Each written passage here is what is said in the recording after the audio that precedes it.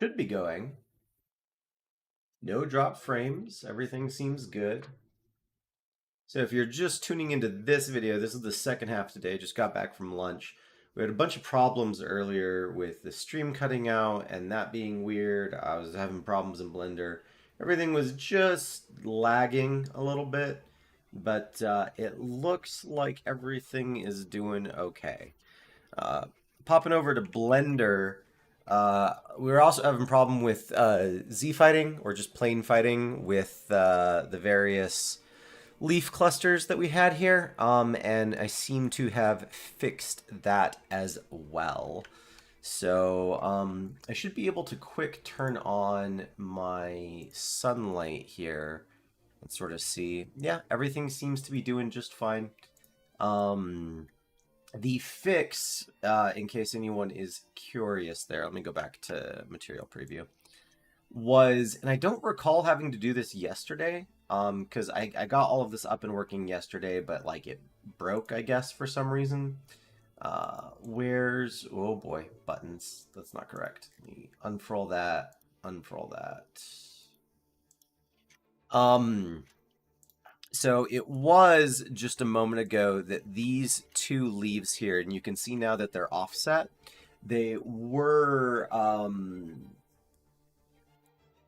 sharing the same location not that long ago. And all I did was I just moved one of them down slightly and then reapplied the transforms, and that set everything as it should be.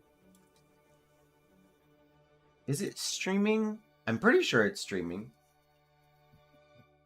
Well, if it's not, we'll figure it out there. We'll check back in like 10 minutes. Anyway, so yeah, that fixed the Z fighting issue there. So I don't know if that was the only problem I'll have to deal with, but it certainly was the first problem that I had to deal with. And so basically I'm going to go through and then just apply this particular geometry nodes modifier to all of these shapes down below, and we should be in a pretty good shape. I am curious if I shouldn't... I'm going to turn on my references again. I might actually make some bits of this even more extreme. So coming into the small leaves here, I also have them moving around quite a bit. I'm going to have them move around just a little bit less. These can move around a lot. And by move around, I mean like extend potentially outside the bounds of the volume that they're supposed to be a part of. So I'll have them go down that this is maybe like all of these are negative 0.5 and all of these are positive 0.5. And then we'll do here for each of these negative 0.2 and 0.2. I'll do 0.25.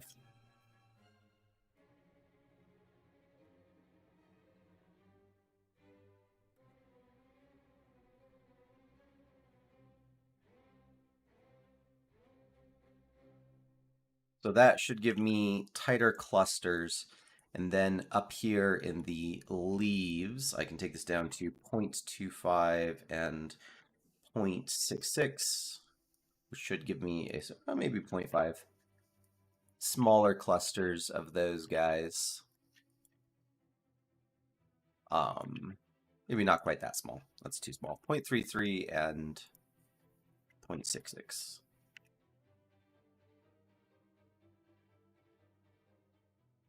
And then this one we want a lot of. So I'll actually take that up just a little bit. Move some of these guys around. Oh, I'm so sorry. I have to sneeze.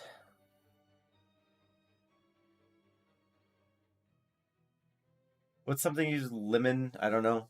Some word to make you not sneeze. Well, there it went. Never mind. Yeah. So now, scooching this bad boy around. I don't know. Maybe that's still too small. Maybe where it was at the first time was pretty good. I think I just wanted more of them in general. So it's more of the small leaves, a fewer number of the medium-sized leaves, and only a select sparse few. So with this as our geometry node set up, I can now go into each of the other volumes and then just add this geometry node, right? Whoops. So add in geometry nodes, specifically this guy. And we can go in and do this for each individual geometry nodes.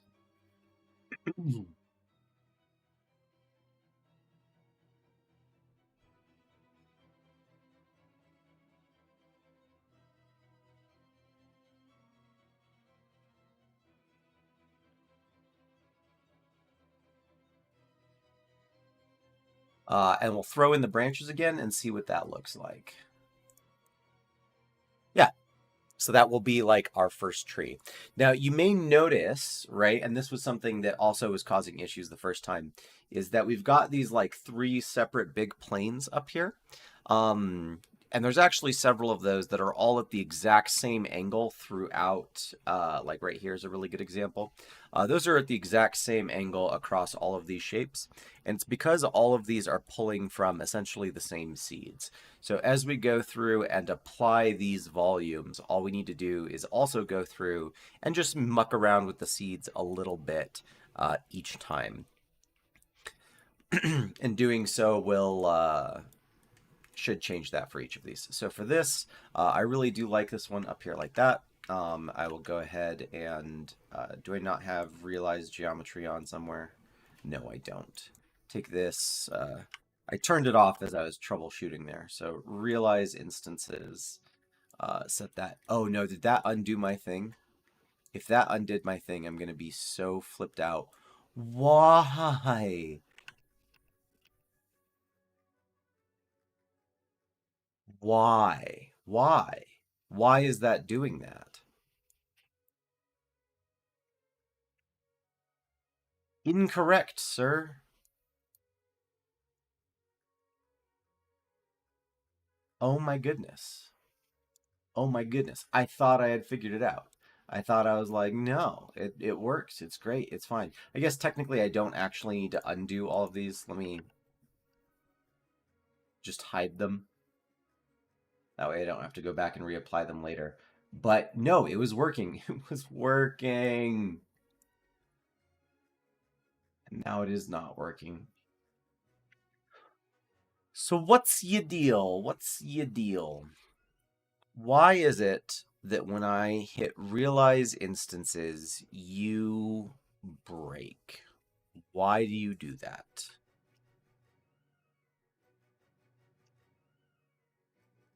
Do you have a material that you don't like that you're doing here?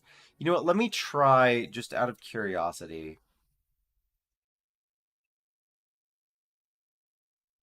Let me try just applying this.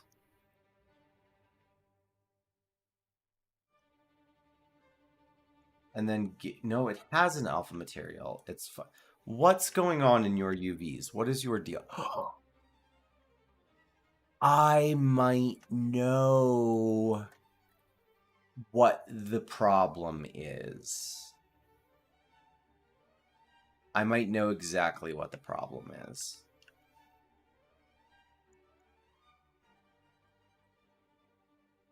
I might know what the problem is. Okay.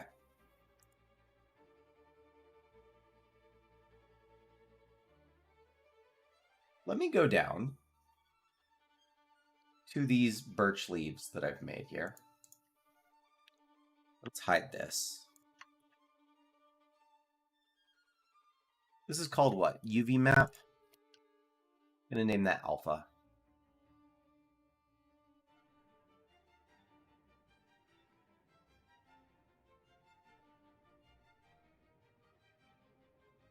Does... Okay.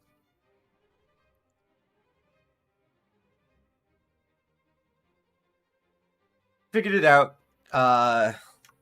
Gradient. I'm going to make another one. I'm going to call this alpha. Going to set this to the active one.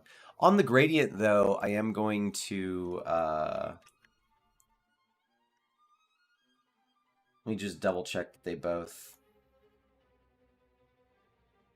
Yeah.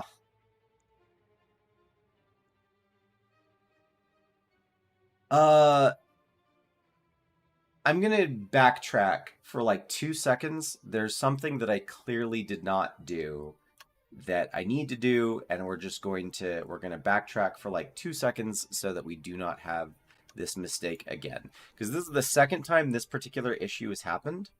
And I really, really hate this issue because I just assume I've done it correctly every time. The way I've been setting up each alpha, or the way I've been setting up the UV maps for everything that I've been doing, and you have to do this ahead of time, is that there are two different UV maps. The first UV map is a flat gradient from black to white. The second UV map is specifically an alpha that's using this alpha sheet, if there is an alpha.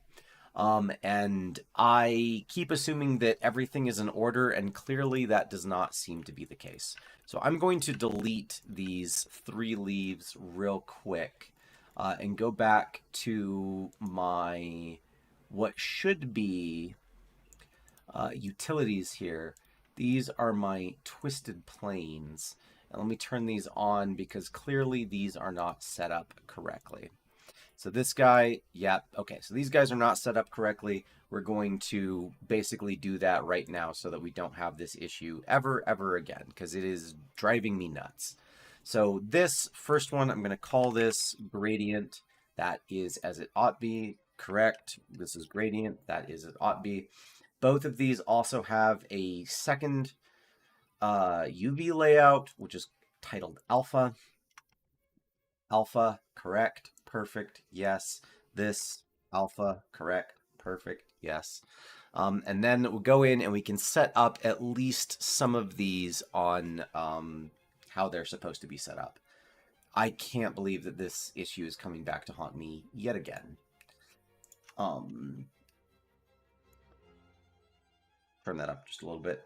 All right, so for the gradient, presumably I want these both to be set up just however feels best. Which is up for the how they get used to be decided. I do know also that this one is backwards. So here, I'm going to quick add in the alphas, and I'm going to pop this over to this, because I know that one of these is incorrect. And you can see it's incorrect because if I look at the top of it, right, this squiggly bit is, or better yet, like right here is the splatter. If I go underneath, it is not the splatter. So there's also one of these that is not correct.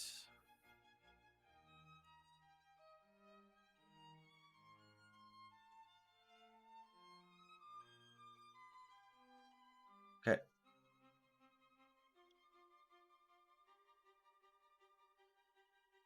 Hello, thing. Can I freaking help you? Oh, I'm doing it again. I'm having just a wild time. It could not go more wrong. Okay, hold on. Let me make sure I haven't screwed up the other one here. Gradient. Check. Check. Check, check, check. Check. Plane 0 is good. Plane 1, which is not good.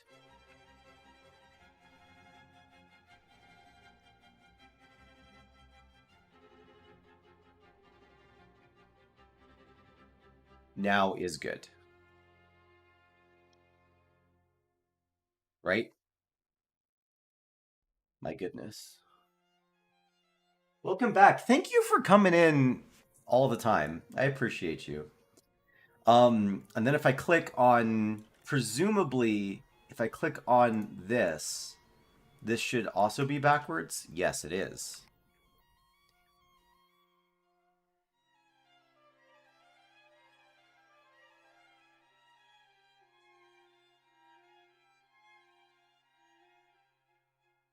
These both are now the same. Now they both have a thing. They both have a thing. Oh my goodness. May this problem haunt me no more. Save. Save. Hit Control Save like 6 times so that I don't have to deal with this ever again. Now, if I go to my birch leaf clusters, right, what I specifically wanted was I wanted this one twice, right? So I duplicate that, and I pull it down, duplicate it again, and I take this one, and I take just one of those, right? And the thing I wanted was that.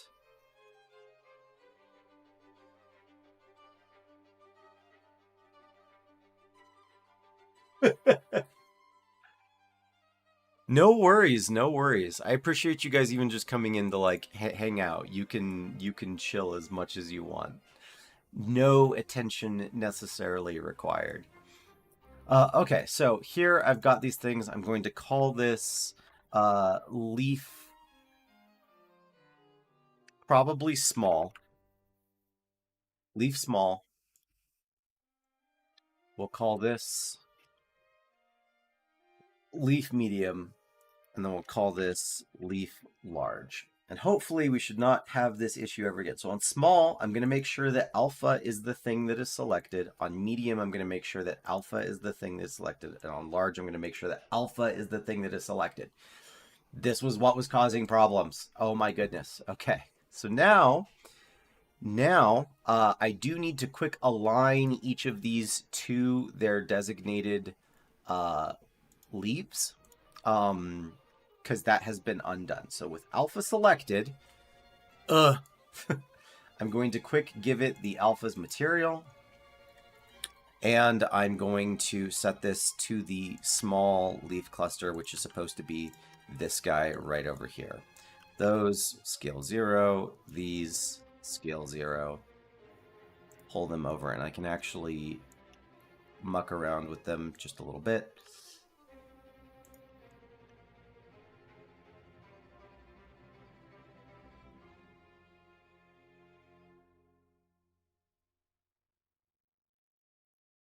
So that we get something kind of like this. Actually, I don't know that I like that.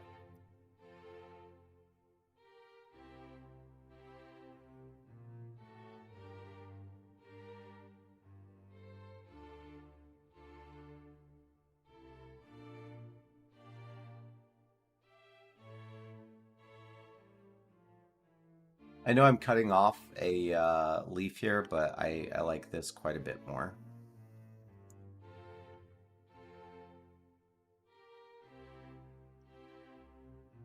As a general note, just about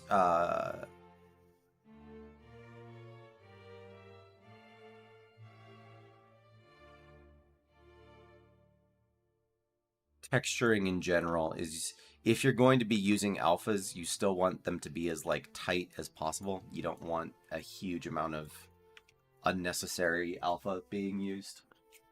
Anyway, so these are our small leaves. They are, in fact, doing the same thing now, are they? Yes, okay. Small leaves, and let's make sure again that we're on the alpha. Okay. Because I refuse to have this happen a third time. These are the medium leaves. And for those, I was using this guy over here. Give it the material.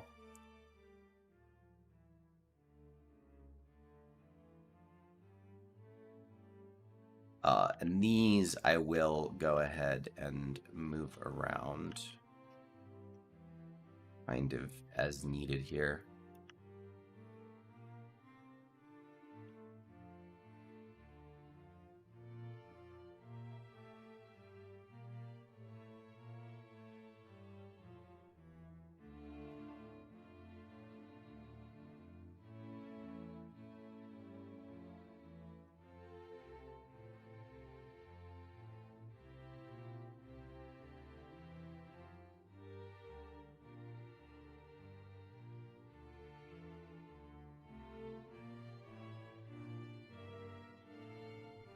Okay.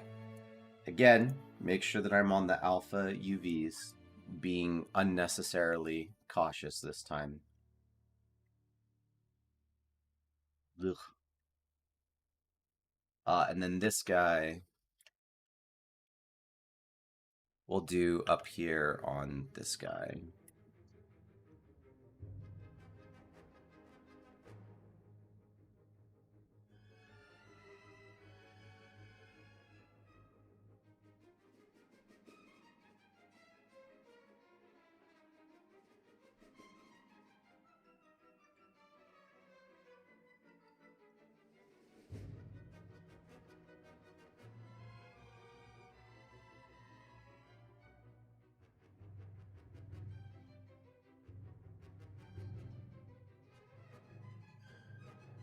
Okay. And again, make sure that it's double-sided there, and I've got it on alphas. Okay, let's see if we can prevent this mistake from happening a third time in a row. If this does the thing, right? Like if this just screws up again, I'm going to cry for a minute, and then I will figure it out. This, understandably, is messed up completely. Go back down into here. Quick delete that, and quick delete that. And then for this, it needs to be using... We'll do small leaves up top, medium leaves in the middle, and large leaves at the bottom. Cross your fingers, because this is where it's going to go horribly wrong. Okay. Small leaves. They're doing it. Great. Perfect. That's as they ought be. Medium leaves. Perfect. They're doing it as they ought be. Here comes the moment of truth. Big leaves. Don't fail me now. Oh my god. It's so dumb. It's so dumb. Because, like, you basically, it's just you cross your finger, like, you do something, cross your I's and dot your T's.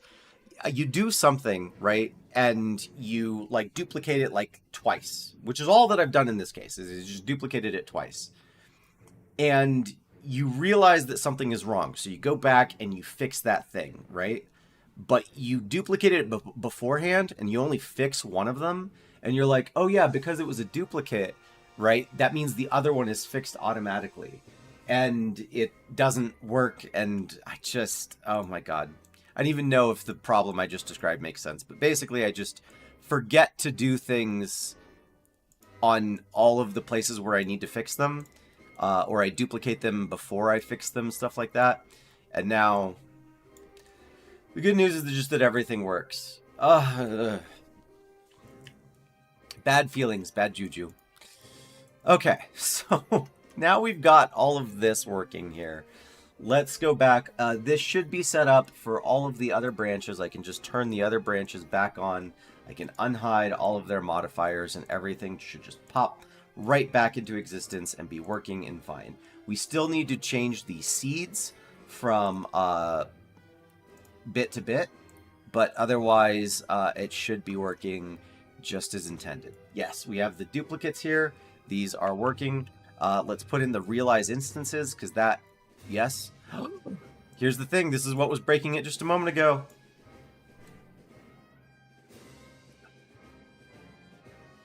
I appreciate you, Dusted, for just acknowledging that programming is hell. Like, I remember, God, what was it? There was a, the worst programming thing I've ever had to do in my life. Like, the worst programming thing I ever had to do was I had written a whole thing in Python, and it suddenly broke and stopped working completely. Like it was working fine 1 second, and then it broke, and I could not for the life of me understand why.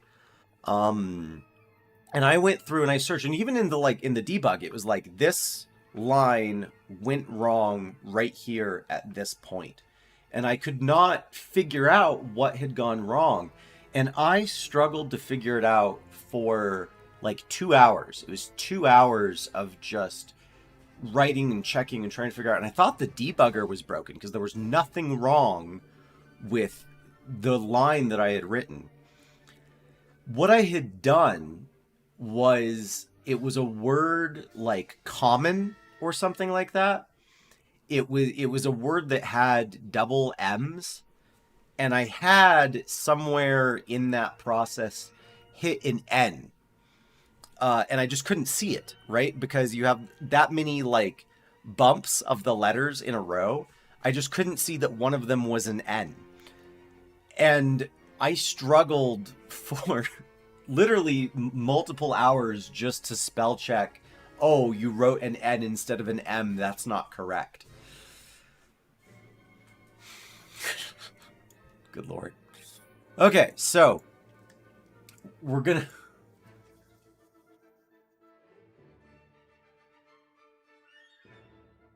Oh, God. Yeah, no. And that's what happens is it's just one little error that'll like screw you into oblivion.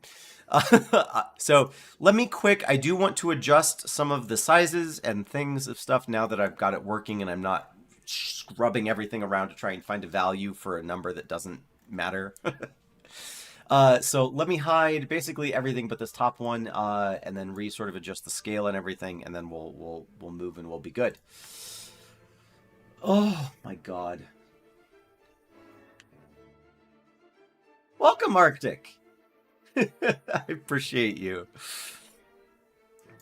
Yeah, no, so we're making trees at the moment, nice fluffy trees, beautiful hand-painted trees, that work, that actually work, unlike everything else that's been going on so far, which hasn't been working.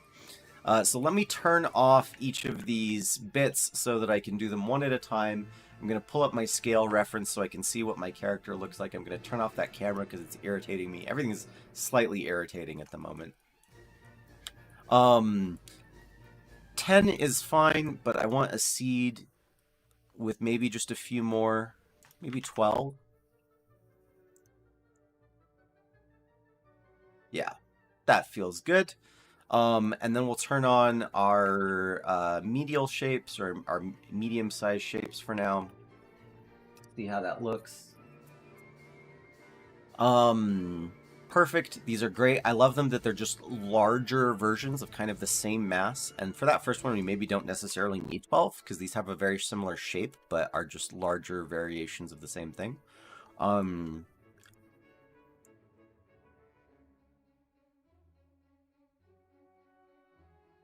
Yeah, I actually don't mind that at all. I think that looks just fine. That's a bit too dense. So the cool part about this is that I'm only actually using like you can even count them. There's like 1, 2, 3, 4, 5, 6 cards in this whole, well, in that seed anyway, to make it look as dense as it is. But just because of the nature of like different shapes, it looks like there's a lot more going on than there is. Perfect. And then finally, let's hook up our last big shape here. Something like that. And as long as, oh, and I also want to adjust the scale of these from 1.5 to 2.5. That might be a little crazy. That's a little crazy. 1.5 to 2. Yeah. And just a small number of these. So this looks great. This looks fine. What sort of asset count are you going for on variations of things like trees or my game? That's a great question, and I don't super know what that answer will be until I start needing things, right? All of this is kind of a preset up to like have something.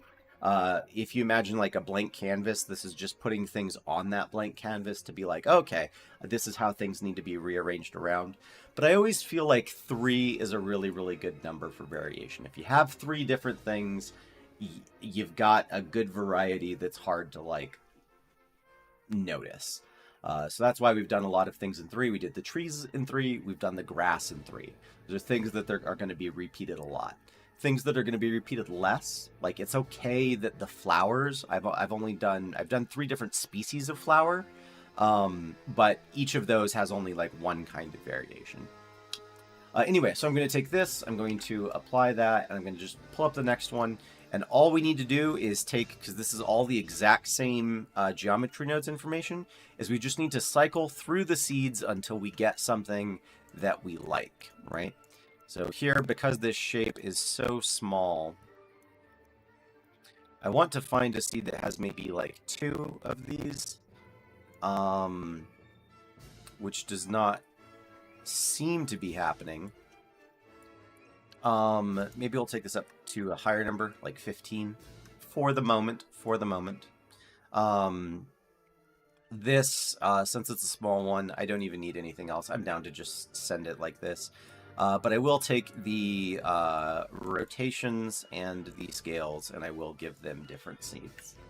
So move on. Grab the next one wherever it is.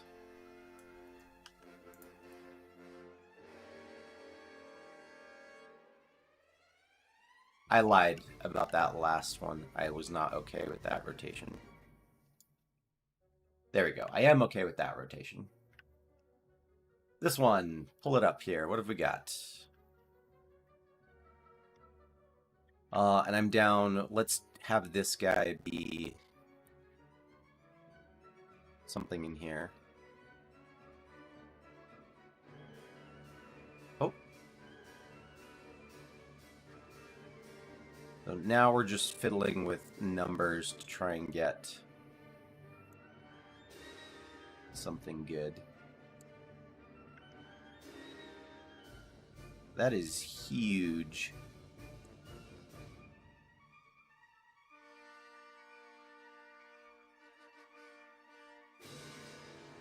And let me turn on the branches as well so I can see what we're working with.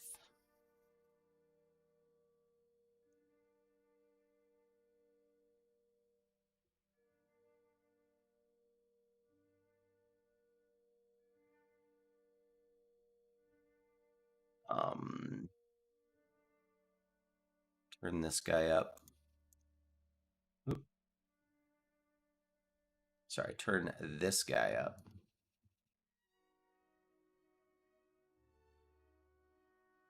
Oh, something like 20. They're so small that they're not doing... Yeah, this is my first big solo project. This is my first time doing something of this size kind of on my own here. I was doing something previously, which I was calling sort of the Damon change. And that's still going to happen at some point, but it's on hold for the time being.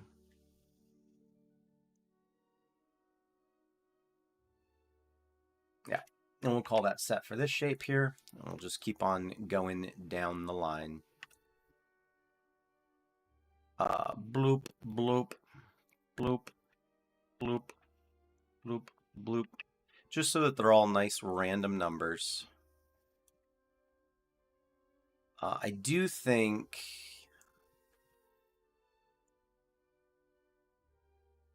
that that's maybe one too many of the... Now let's find some other variant.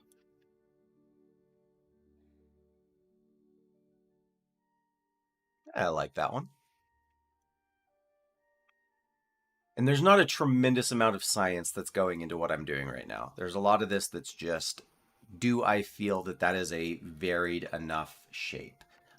Yes or no, mess around with the numbers until it is.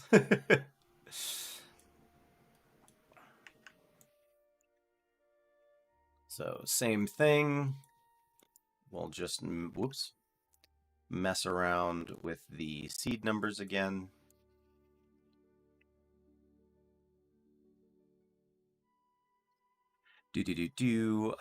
Likewise, I think that's just a bit too much for this guy.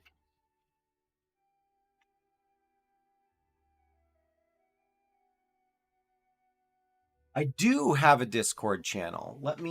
Discord's not currently open. Give me 2 seconds here and I'll get you squared away. But yes, I do have a Discord channel or Discord server, I guess. But thanks for stopping in.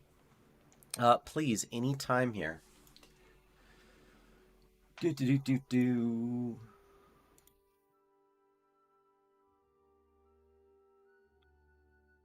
Heck yeah. So pop on in, say hi. I'll go this full screen for now.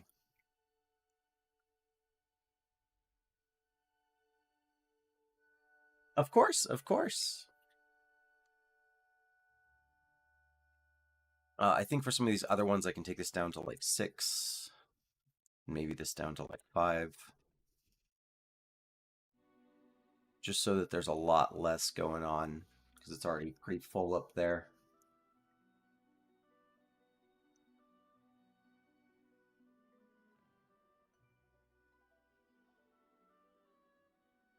And same thing, just messing around with the seeds, so that they do need to be random for each kind of instance of this.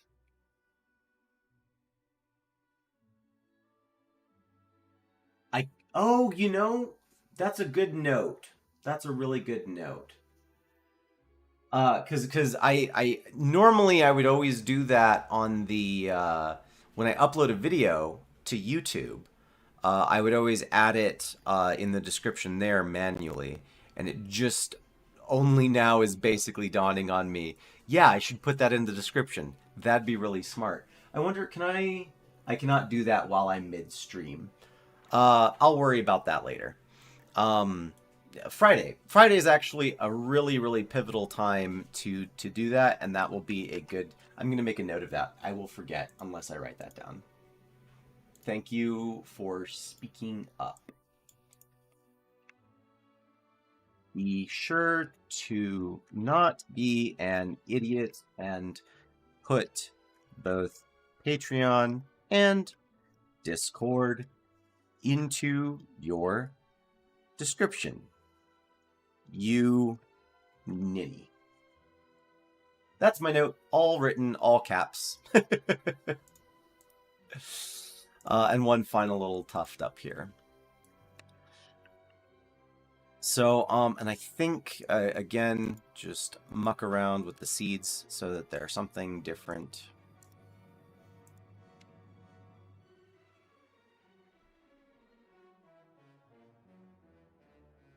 And now we have our nice, deliciously different sort of branch set up. And that might be just more than I need there to be. I might not even need this volume. I kind of like it without it.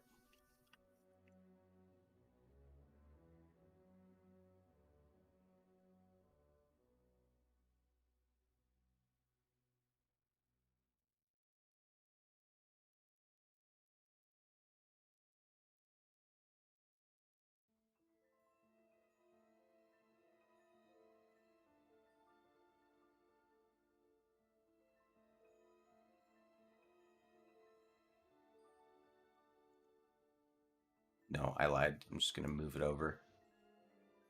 Because I see where I put it and now why. Okay. Oh, and that changed everything! Curses.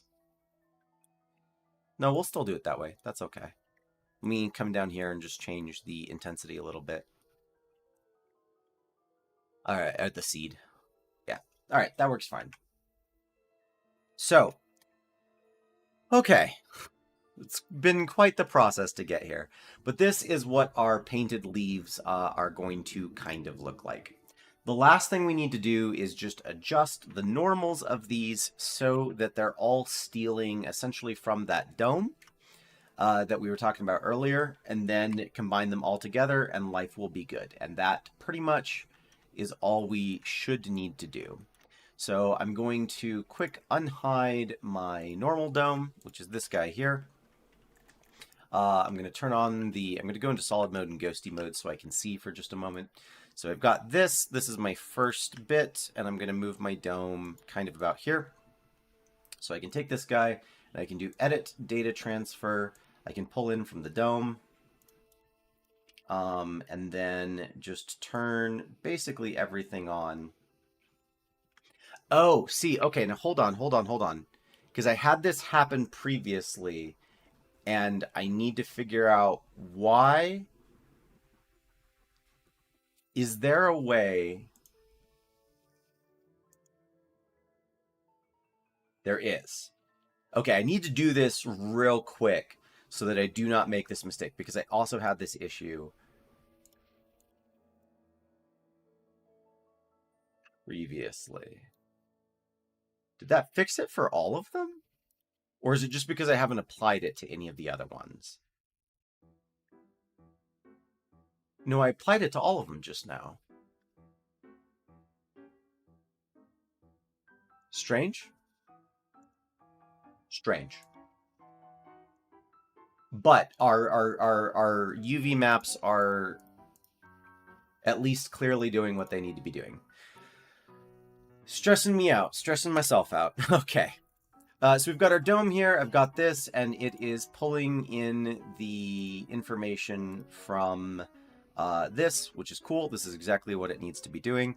And if I hide this real quick, what we should see is if I hide a lot of these other ones, there's going to be Z-fighting for this, but it shouldn't look too bad. Basically, it's not going to look great in Blender, but it'll look good once we get it into Unreal. And actually, it doesn't look as bad here as it can. So here we have this nice sort of smooth lighting for, despite being a huge cluster, you can see it's all lit very smoothly. And even if I'm looking like straight underneath it, I can't see any tremendous shadows. It does have shadows, but they're not like cripplingly so, right? And this is, whereas this is like a really good example of the shadows being really wild, right? So this is perfect. And presumably, if I then turn on this guy here, and I should have copied that modifier so I don't have to make this every time, which we'll do in just a moment. Boom, boom, boom. And turn on auto smooth, right? So let me hide this guy. Oof. And then there should be a way to copy modifier. Well, Blender copy modifier. When you don't know, look it up. Oh, okay. So I have to do it before I apply it. Okay, cool. So that is fine. So we have this, and it should be doing basically the same thing that our last one was. I'm going to take this, make this my active object, link, copy modifiers. That do the thing I want it to do? Or do I need to do it in the reverse order? I need to do it in the reverse order. There we go. Cool. Oh, and you know what? I actually think, if I'm not mistaken, I can select a whole bunch of different things and do that all at the same time. So if I select basically all of these.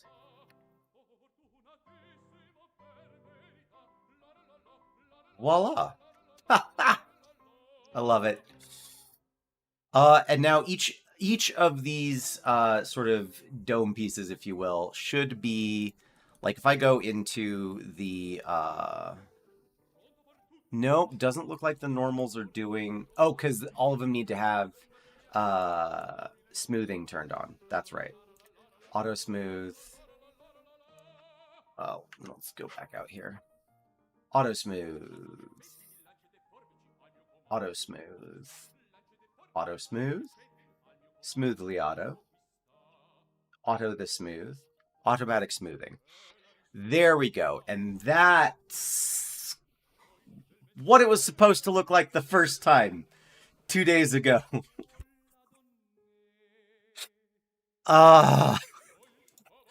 Look at that. Doing it correct. This is actually not still quite as good as it needs to be. Specifically because the dome is in the same place for all of it. So we've got here the very, very, very first one we did, and this is where we put the dome the first time. So let me go back into here. So this is where we put the dome, and this is what the first one looked like. That's correct. And then we applied the modifier, so we can hide that one. This is where our second one is, so I'm going to move the dome over to about right here.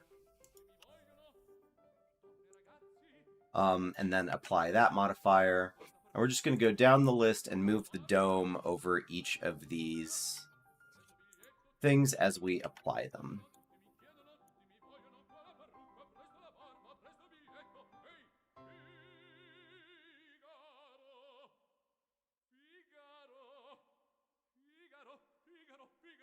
I'm realizing I should do it from both sides, but that's fine that we didn't for a couple of them.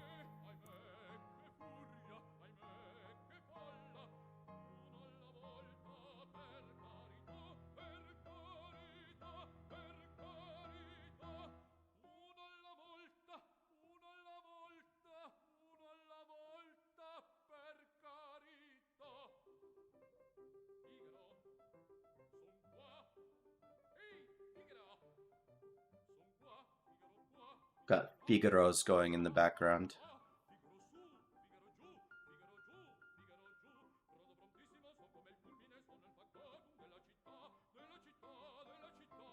And that's what the tree is supposed to look like. Oh, good lord, what a process to get to this point. Oh, man. But now that we've done it, right, each successive time should be quicker and we can streamline as we go along. Good lord. That has been kind of a pain in the ass. Join all of those. Make sure that my UV maps are all set up there. Go in and I will then take this guy, click the tree branches, join those two. It freaks out for a second, but that's okay. Because if I go in... Uh-oh.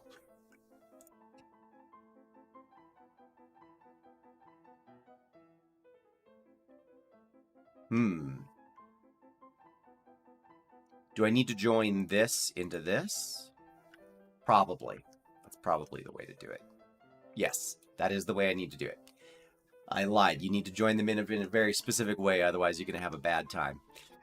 So, with this, these are the alphas. This is all the alpha stuff set. I can come in to my UV editing real quick, and just in case anything goes wrong on the alpha map, I can take essentially my trees here, go into view, do unwrap, and project from view. That will give me here these as a sort of a flat thing, and since I only need them to be one solid flat color, I'm just going to move them over this. The tree trunks will never really be textured using this UV layout, but in case they are, I can see if this is happening, then something has gone wrong. For the gradient, this is where we can do something cool. I'm going to go back, do my linear gradient, because again, we're covering everything with linear gradients. Let me flip this back over to this. And then it looks this way. This is correct. This is basically what we want so far. I am editing the gradient, so that's correct.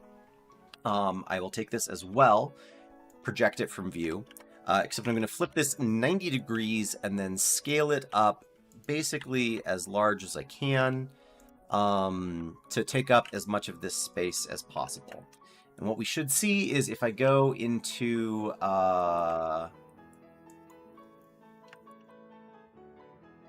Oh, right. The material being on the correct material would probably help with this. Yes. So now we can see that all of the branches of the trees here are on a linear gradient from black up to white at the top. I'm basically going to take these and then select this is the gradient mapping for all of the branches. Again, not the Not the not the alpha map. This is the gradient map. I can take the same thing and I can also project this from view. This will give me a mess, but I can turn that around, pull it over here, scale it up and scale it up like this. And this horrible mess of vertices would be essentially not great in any other context except for this one. So here we also have a black and white gradient for the leaves. And if I pull out, you can see those two gradients at play here. So we've got good UVs, we've got good lighting, everything is great. This is all finally coming together here. Goodness gracious. Quick name this tree underscore birch 00. Rename the data as well. Oh, I'm sorry. There's another thing I need to do. Sorry. Data underscore. I've named these poorly. Data underscore birch 00, and this is mesh underscore birch 00. Perfect. So we got that. There's one last thing I need to do, and then this tree is done, and then the other trees should be relatively easy to do after this because we've set everything up. The other thing I need to do, I've already forgotten what I need to do. Material groups. So here coming in, this is going to be, I'm going to give this 2 material slots. The first one is going to be slot 00, and then the second one is going to be slot 01. And in these slots, I think the leaves make more sense for me to be in slot 0, so I'm going to do so. Slot 0, leaves, and then select this for slot 1, assign, and just double check to make sure that those select the things I need them to. So we've got our material slots. We've got our vertex normals. We've got our transparency. We've got our UV layouts. We've got our map. Everything should be good. Let's toss this over to Unreal and just make sure that I've done it correctly. Because if this tree comes out and looks good the way it's supposed to, then we're good and we don't need to keep stressing about how everything has been going so wily and weird and not well. Seriously, this is what it was supposed to look like 2 days ago, and now we're here. Ugh. Yes. It should be using the alphas for the leaves. We're going to lose the second I import it, the black along the bottom there, but that's fine. That's something I can worry about later. Yeah, and then these are the trees. A little dinky in some places. But I'm okay with that. I am okay with that.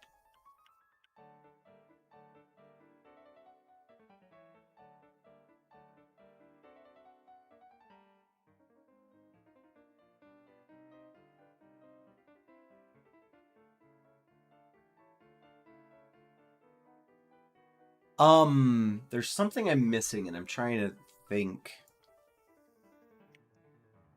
I think it's fine. I think that just the scaling along the Z is really obvious. Oh, also my branches are doing this, which is probably not correct or what I want them to be doing. But on the whole, I think that'll work out just fine.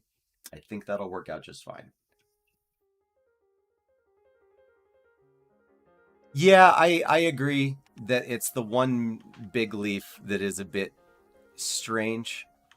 I could probably just go in and delete that by hand. Yeah, I agree that that's there's one very strange big leaf. But otherwise, that's fine. We're just going to go with that process, knock out the other 2 trees, and then move over to Unreal for the rest of the day.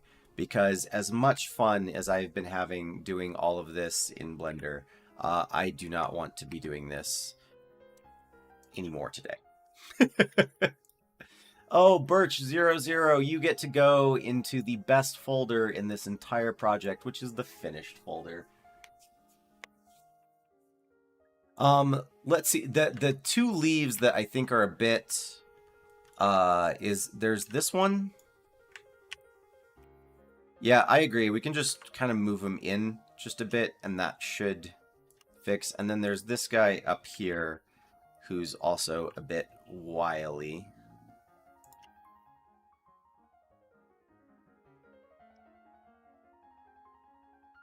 And that shouldn't cause too many problems. If I go and I put on the alpha and switch over to the alpha,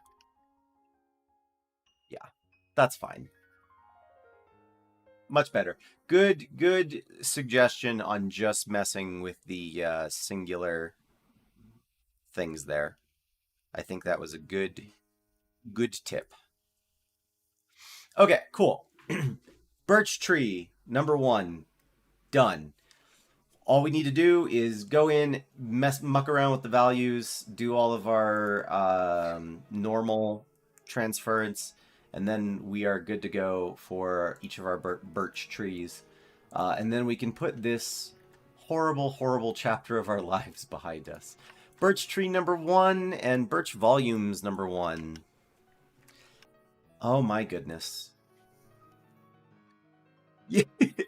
Dude, I appreciate programmers. I super do. And I realize that that's not how you start a sentence if you want to show appreciation for programmers. However, I saw a meme one time that is the most frustratingly true meme I have ever seen about programmers, and I think about it constantly.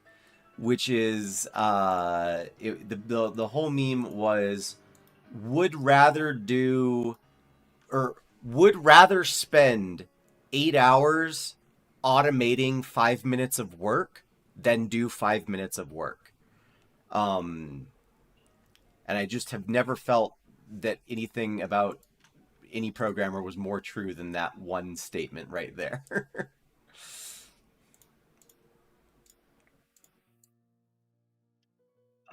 Okay, perfect. So we have that. Now, using our new fangled powers, right, we can just do that. And what was it? It was Control Shift L? No. Control Alt L? No. Alt Shift L? No. What was the shortcut we learned like 2 seconds ago? Copy, just Control L. Just simple Control L. Copy modifiers. Yeah, there we go.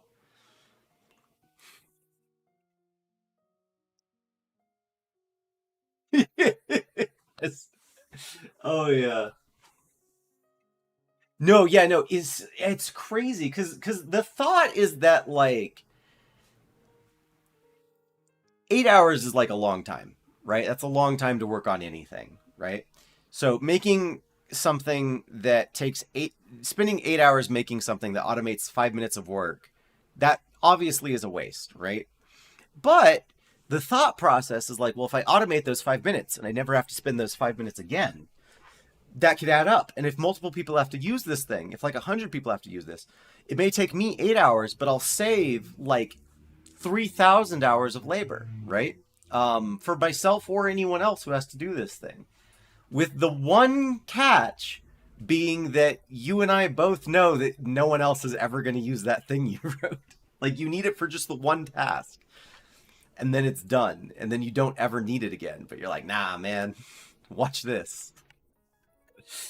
Okay, so let's go through, muck around with some of these values. I feel like a lot of these are too high, which is great. The fact that a lot of these feel like they're like really dense and stacked on top of each other, with how not dense this actually is awesome. Like that's exactly what we want.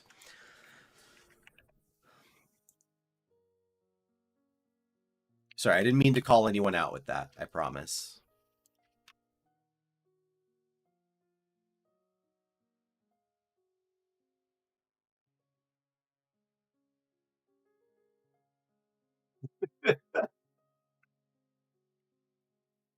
That okay. I will give you that one bit of ground there. Uh which is that once something has been automated, it does tend to remove human error. And by tend to, I mean it does. Assuming there wasn't an error in the automation to begin with, but like you do remove the chance for human error, which is literally what caused all the problems we were having this morning with the Z fighting is human error. So I do concede that to you.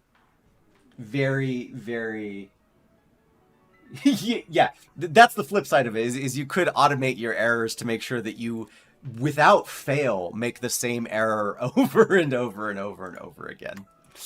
Let's turn these other baby bobs off. I think that's a lovely distribution. I do think that I want the scale of the medium ones to be oops. I know scale of the medium ones. Yeah, perfect. And then we'll simply apply that, turn on the next one, and go down the list. So seed, seed, seed, seed, seed, seed.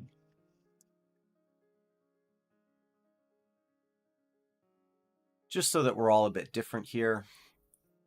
I think that could actually be 0.5. I don't think, whoa, okay, maybe not. I just need there to be like slightly less of the big ones.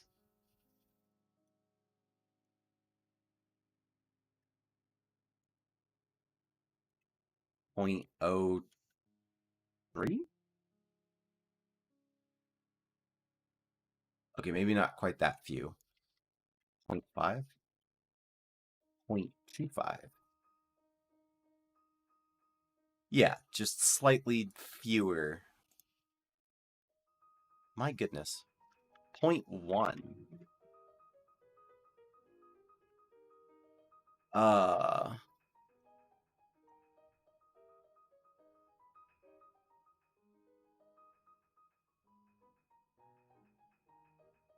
yes. Is that the rotation? Yes. Okay. Cool. Happy with that one. Uh,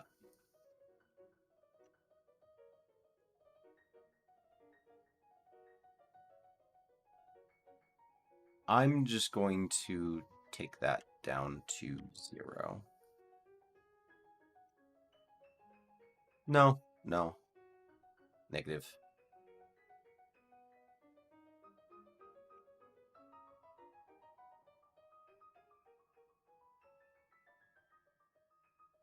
All right, perfect. This one I will take down, though. Just eliminate those guys completely, and I'll actually take the small one and turn it kind of way up, and I'll actually make the spacing of these -2, -2 to +2. And we'll put in a bunch of these guys.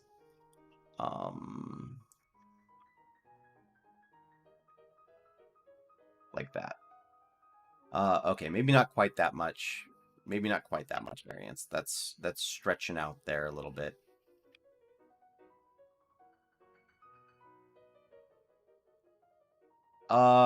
Actually, sorry. I'm flipping back and forth on how I want to do this one. 2, 2, and then we'll just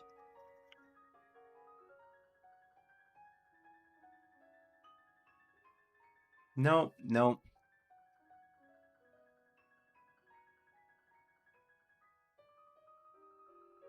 Yeah.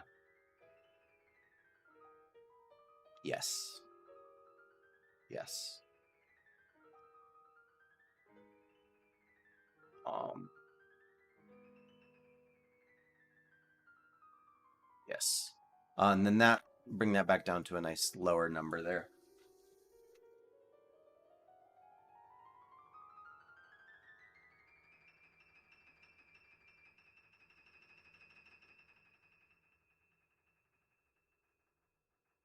Oh, please. Absolutely. Like, you working on games while I work on games is half of why this is cool and we should do this. Like, absolutely do that. Let me turn on my size reference here. So yeah, I forgot who it was. I think it was you, Dusted, who brought in just like moving around the UVs, and or not the UVs, but the actual mesh once it's been actualized there. And I think that is a fantastic idea in general.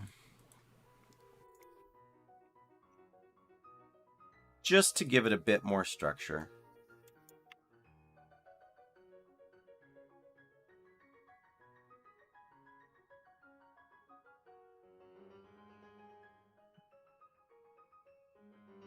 Oops.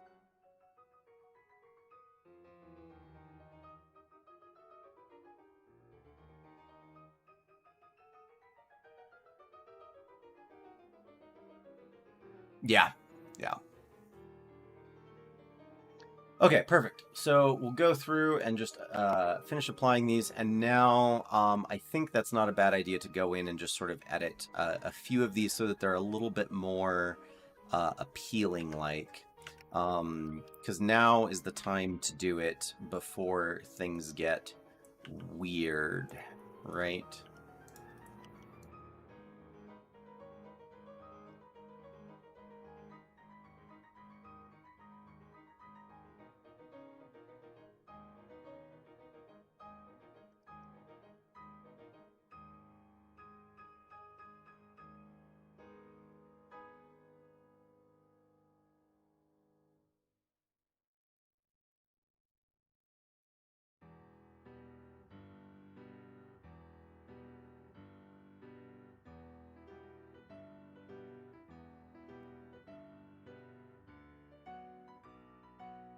Now I'm kind of a bit sad that I didn't do that with the other one, but oh well.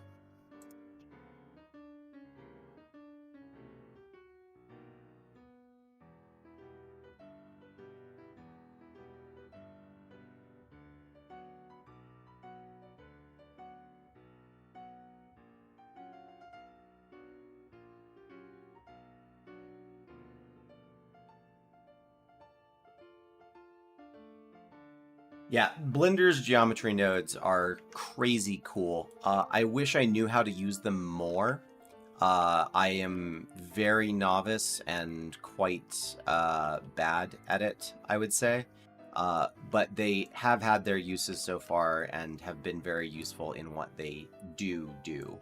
Um, Part of it is just that, like any sort of program, is it takes like a hot minute to learn whatever it is you intend on doing for them, and I don't necessarily have that time to spare,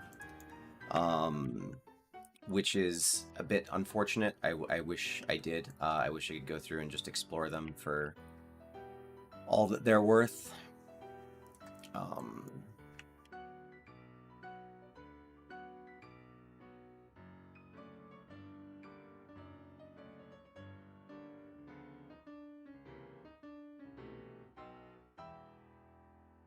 Hello?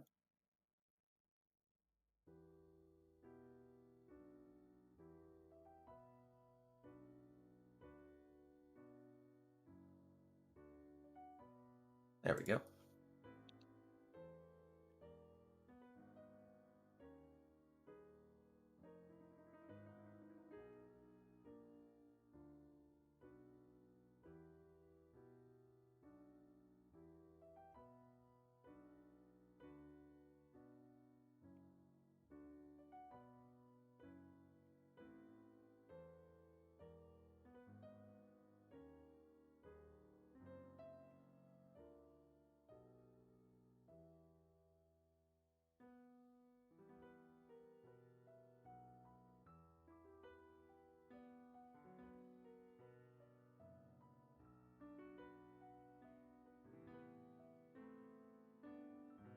So, talking about programming, uh, programming a 2D game in Python was both how I learned Python and where a lot of my like game programming adventure began. Uh, so definitely, definitely like going through and normal dome. Doing a 2D game is 100% like a great way to learn and do things. Custom normals. Need to make sure that smoothing is turned on for all these guys. Smoothing, smoothing, smoothing, and smoothing. Perfect. And then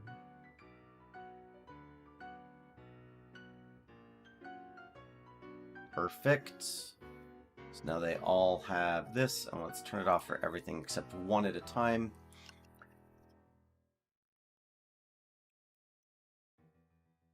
And then by side here, we will set this so that the normals are good to go. Perfect. And that should be that. So now if I go in and I look at the normals, they're all pointing at least sideways or higher, which is good and perfect. That's what we want. And then it's lit kind of like a dome. Perfect. Go through and do that bit by bit, piece by piece.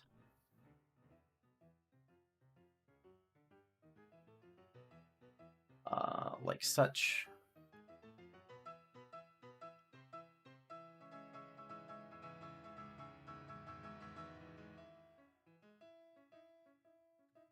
So yeah, I definitely think that the dome is a much more effective way of doing this than using the strange custom shapes I was using previously.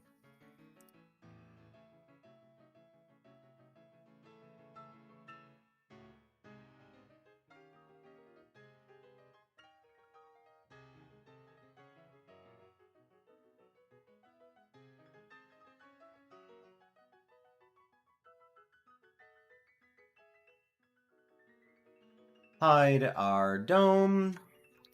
Turn all of these guys back on. And then if we go into material preview, perfect.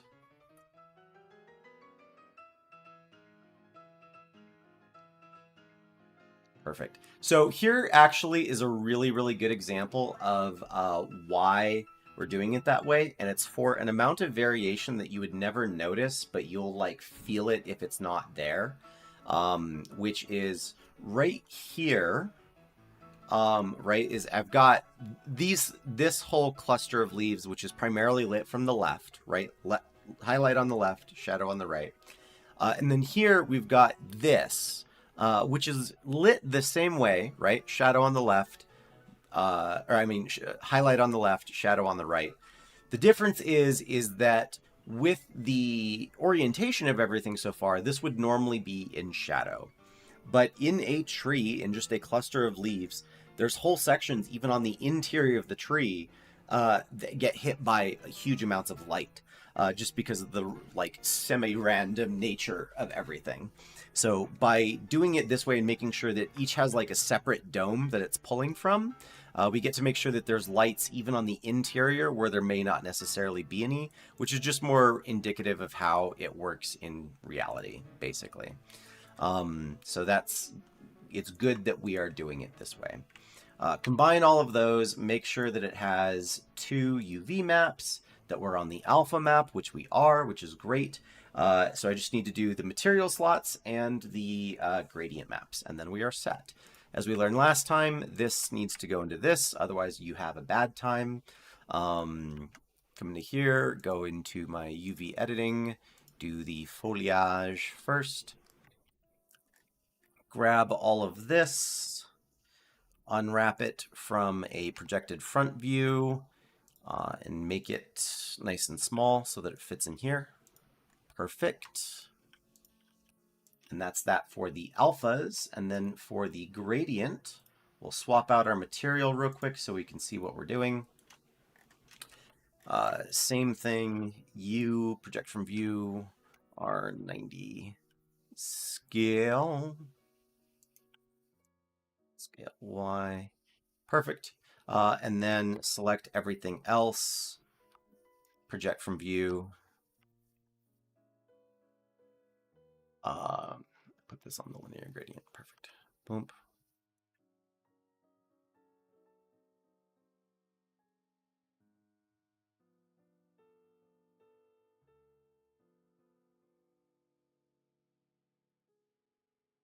Perfect. And now we've got our 2 linear gradients for everything. And did I do these in the right one? I did. Perfect. So our gradient should look like this. Perfect. And our alpha should look like that. Perfect. Give it the material slots, and then that's the second tree done.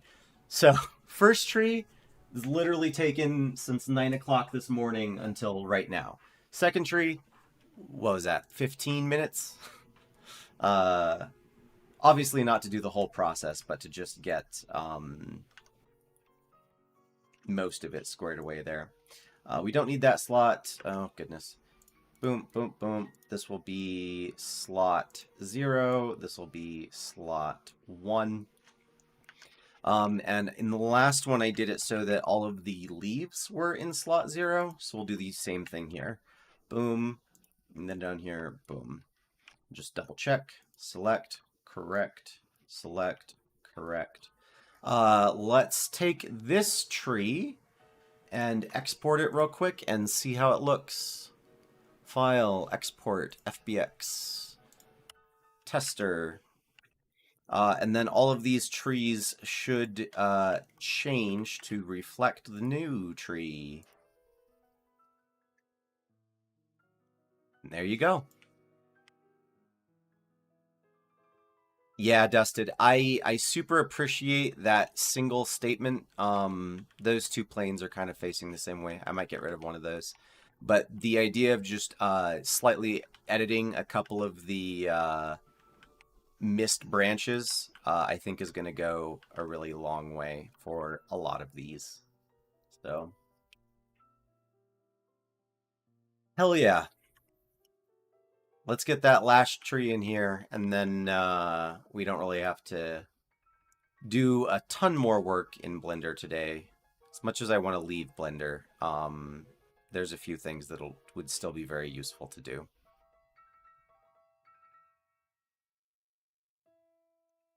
Dope. Deep dope. Okay. Okay, cool.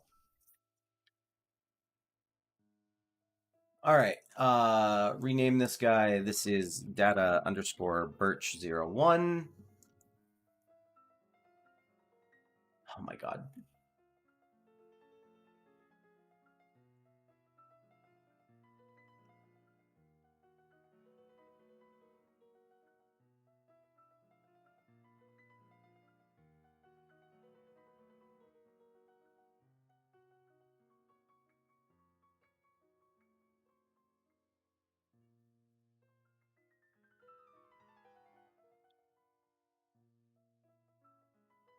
Mesh underscore birch01.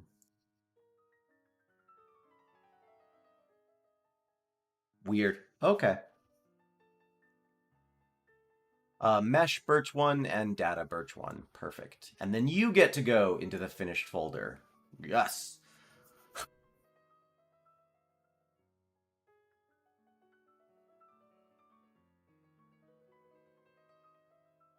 Oh yeah, going from this to this is a jarring experience. Yeah, so I think the last thing that we're gonna make is we're gonna finish off the last tree. So we have 3 different kinds of trees, 3 different kinds of grasses, 3 different species of flowers. Each flower is identical in its same species, but that should give us all of those things. I think I'm going to make a rock and a mushroom. I might make 2 rocks. Rocks are really easy. Good rocks are hard. The rocks I'm going to be making are really easy. And then each of those things will go into Engine, and then we get to play around with materials and making everything look actually pretty. Which is going to be a bit of a tricky... Oh, my back just popped. It's going to be a bit of a tricky one but we can get it done there. So this is the last birch tree. Let's square this up real quick. Separate by loose parts. All of these parts are pretty big, so that's good. Kind of big. Hello, hello. Welcome to the party.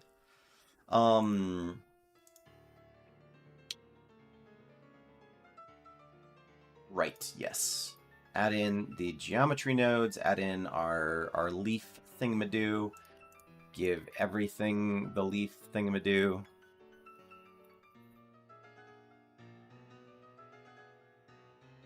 Sneeze, maybe? Sneeze? That's twice now I've had to sneeze really bad and just not a damn thing.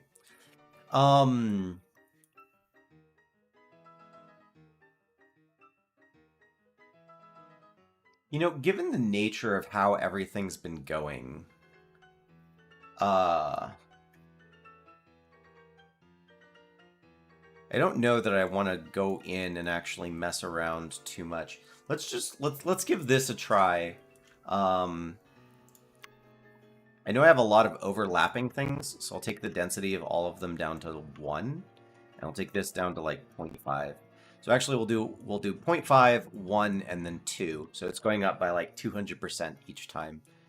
And that no, never mind. I'll do it. I'll do the thing.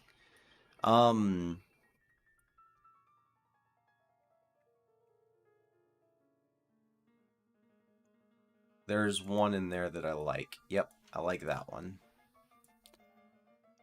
Do I have... I don't even see any of the, yeah. And you know what I could do as well? You know what I could do as well? Is I'm going to apply this and then immediately go in and edit it, right? So I don't like, for example, these two big ones right next to each other.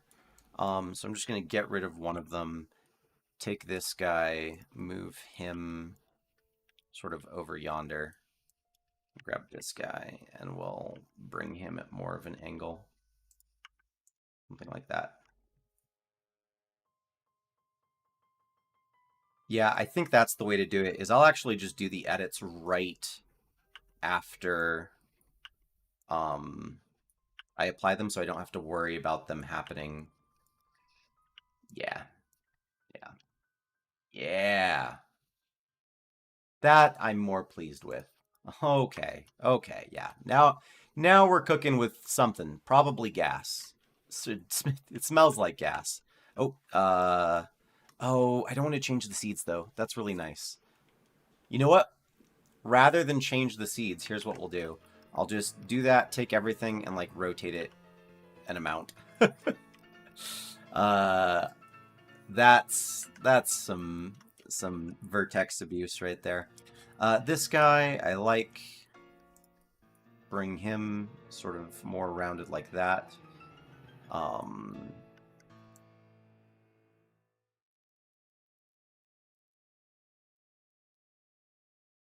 Bring him out. Bring him out. I realize I can also scale a number of these to do just wildly different things. Such as this guy. I think he's a little unrestrained there. Maybe this guy as well. Yeah, micro edits, you know?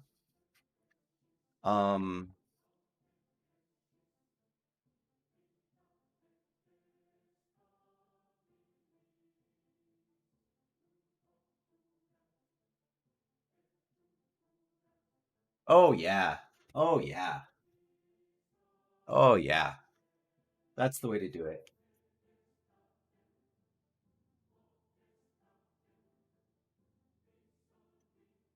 Go in, muck around with all the seeds.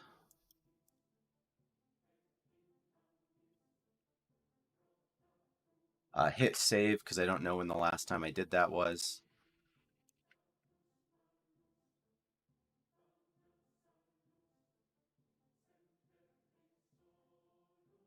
Okay.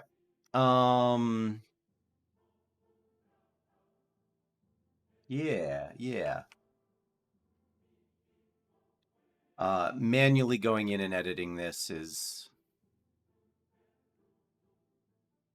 much nicer.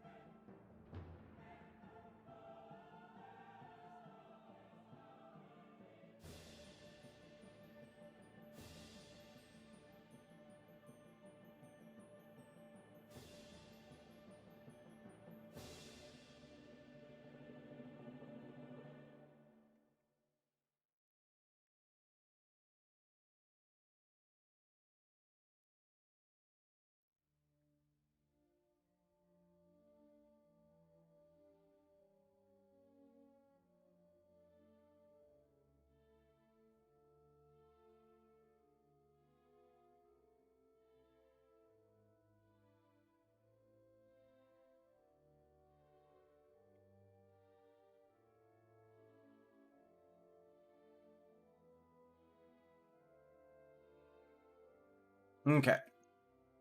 We're almost done. We're almost done.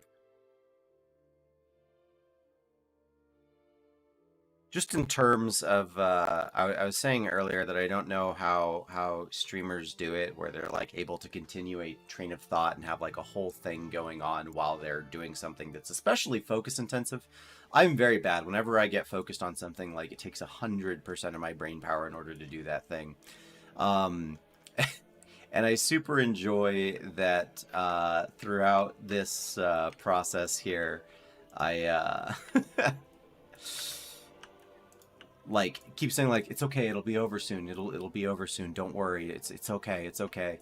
Like I'm talking to a small child on like a long car ride, and it's not for you guys. It's not for you guys. I'm telling that to myself. I'm truthfully, realistically just trying to calm myself so that I know it is in fact going to be over someday, and then we won't need to do it anymore.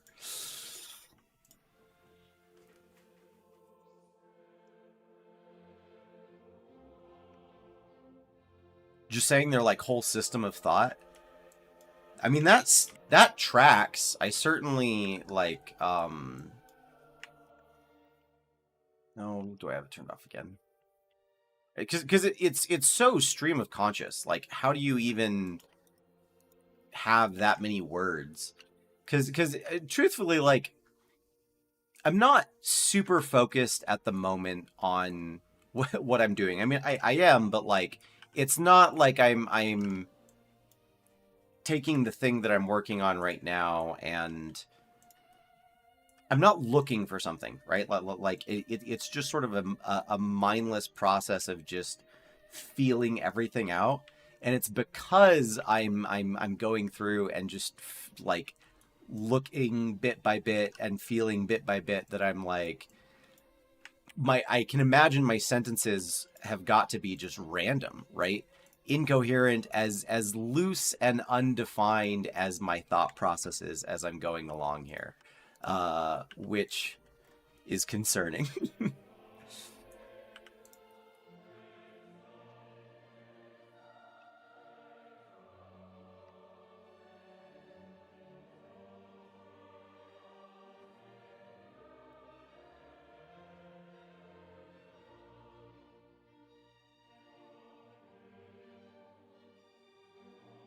Yeah, and this guy's the big cluster fudge guy.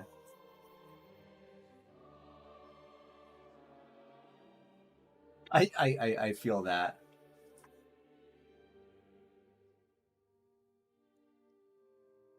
Oops, wrong one. Wrong one. Seeds, seeds, seeds, seeds.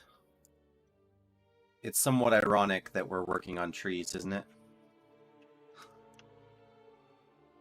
Uh, this one, I think I'm going to take this all the way up to 3, this down to 0.5, and this down to 0.1, and muck around with it a little bit, because there's just so much.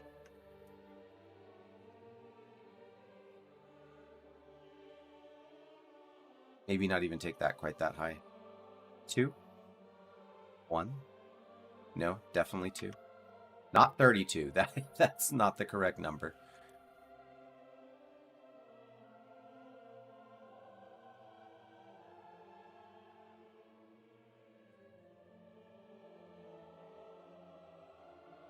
Yeah, but now its shape has gotten all weird.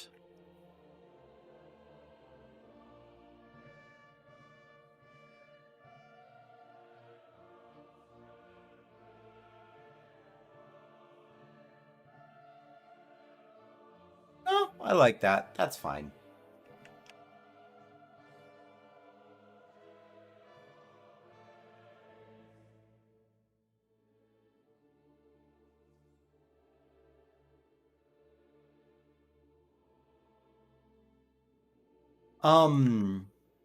Yeah, the shape has gone a bit all weird. I'm gonna take some of these bits and I'm gonna stick them like way out. So it just looks like more kind of stuff is happening, more chaotically.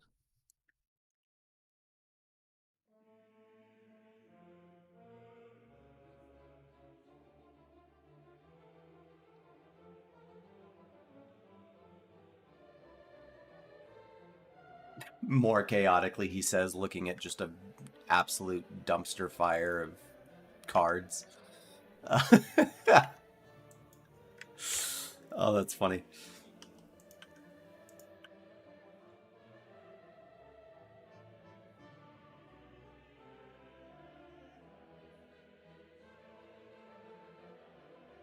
Uh-oh.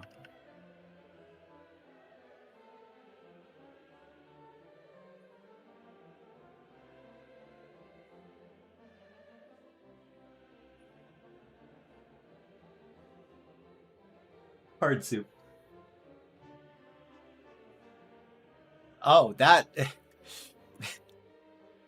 is both flattering, and I appreciate you, and I disagree with you, but respectfully, you know. That of several game dev channels, I'm one of the more clear with my thoughts. I super appreciate that. They feel muddy as hell a lot of the time, especially like that was one of the things that I got so flustered over on Monday, is that I was like having such a hard time describing my thought process because the thing in front of me wasn't working. I couldn't even describe what it was I was trying to do, and I couldn't do that thing. So it was just this whole mess of like everything feels bad and I don't understand. So I appreciate that immensely here. So this will be the final tree. I think we're almost done with this guy. Gonna go in and do finally the normal transfer for the normal dome. I love that name, by the way. Oh, here, let me go in and turn on the smoothing. Auto smooth. The normal dome. Which is important because we don't want to accidentally activate the abnormal dome. That would be just asking for for trouble. Oh, shut up, Destry. All right. Yes, and the data we're transferring is this. So apply this to all of these things. Control L. What a handy shortcut. And then we'll just go through, move our dome, and call it a day. So this guy's dome. Let me actually do it so it's just the one so I can see what I'm looking at. This guy's dome Looks good. This guy's dome. Looks good.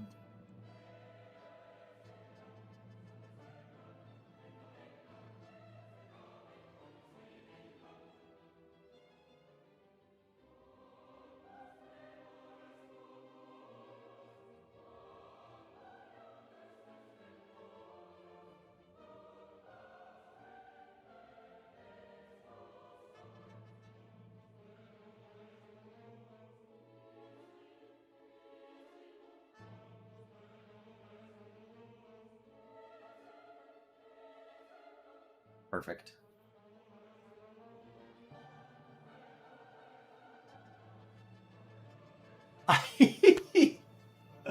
Oh, man.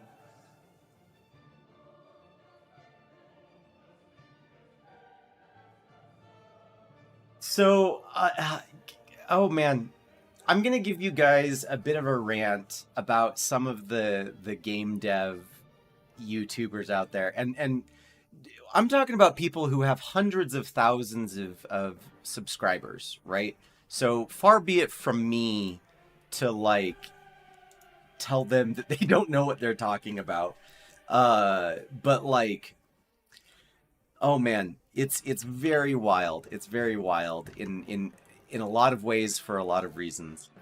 Uh, I'll talk about Game Maker's Toolkit in just a moment. But before Game Maker's Toolkit, the other people I want to talk about specifically is Stylized Station. Uh, oh boy, this is the sort of thing you shouldn't put out on the internet. This is whenever you're like in high school or even college or anywhere, and you're a student, right?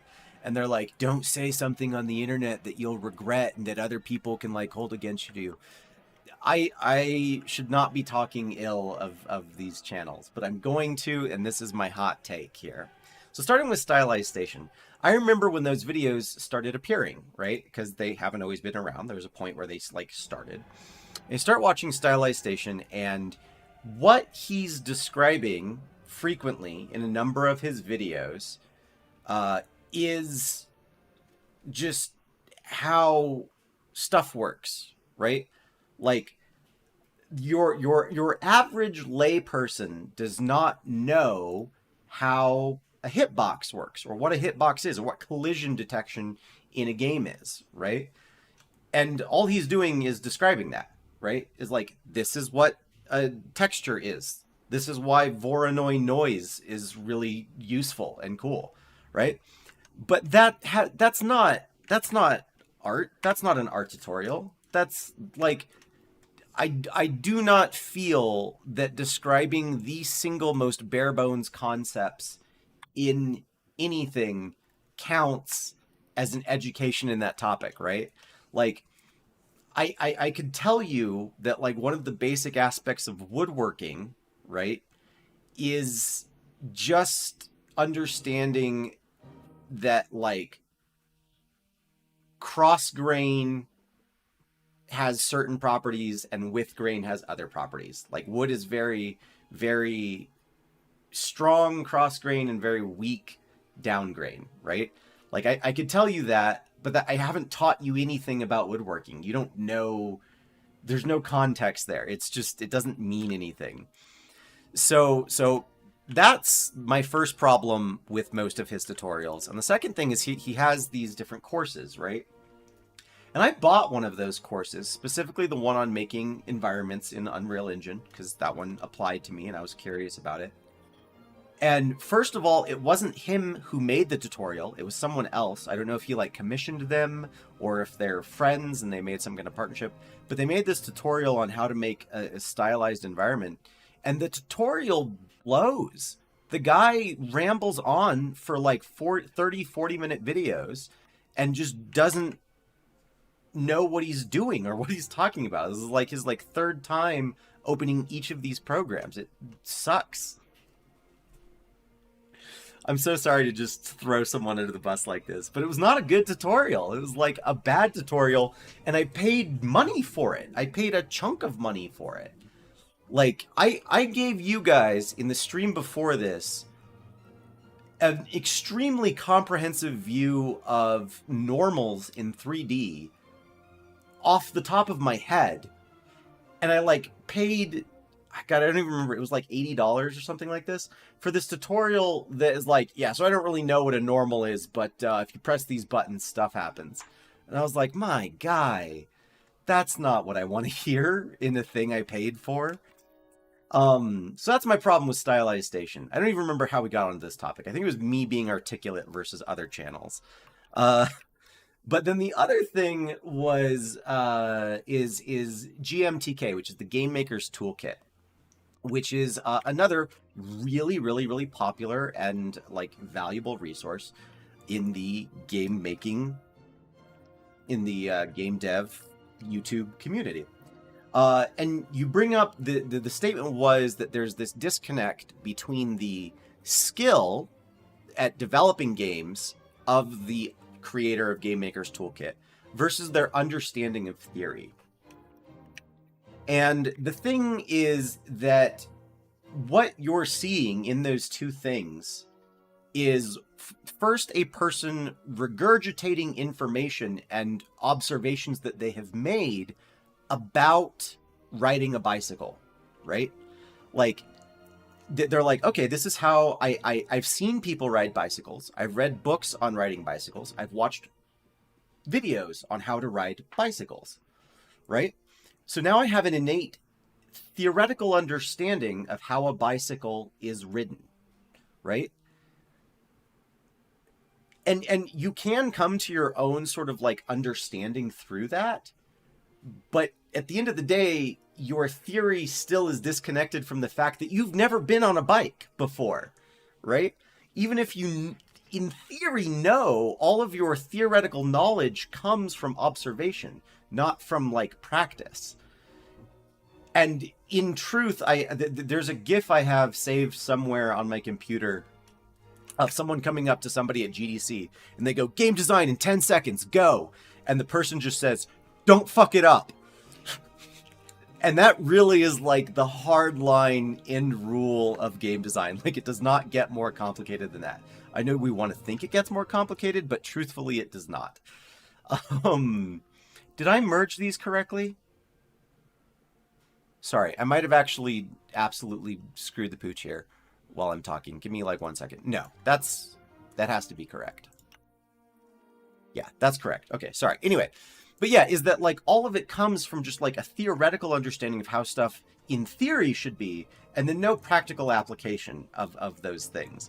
And so what you end up with is this person who's like trying to teach you how game design works, and they're like half correct because everything they're saying is based on like actual observation and actual experience with playing games and seeing what other people have had to say about games. And I appreciate especially that Game Maker's Toolkit goes out of their way to like find articles and like old developer interviews and stuff like that and be like, yeah, this person said this about their design. And that's like really awesome insight. But it still doesn't change the fact that at the end of the day, this is the first game you've ever made, and it's hard to do. This is really hard stuff because there's so much happening and there's so much that you have to take into account. It's really hard to like keep track of it all. This was a rant and a half. I'm so sorry.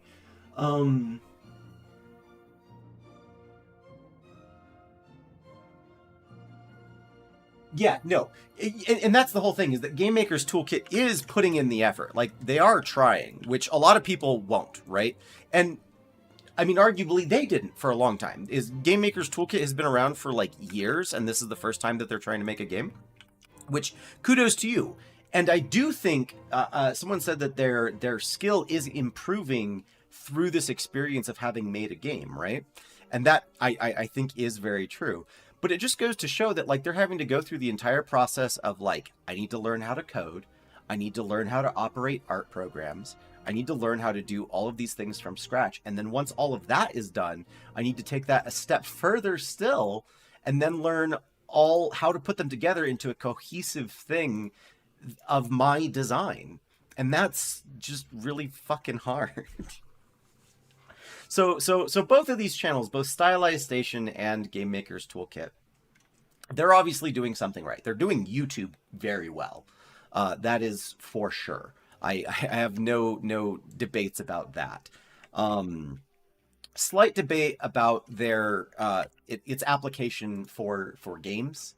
Like I don't know how valuable that information is if you're actively trying to. I just screwed up and overwrit my whole thing.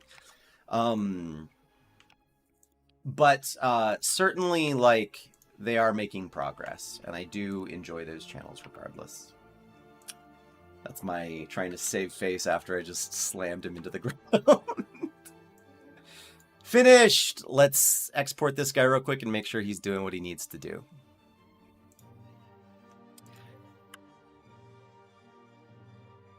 This should be our final jump between assets here. Boom. Okay, let's make just our last smidgen of assets, and then we can hop over to Unreal, stay in Unreal for the rest of the day, and not have to do all of this nonsense that we have been up to all day today. Oh my goodness. So what I said was I was going to make a mushroom and like 2 rocks. First, you should always try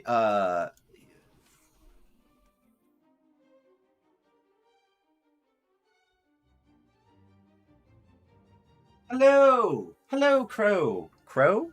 Crow. I'm gonna call you Crow. Hello. Just working on game dev stuff. We're gonna go through and make just 2 quick rocks, a quick mushroom, and get things moving. There is one final thing that I could do to the birch trees, which I intend on doing at least at some point, but that is for some point for future Destry to worry about. Future Destry, past Destry, and present Destry all have a very tenuous relationship with each other. Present Destry is constantly stressed over what past Destry left for him to do, but it's okay because he will leave things and manage his time so that future Destry can worry about those problems. And that's their relationship, and it's why it's stressed as hell. Anyway, when you are creating big projects, the bigger your project, the more you need to be very, very concise and accurate and specific about your naming and organization. Because as things get bigger, it gets harder and harder to find things. So, having said that, I'm going to go through my file here and I'm going to clean out all the stuff that I've made that I don't need. Like this, for example. We were testing things. Doesn't matter. Don't need it. All of tree development, I don't believe I need. This, oh here, let me turn it on here. This, unnecessary. This, also unnecessary. This, nope. Nope. Was a lovely tree I made, but I don't need it anymore. So let's get rid of it. Get rid of it. Coincidentally, the thing that I could add on to the birch tree that I will later is, I don't know if you can see, there's these weird, they kind of look almost like artifacts, like meh. What I'm going to do later, and this is actually one of the things that I'm going to do for the mushroom that we're about to make, is I can actually separate effects on things from the object itself. That is about as clear as mud. Let me quick pull up a thing here. Let me pull up some birch trees. So remember, because of the way I'm creating all of the assets for this game, I actually can't use textures. I'm not able to use a unwrapped UV mapped texture at all. It's not a thing I get to do because of all of the other things I'm doing, right? So birch trees have this very specific, like, black banding that happens around it, right? And at the outset here, my trees don't have that, right? And I am going to add that in, but again, that'll be a thing for later Destry to take care of. But how do I add that in? How do I go in and add a black banding around this when I can't use any traditional form of texture mapping? And the answer is more brush strokes, which is really, really cool. What I get to do is I get to take, in the same way that I used these alphas to create these leaves made up of brush strokes, I can use specifically this line in this alpha here to create small planes around my object. And I'll zoom in so you can see here. I can create these small floating planes around my object and just map these with this brush stroke to create, where is it, these bands, right? So when you go up to a tree, like from a distance, you'll see like the black bands as normal. But when you get up close to them, they're going to look like brush strokes. And that's one of the really cool things about this whole style that I'm building as I go along here with these brushstroke alphas, is that from a distance, things will of course look like they're supposed to. But when you go in really close, everything is going to be a mix of 2.5D painted brushstroke and 3D modeled object, and like fully modeled 3D object. So I don't know, that just seems really cool. But that's for a thing to fix later. Don't need this. Now, these are the leaf clusters that I was using for my birch tree, but I probably won't be using them again, so I can just get rid of all of them as well. And then tree development, we don't need. We do need the normal dome. We do need the twisted alpha planes. We do need the concentric rings. The concentric rings are how I made the grass, by the way. Is I would also use geometry nodes to distribute grass blades along these like rings. And then in order to create like sort of a fall off in density, that's what I was using these for. So that's cool. So we'll keep that in the utilities. All of that's good. Here I've got development. I've got my grasses. Here, let's turn on this pampas grass. Is it pampas grass? Pampas grass? Does anyone really know or care?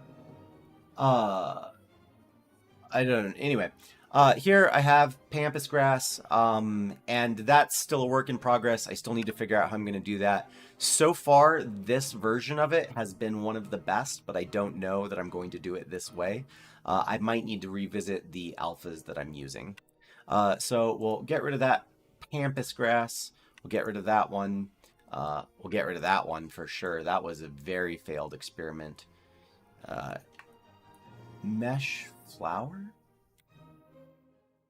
Oh, that is tiny. That's cool. Do I need that for anything? No, I don't need that. I don't need that. Clover.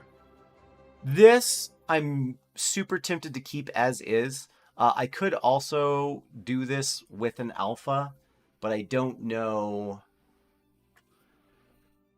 I don't know if I want to do this with an alpha. So going back to Unreal. Here, these are the little clovers. And what's cool about these clovers is that they're all individually modeled. So like these shadows are just part of the lighting system. This doesn't use any transparency. And this is the whole thing with nanite being really cool and awesome and powerful, right? So we have all of these clovers sort of drifting in the breeze here. But the thing is that this is one of those details where, like, from a distance, right, you may not even notice what they are. Like, I would have to, the light would have to be much more top down for you to even really register that they have that, like, little clover shape. So you may not even register that these are clovers. And also, should they be like fully modeled and resemblant of the thing that they are? Or should I just replace these again with those single small brush strokes? Like it could just be a brush stroke.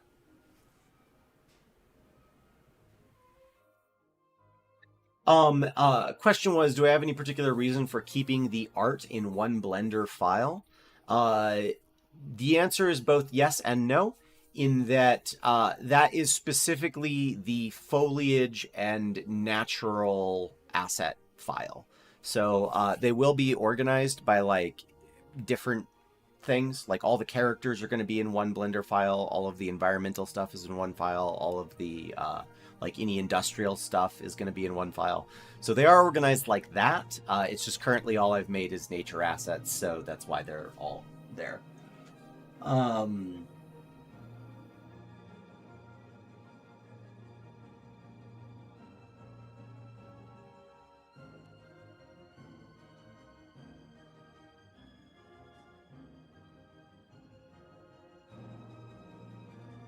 Interesting. This is the first time I'm hearing about a game called The Day Before.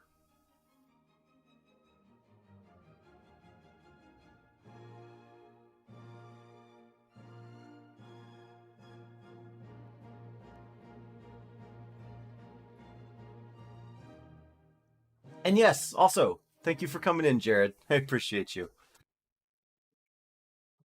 Well, okay. Regardless, the thought process is just, should I represent these fully with 3D modeled objects, or should I represent them as single brushstrokes just hovering slightly above the ground?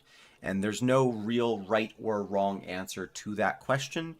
So the answer of whether or not I should delete this is that I should reserve judgment, I think. And then finally taking a look at my grasses. This is the original grass, and I can probably delete that guy, but I've got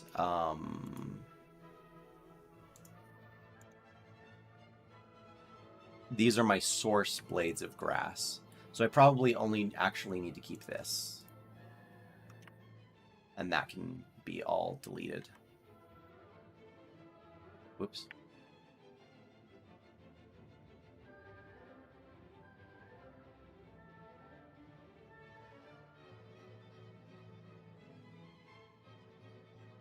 Right? Yeah. So these are the blades of grass I use to make the grass, the clover. I'm gonna call this grass blades. I'm gonna pull it up a folder here, delete that. So we've got grass blades, development, utilities, and then my finished folder, which contains all of my finished assets so far, which is great. Oh, that needs to be over on slot 0. Is that still set up correctly, though?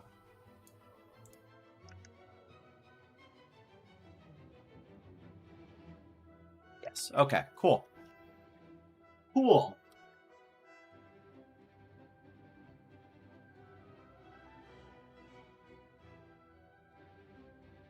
Okay, cool. I'm so glad everyone is so. Sorry, I am going back to the clovers because and I know there's like a delay between just chat and you guys seeing what I'm talking about.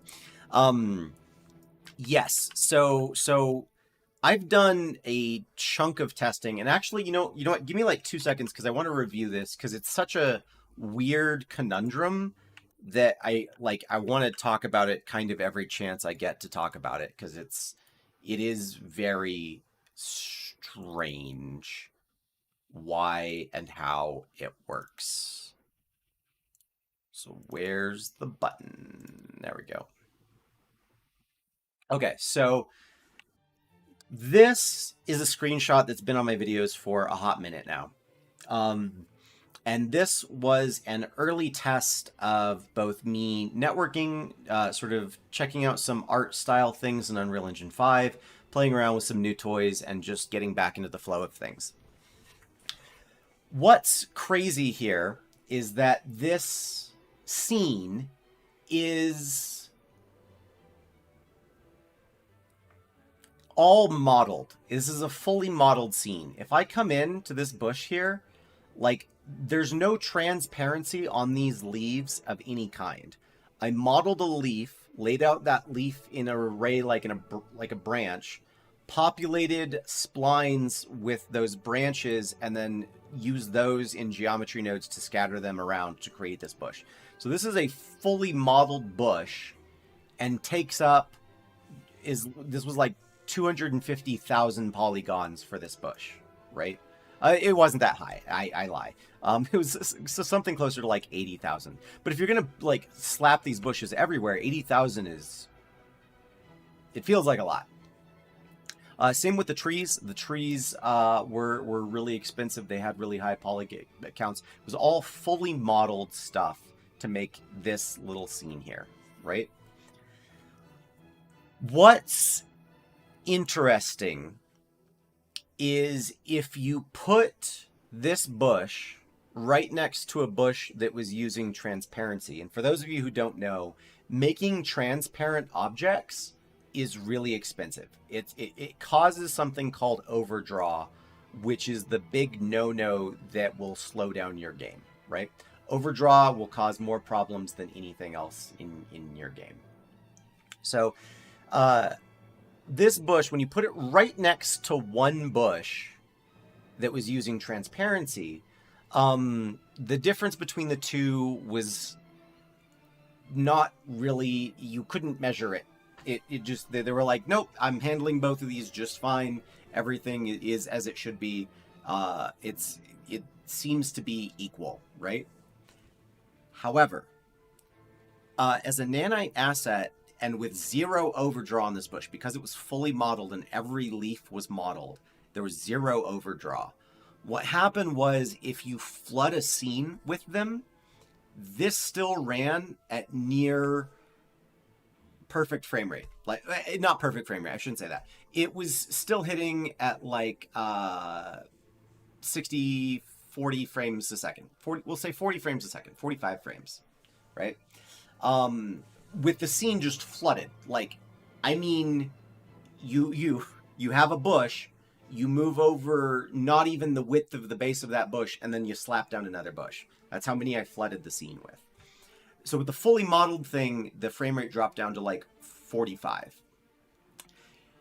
Do the same thing except with transparency, and Unreal crashed. It was like, oh, I cannot handle this. This is too much, right? Because of the transparency and because of the overdraw. It just broke, right? I don't know which is better, right?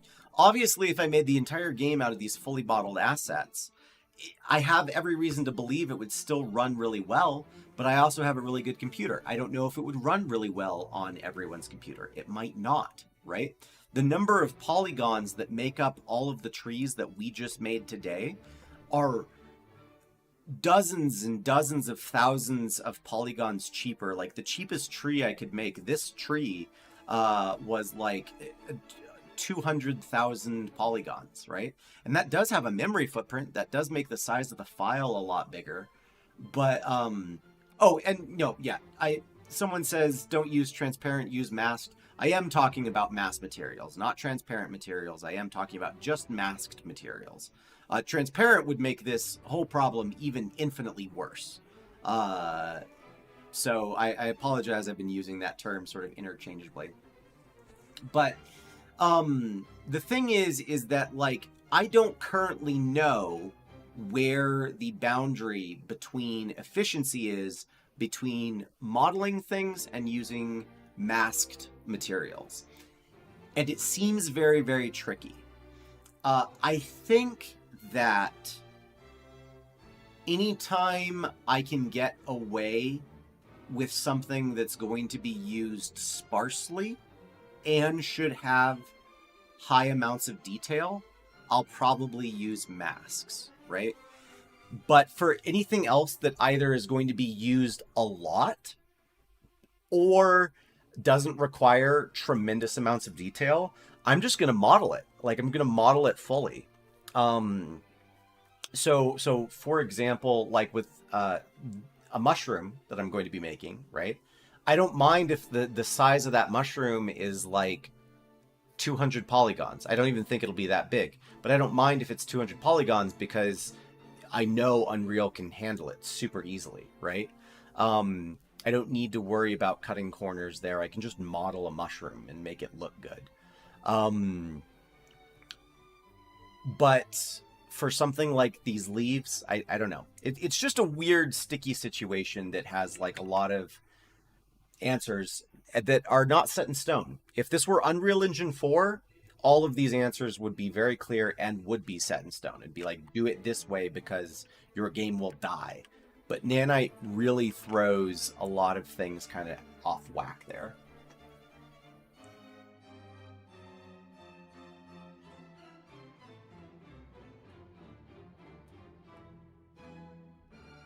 So someone asked, is instead of transparency, could you run an opaque shader with alpha clipping?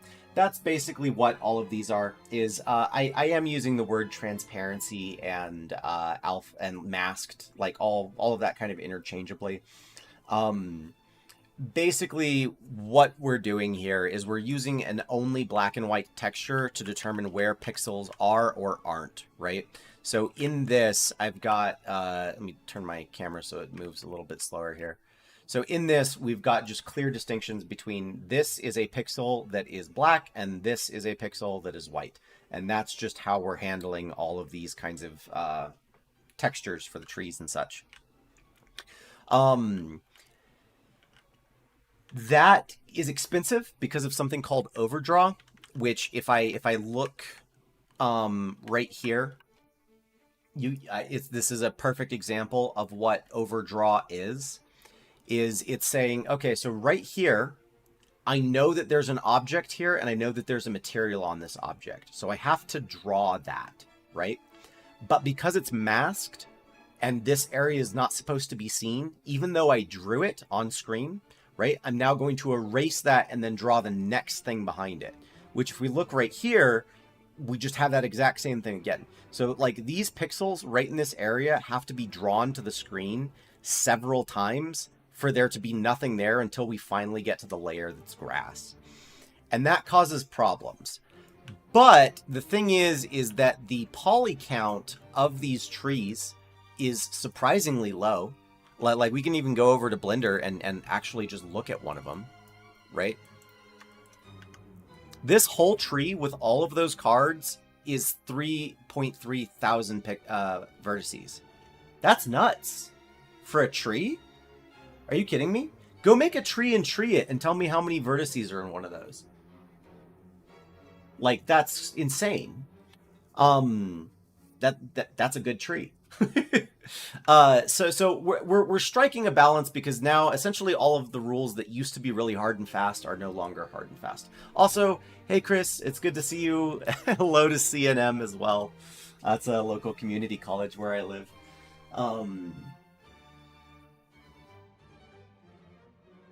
Yeah, so basically it's just there's a lot of things that used to have really definite rules for how stuff should be done.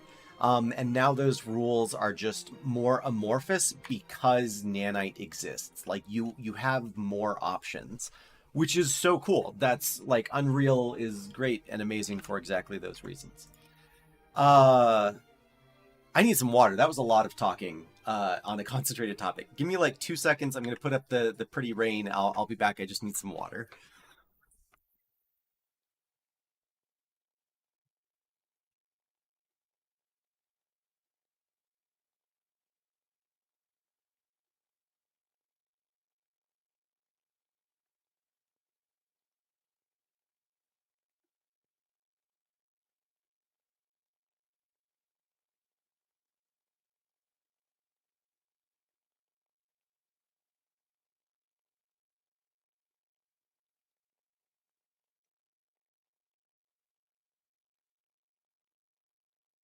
Okay. Yeah, no, even for the black parts, the parts that aren't visible, it is still rendering them. Is the very simple way to say that. All right, let's make mushrooms, rocks, and everything real quick.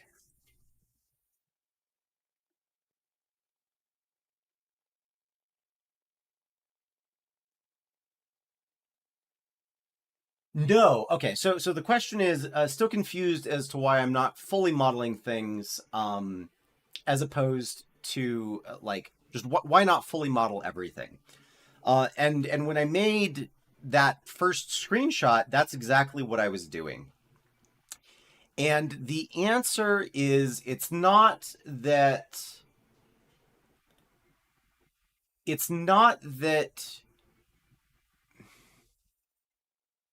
nanite is great, and I'm not adverse to using it. I want to use it, and I am using it, right? One of the caveats of fully modeled things is that they still take up file size, right? So if you have a like as just as a random non-specific example, let's say that we're making like a statue, and that statue is comprised of 500 vertices, right? The size of the file that comprises the memory footprint of that statue could be like half a megabyte, right? Make that same statue and make it be 2 million polygons. Unreal can still handle that and still render it just as efficiently, and now it'll look way better, and the lighting will be, and all this stuff is great. But now the file size has gone from half a meg to like 18 megabytes, right? If you do that to everything in your scene, your game is going to be like 900 gigabytes to download. And that's the problem. That's where the limit now comes in. And for like you buy a 25 terabyte hard drive, right? That's easy to do. But a lot of games also require like solid state drives, and the memory limits on that are still pretty harsh. They're getting better, of course, but like it's just the file size of the whole thing increases the more you do this, right? So you want to balance how much things are fully modeled versus relying on our old techniques to make things as fast as humanly possible. And where those lines are is now very strange.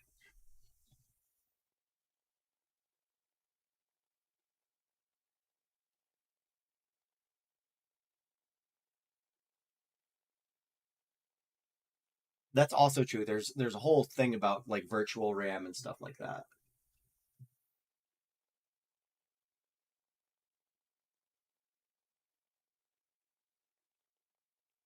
So yeah, it's like funnily enough. So this is the most I've this is my four, not including the breaks during the middle of the day. Right, for lunch, the lunch breaks. This is my fourth stream that I've done. Yeah, I've only done four streams. Goodness.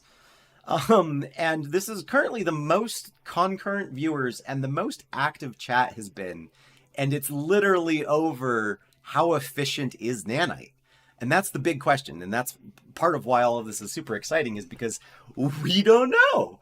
We know that we just know that things are different now, right? We just know that all of the ways you had to do things previously, because if you did it any other way, your game would die, are no longer true. Now you can do things that are just different, right? Is I can model things if I want to. And I can mix and match them in weird ways to achieve some artistic idea that I have, rather than being like pigeonholed into doing it a very specific way. So it's complicated, right? And it's worth also saying I don't have a definitive answer for anybody really. Um, so we're playing. We're literally playing and saying I don't know. Are these trees efficient? They're certainly polygon efficient. I don't know if they're I don't know how much memory they're taking up in comparison to doing it like modeling. Oh, I modeling wrong screen, right? So would this be more efficient if I had modeled it fully, right? That's the question. And the answer is I don't know. I don't think so. I don't think so. getting this amount of like noise and detail by hand modeling it, first of all, would be a pain. I would have to do it all like generatively, using things like geometry nodes. But I don't think this level or kind of detail is best done through fully modeling them, right? But you could make a case for it. And that's what's so terribly exciting about Unreal, is like you could make a case for why this would be better modeled. Where things get more tricky, right, is not necessarily in things like this. It is literally these stupid fucking clovers down here, right? Should these be modeled or should these be alpha transparencies? That's a question.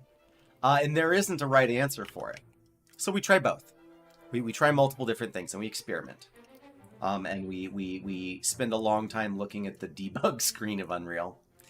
Let's make these things, because I don't want today's stream to go forever. What did I say I was going to make? Rocks? I was going to make rocks. Here. Real easy way to make rocks. The best way to make rocks. I'm going to make a...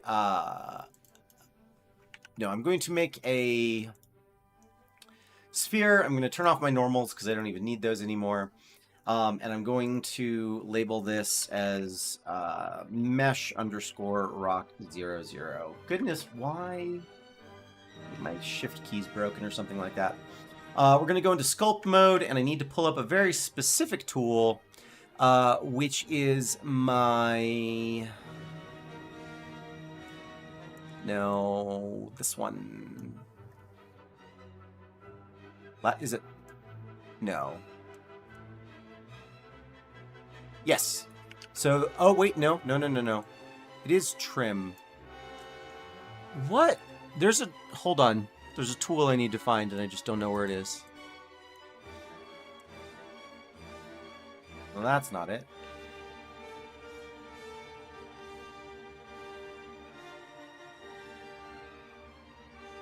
Oh, I remember what it is. Okay.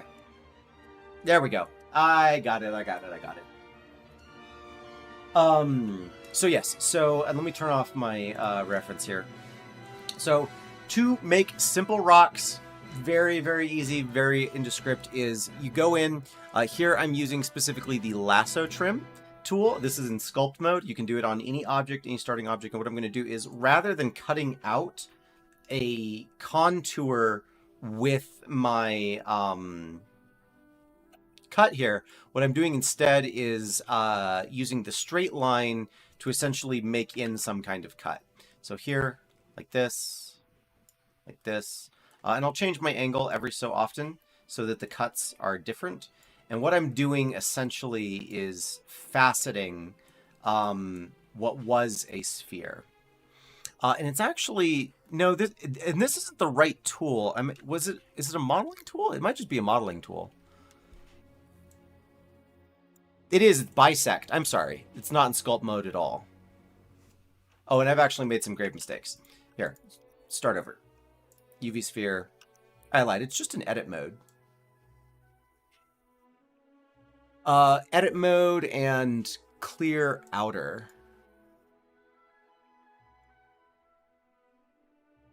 Yeah, there we go. And I'm going to do that to, I'm sorry, clear inner. Yes, there we go. That's what it is. Or should be, anyway. And fill.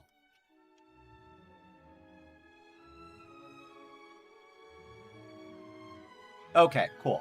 Sorry. It's in edit mode. There is specifically a subset of the knife tool called bisect.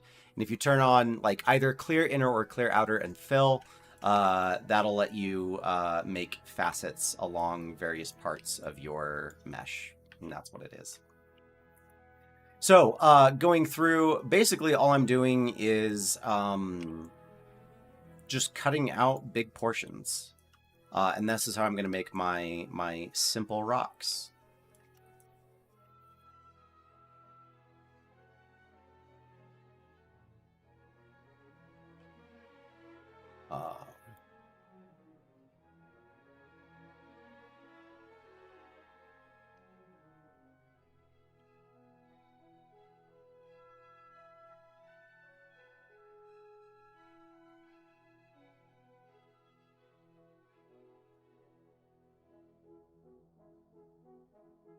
And then we immediately go back to Destry's brain can only handle one thing at a time.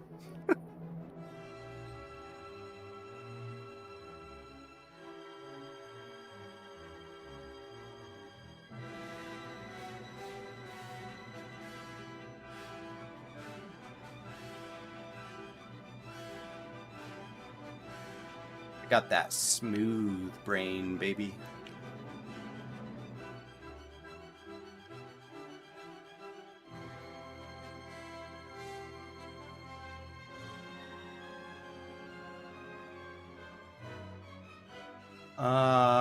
And that's fine enough. I'll do like a little bit of editing here. Like I'll merge just a few stray vertices together, move them around, but for the most part.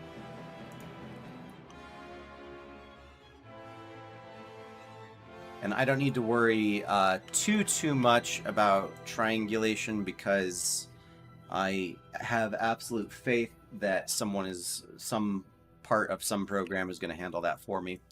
So we'll get those because technically this is like N-Gon Nightmare, but I'm legitimately just not going to worry about it.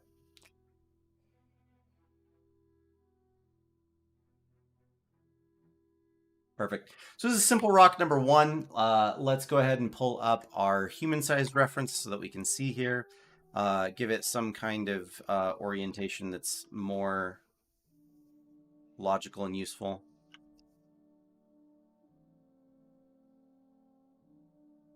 And we'll say that our first rock is about yay big. Go in and we're going to give it 2 UV maps. The first one we're going to call gradient, and then give it a second map called alpha. Nope.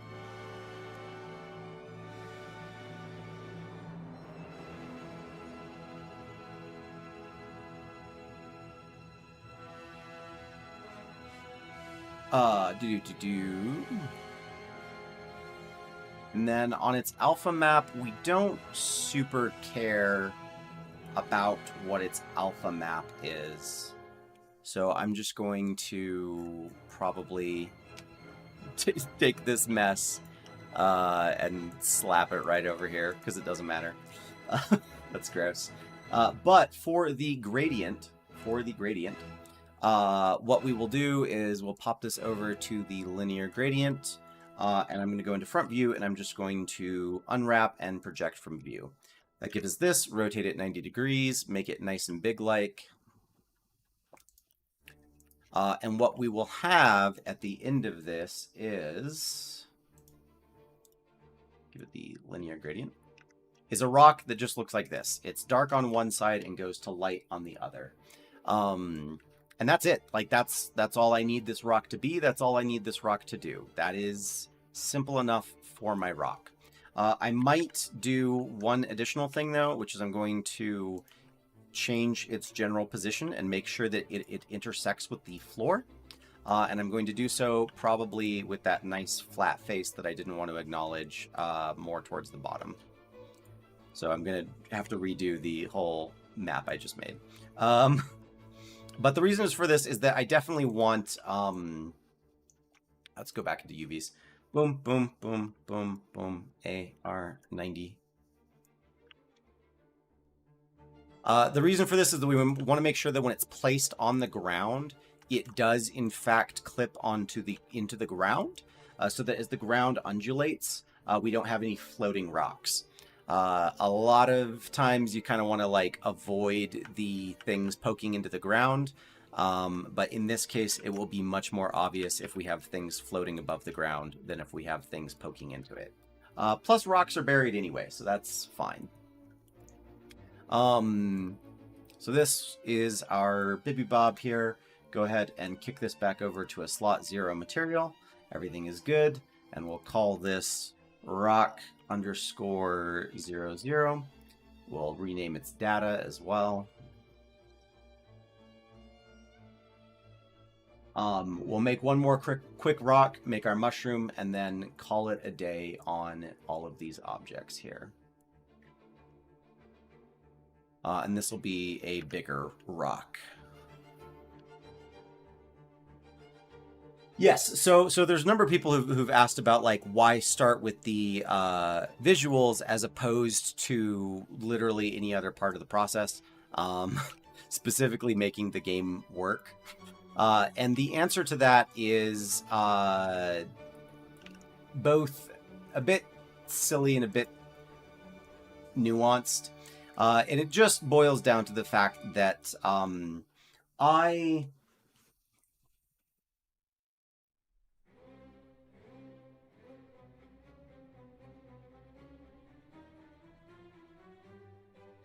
oh, sorry. So we'll answer the question about starting with the art style in just a moment. There is a quick statement about the UVs, is that I can't scatter them because currently, if I do and I rotate them, essentially what's going to happen is the which also brings up a good point that the rock should probably be centered. Its pivot point should probably be at center.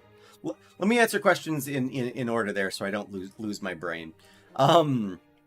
Yes, starting with the art style. The reason for it is strictly that this is a thing that I want to. I have a Patreon, and I want to get to a point where I can kind of support myself off of that.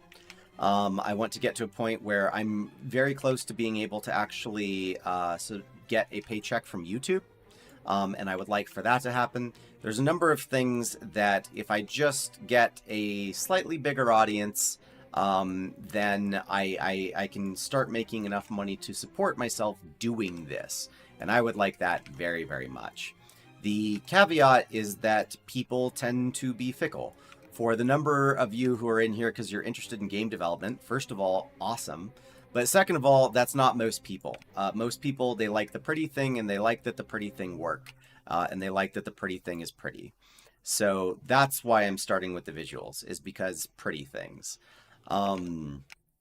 If I can make something that's at least visually appealing to start, I know that people are more like sort of willing to bear with me as I problem solve and debug and get all of the mechanics and stuff working. So that's why to focus on the visuals. As for the gradient on the rock, right? I did do it from bottom to top, but technically I don't have to. The way rocks are going to be handled is with procedural stuff, right? So they can technically be anything. I don't have to do a gradient on them. They don't have to be oriented that way. So even though that would really, really muck with a traditional texture, in this case, it's going to be fine and kind of make no difference, which is wild and weird and awesome that it works that way.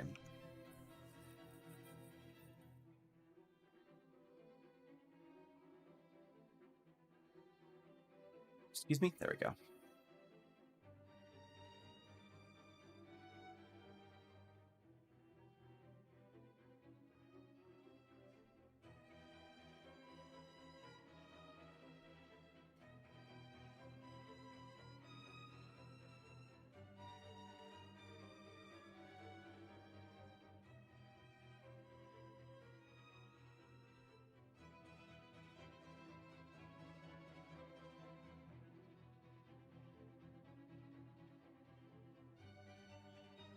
Cool.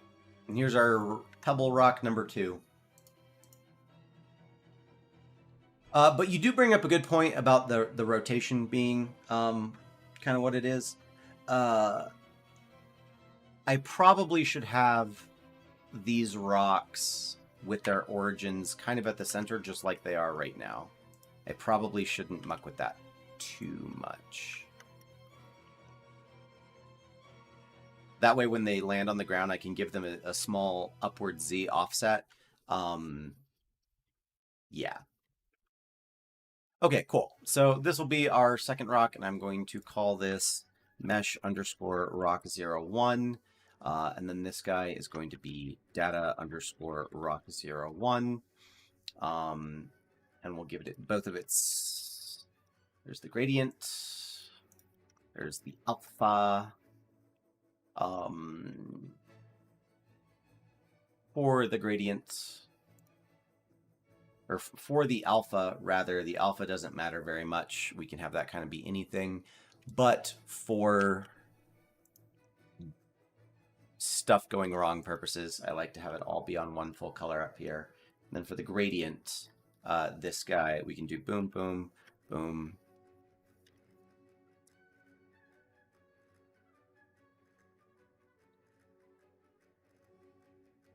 Give that gradient, linear gradient, perfect. Again, this gradient could be anything, right? Any actual effects I'll apply to rocks are things that are going to be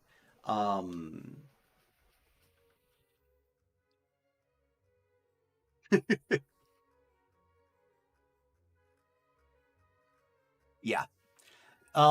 That's another good reason why to do visuals first, is it feels good to run around in an environment that's at least slightly realized, as opposed to just the blank void, because the blank void can get really depressing. But yeah, any actual gradients I'll be using, like if I were to do like any kind of like dirt or moss type thing, all of that's going to be handled like in a shader using a global direction. This gradient is a gradient more in name than actual function. We'll make these rocks kind of big. Big rock. Let me go up to my other rock, though, that I named like an idiot. Okay. So rock 1 is pretty good. It's rock 0 here. And I actually... I'm really perturbed by that one huge flat side. It bothers me.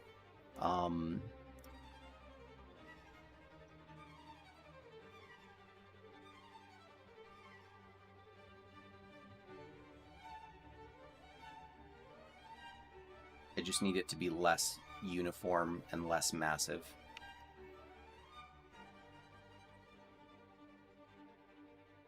And that'll work for me. Okay. Anywho. So we'll go back and we'll move that right into the center like such. And then make sure that this has... Oh, and I don't think I set the slot for this other one. No. Linear gradient slot 0, 0. Okay, perfect.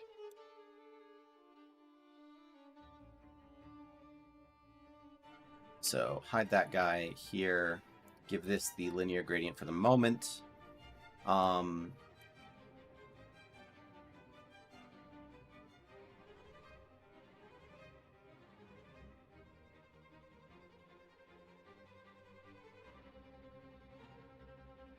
Cool. Oops. And then right, you can hide, and you also need to have slot 0, 0. Okay, so there's the 2 rocks. Dope. What else do we need? Was the mushroom. I'm gonna skip the mushroom. I don't care. We've got flowers, we've got grass. We can come back to mushrooms later. They'll be fine.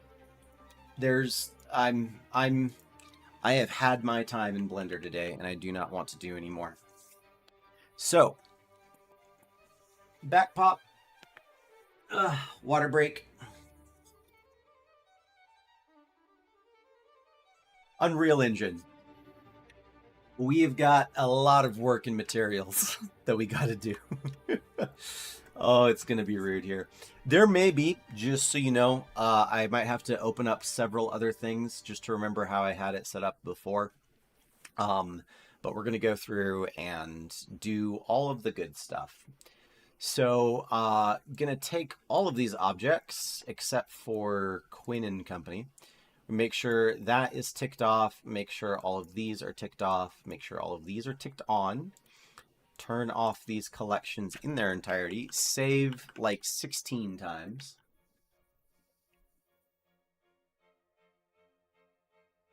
Oh, you have no idea. Triplanar projection is how we're going to be doing some fun stuff. So we'll take literally all of this. And I'm going to do a bit of file navigating here. So we're going to go to the classic rain screen here. Export FBX, and this is going to be our double-sided foliage asset file. So that's the FBX we're doing it as.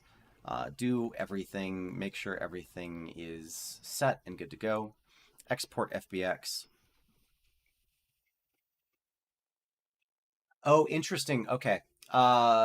Those rocks that I thought were fine are maybe less fine than I thought they were. And therefore less quick than I thought they were. Is there a...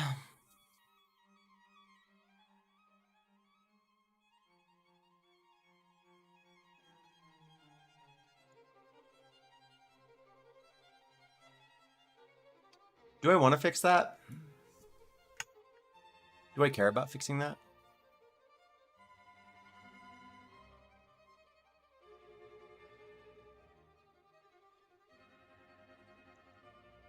No.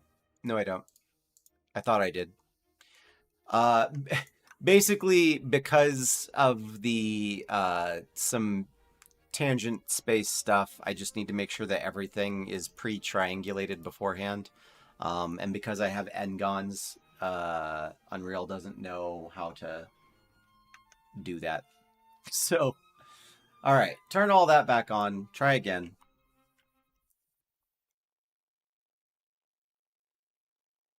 Good luck with your meeting. I don't miss meetings. That was like the most irritating thing. Cool. Yay. Okay. That time worked. That time worked. Oh, no worries. No worries. We'll be here, most likely. And if not, Friday is the next stream. We're getting a schedule going of Monday, Wednesday, Friday. All day. All work day, anyway. All right. So let's do... We cleaned up the Blender file. Now I need to do a whole bunch of cleaning in Unreal because I've let this get kind of wily and out of hand here. So we're going to clean all of this up and do a bunch of stuff. Quick statement about this folder right here called Ermac. If any of you are Mortal Kombat fans, Ermac is a fighter in the Mortal Kombat universe. And his name is Ermac. Ed Boon, when he was making the OG Mortal Kombat, Ermac is short for error macro, which is the message he would deliver to himself whenever something went wrong. There was, if I recall, right, there was, because the first game was just all ninjas. It was all just different colored ninjas. They had different moves, but it was like the same sprite over and over again. And he basically had one that came up every so often that was Ermac, because there was something going wrong. And eventually that ninja became its own character named Ermac. And as a note for myself, whenever I have like a testing folder or some kind of you are going to delete and rearrange and not necessarily use a bunch of stuff in this folder, I call it Ermac because that's fun and I like it. Anyway, but we need to go through and clean up everything, including what's in the Ermac folder. So probably the best way to do this is I am going to first take my instance foliage here. I'm going to delete that. I'm going to go into my landscape and I'm going to clear its material wherever that is so that we're back in just neutral town. I've got my light, my height fog, my area here, player starts, sky atmosphere, skylight, and then my blocking volumes in a cage. So this, save all of that. Next, I can go through and just double check. This is good, this is good, this is good. All of that is good. In the assets folder, I'm going to delete these meshes and re-import them because they're very different from how they were in that first one. These textures can stay. They're fine. Input is all... Yep, okay, that's all squared away. The materials is where I was letting a bunch of stuff get pretty wild, right? So I've got my my curve atlas for foliage. That's fine. I've got all of these curves here. I'll probably... Let me just empty the atlas real quick. Perfect. Save that. And then over here on the curves, I mean, technically none of them are being used anymore, so we'll... don't want to delete that many. Okay, goodness. I can, however, go to the instances. No, we'll do this backwards from here. Take this, get rid of these. That's fine. And give it a second and hope it doesn't crash. Save all. Perfect. Then we'll go into the instances for all of our stuff. Is there anything in here that I need to save or want to save? I don't think so. Perfect. Force delete. This is not a good practice necessarily when your projects get much bigger, but we'll probably be fine. I'm going to save the foliage master. I'm going to save the landscape master. We'll be doing work in those. I can take out all these curves now, except for curve green as a reference still. Oh, I know where that is. So we can take out these guys, and we can actually take out, I think, everything in here, right? Because I have the strokes, foliage, and linear gradient. Foliage, linear gradient, and strokes isn't even in here. Yep.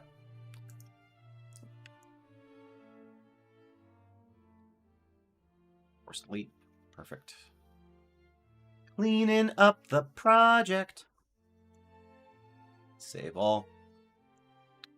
And now this should be a bit better. Force delete. Save again. Then the very, very last thing is to go up to content, and let's get rid of that because that's not doing what I needed it to do. And then in the content, we go right click and hit fix up directors right here, which is really important as I learned not too long ago.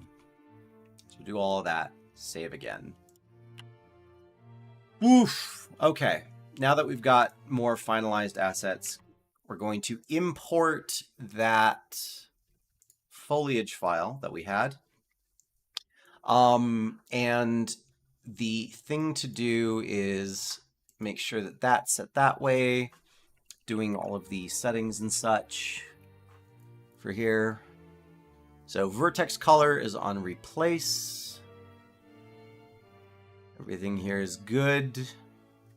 We have to make sure we're importing our normals.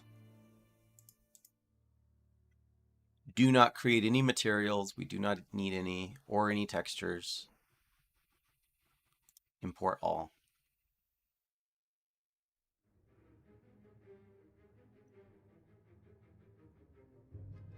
Oh, and we imported literally one rock. Okay, that's not correct. One rock is not the correct number of rocks. There we go. It's not the correct number of anything.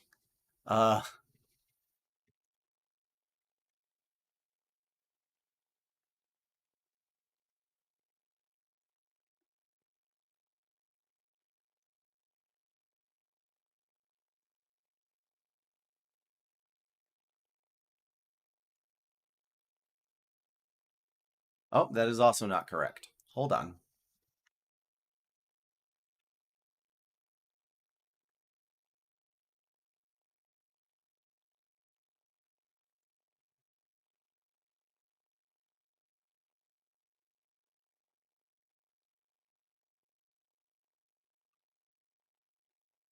Why would things go smoothly now? They haven't gone smoothly all day.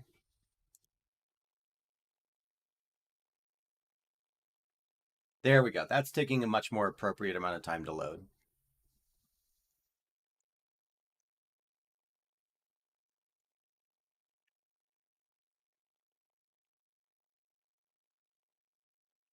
Perfect. Perfect, perfect, perfect. All right, so let's see what we got here. Tree number 1, tree number 2, tree number 3, flower number 1, flower number 2, flower number 3, grass 1, grass 2, grass 3, rock 1, rock 2. All of this is looking pretty dang good. And if I'm not mistaken, all of this should have no collision.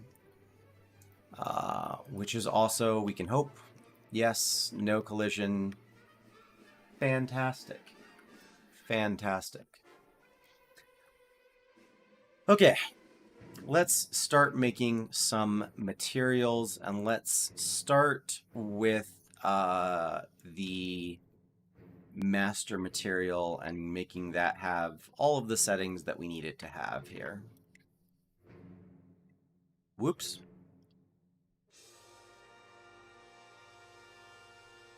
Okay. Okay. Let's go for the master foliage material and see what kind of horrid nightmare I shoved in here to begin with. So this is another thing is, it's been a while. What happened to my face? Oh, fair enough. If you're just joining in, that might seem very different. I was like, oh no, did something happen to my face? My first thought was actually faces of like one of the meshes. I shaved. I really hate the sensation of shaving. So I had like basically a big beard last stream, which was just brought out of laziness. And now I'm look like this. Okay, so what do I need my foliage material to do at the outset? I need a couple things, which is I need it to either say, do I need to use a mask or no? And we've got this set up here. So this material is a mask material, default lit, and currently it casts shadows, which that's something that I'll set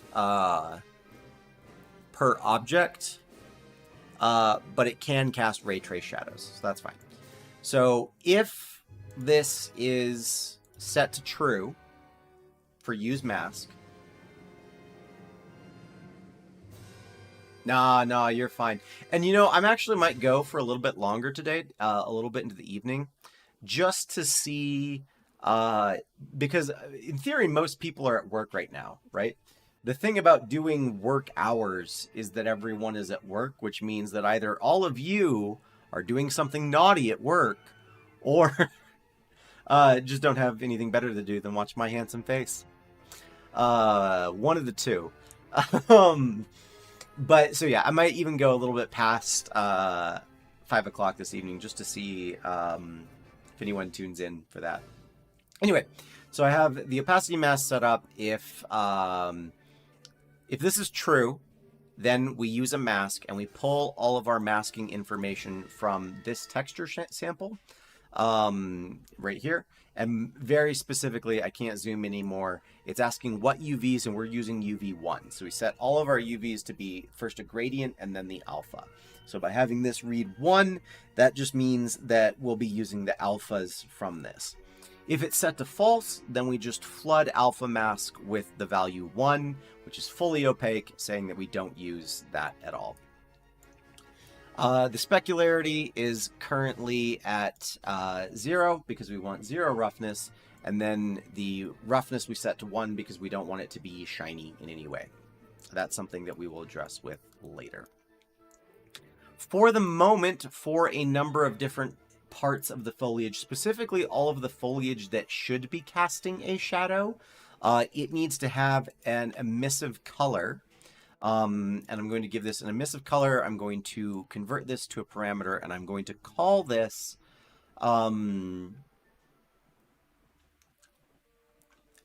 just emissive color for now, I guess. Starting off at black. Black is our starting emissive color here.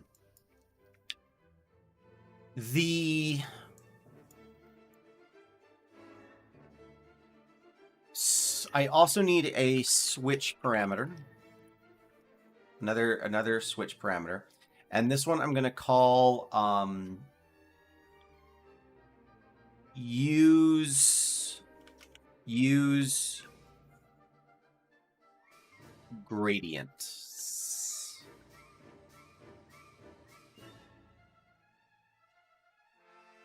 Oh, that's the other thing is working at home, right? That is a very valid excuse. I like that excuse. So we've got use gradients here, and this is going to be kind of a big boy issue for a lot of what we're doing here. Is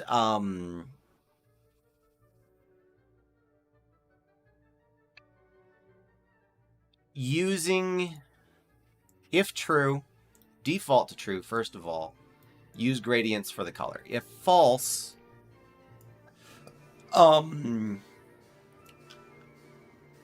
we need just flat color, I think, which should also be a parameter. Flat color. Let me take that whole thing. And then specifically because all of the gradients have been laid out from left to right, we're using the U gradient for the time for our curves. This is stuff that we'll get to later. This is all the triplanar stuff, getting that working on. And then the last thing is just use world position offset. So false, set it to no, the world position offset is 0. It's set to false. And then if it's set to true, what we do is we use the simple grass wind again for now. And then we lerp that between its full effect and 0 based off of the vertex color.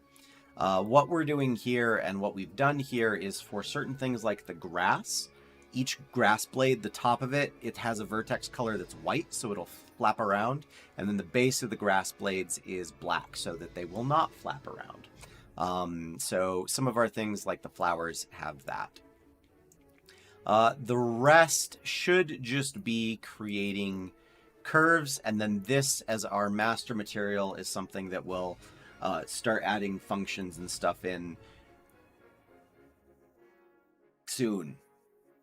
Soon is when we'll do that. In this soon. Future Destry. That's who's going to handle that. So if I go up to now my tray, and I should be able to actually just plop the... Oh, but it's missing all of the things it had. This is the only thing should be... Curve Atlas's foliage. It has no entries. Okay, let's fix that real quick. Our Curve Atlas has one initial array element, which is the curve none, which is a simple black and white gradient. So I can at least plug in this information and not have it die.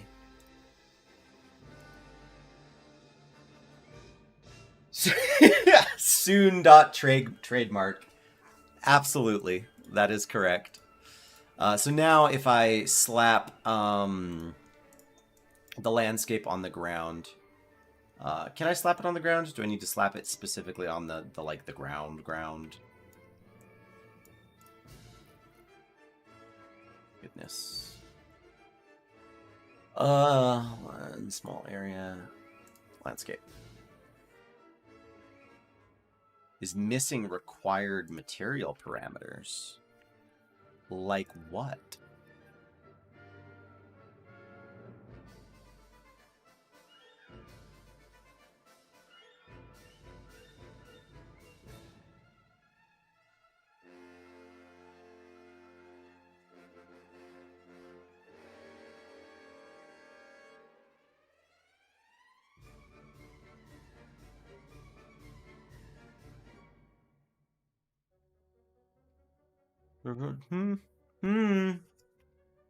Is it?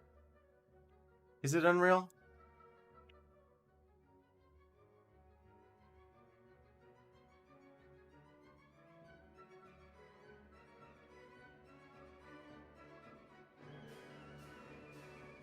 Am I crazy?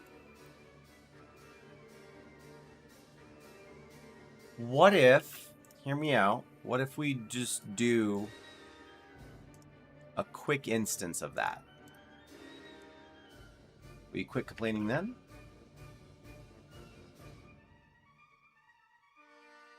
Do I really... Am I crazy? That seems crazy. Not all of these things need to have a value plugged into them.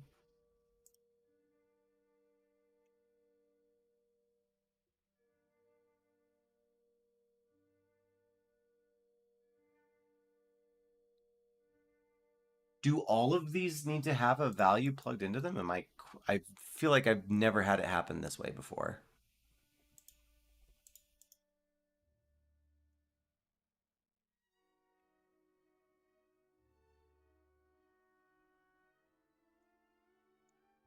All right, I'm going to let you off the hook for now, master material for the ground. But I'm going to come back to you. I'm in the wrong material section.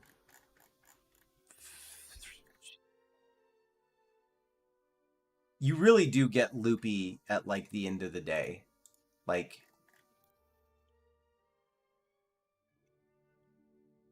Where's the material? Am I crazy? Physics.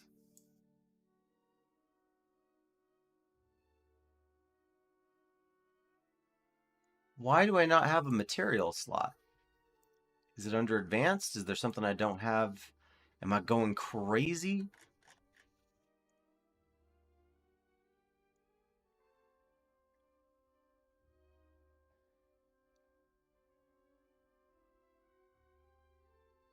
Am I going crazy?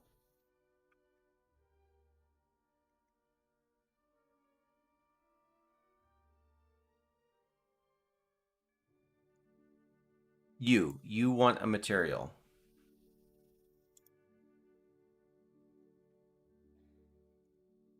There we go. It's in the details panel, and it's because my details panel, I'm over in my world settings, mucking around. Details goes over here, world settings goes over here. I don't know why. I'm just... All right, water break. Water break. Water break.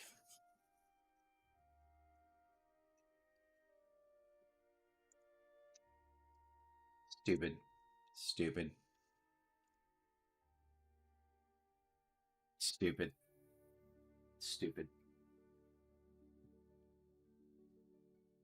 There's never a catastrophic failure. I don't want that, but like it's always just me being...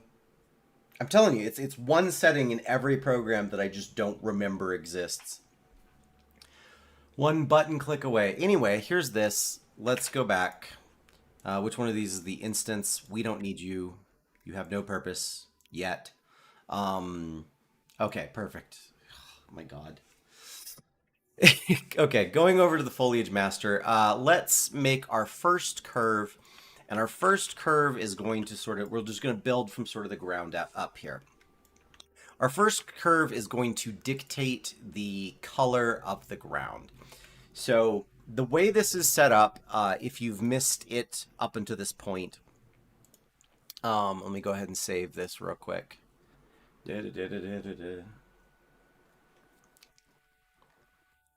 The way everything is set up to this point is that we've only made things in black and white. Things only exist in black and white. Everything just is black and white. If there's a texture, it's black and white. If there's a mapping to it, it's black and white. If we're doing anything, it's just all black and white. And what's cool about that is that essentially black and white is a value from 0 to 1, where black is 0 and white is 1. And since we're just playing in that scale, that means that anything else you can play with in that scale, everything from physics to like values and variables you set yourself, everything gets to play in that 0 to 1 space. And as long as it does play in that 0 to 1 space, it's interchangeable, right?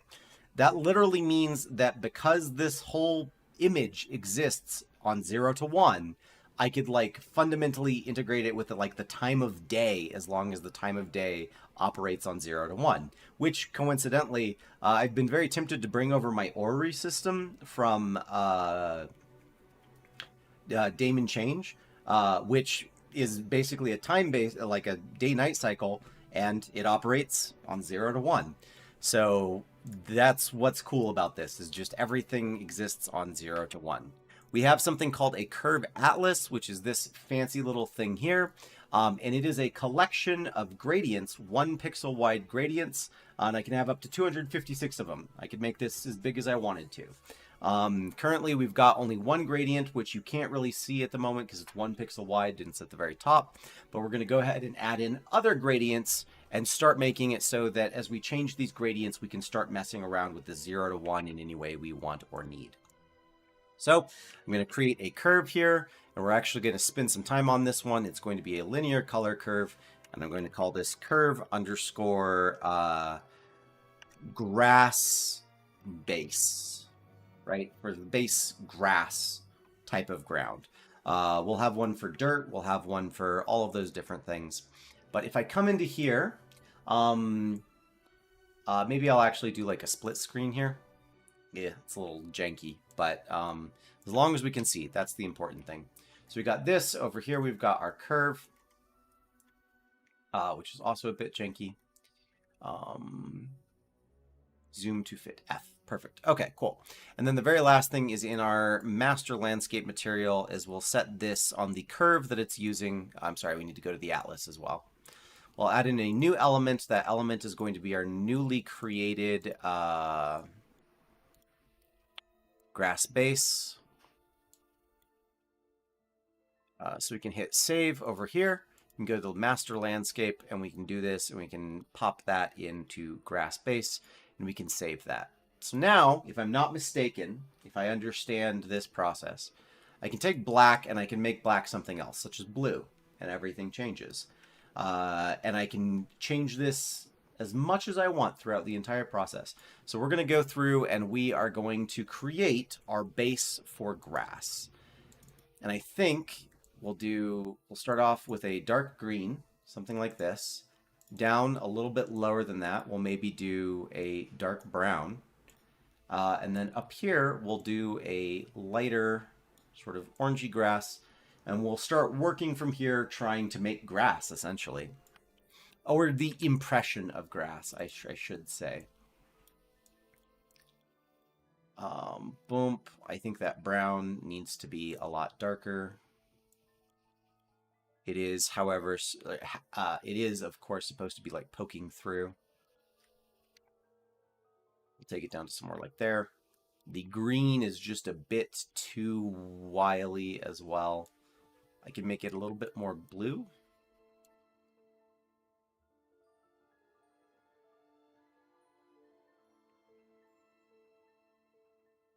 Somewhere in here, we'll add another green that's just a much brighter version of the same thing, but still take its darkness way down.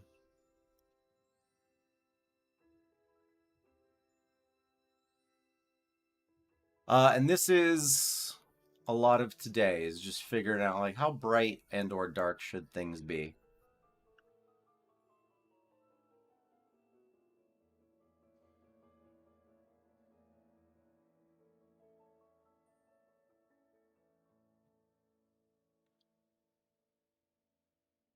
So, yes, I could, actually. Whether or not I will be, if that's the way I'll be doing it, I don't know. But yes, I could very much so use the values of this to generate whether or not there's going to be any kind of, what's the word? Like grass. So where there's brown, for example, make it be dirt and not have grass there. I could absolutely do that. However, as a general note, I probably won't be doing that very much because this is supposed to be just grass. Like, I do want there to be patches of dirt. I want those to exist, but only the most extreme of blacks actually has that dirt. Everything else, like, the primary reason for this noise texture to exist is specifically to affect the runtime virtual texturing for things like the grass. I can also slide these around as well to like change the values. So like I could make this grass base layer a lot more sparse or full just based off of these things, which is cool.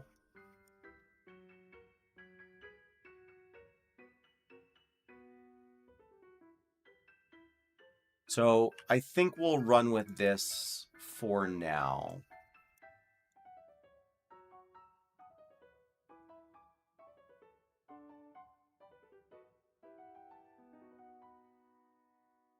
And we'll call this sort of our default ground.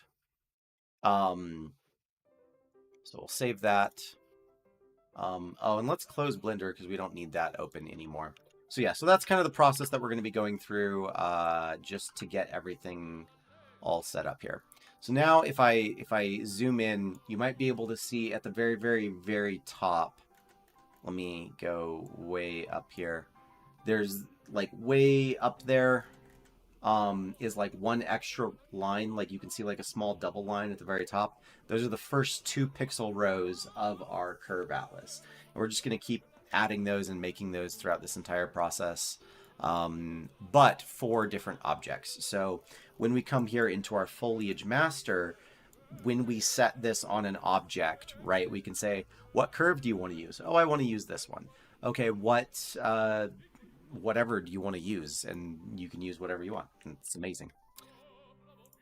So let's start adding in a little bit of grass. To everywhere. I'm going to go into foliage, and I'm going to get my assets, meshes, and I'm going to bring in all 3 of my grasses. So this first one is the sparsest grass, I believe. I might have these labeled in a weird way. Is this my full grass? Is this my super full grass? It is. I did not number these in a way that is conducive to operating. Sparse. Oh, well. Something I can fix later. I can fix that right now. So I want to have it such that my sparsest grass is labeled as grass 0, and then my next like sort of mediate grass is 0, 1, and then my fullest grass is 0, 2. That way they sort of go up in fullness, and there's sort of a logic to it, which I apparently currently don't have. So take a look at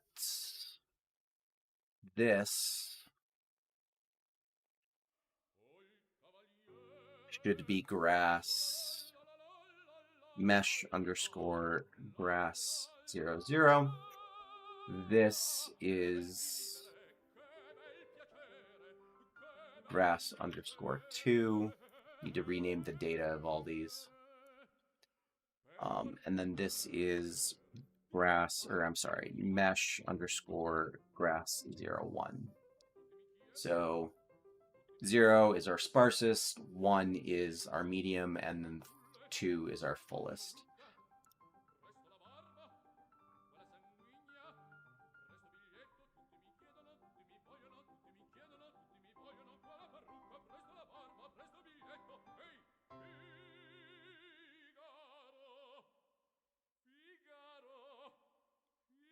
Perfect. And now we can take all of this again, do file, export FBX, send it to our, goodness. Yep, just like that. And then back over in Unreal, it should be just a question of re-importing these, and then they'll swap around. Perfect.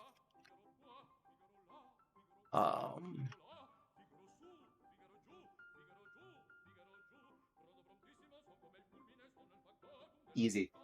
Staying organized, really important. And also doing things in a way that at least follows some kind of logic, also equally important. So let's play around a little bit with how this grass is distributed, because we can do some really, really cool stuff with it. So I'm going to say that I want this to be... I want it to scale randomly. We're going to do from 0.8 to 1.2, 0.8 to 1.2, and then along its z, we can go all the way down to 0.66 and up to 1.33. So now when I do this, all of the grass will have like variation built into it here, despite being just the normal short grass. I'm actually going to take that, I'm sorry, I'm going to go from 0.5 to 1 is what I want that to be. Yeah, because it's the short grass. Perfect. So we have this. 0.5 might even be a bit small. 0.75. Swoop.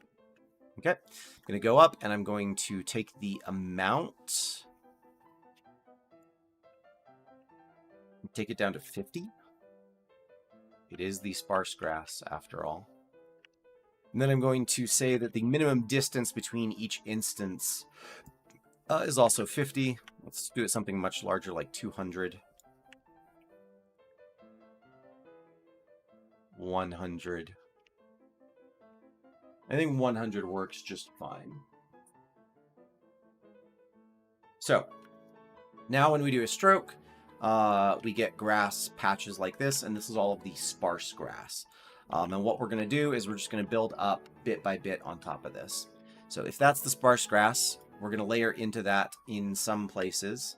You can tick it on if you want to. The medium grass, this one's going to have a distance of 50.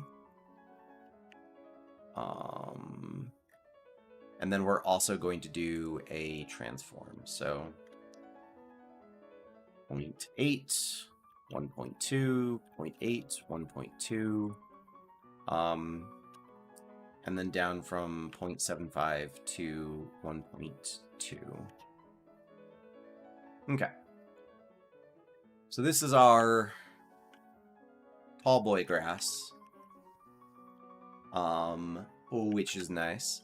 And then the very, very last touch is what does it look like when we have our thick grass, which should look kind of like this. Get really lost in the weeds.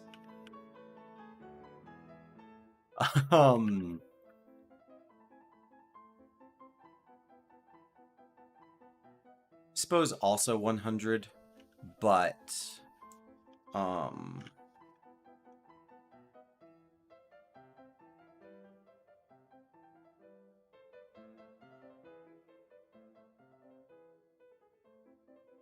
yeah, perfect.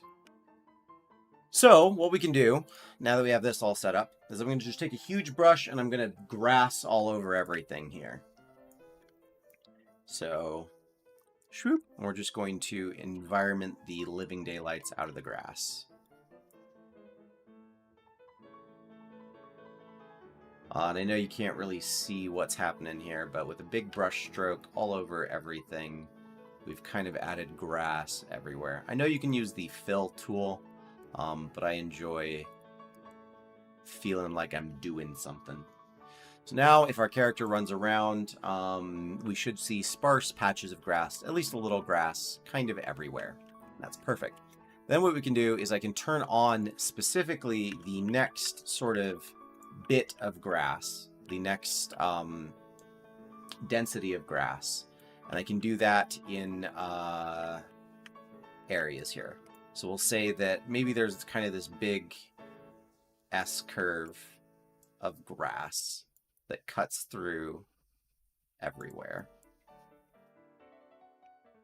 With a little splotch of it over here. The Valley of the No Grass. And then finally, we turn on our thickest grass, and we say that over here is just insanely thick grass. We have maybe like a splotch, a couple splotches that come out a little bit over here.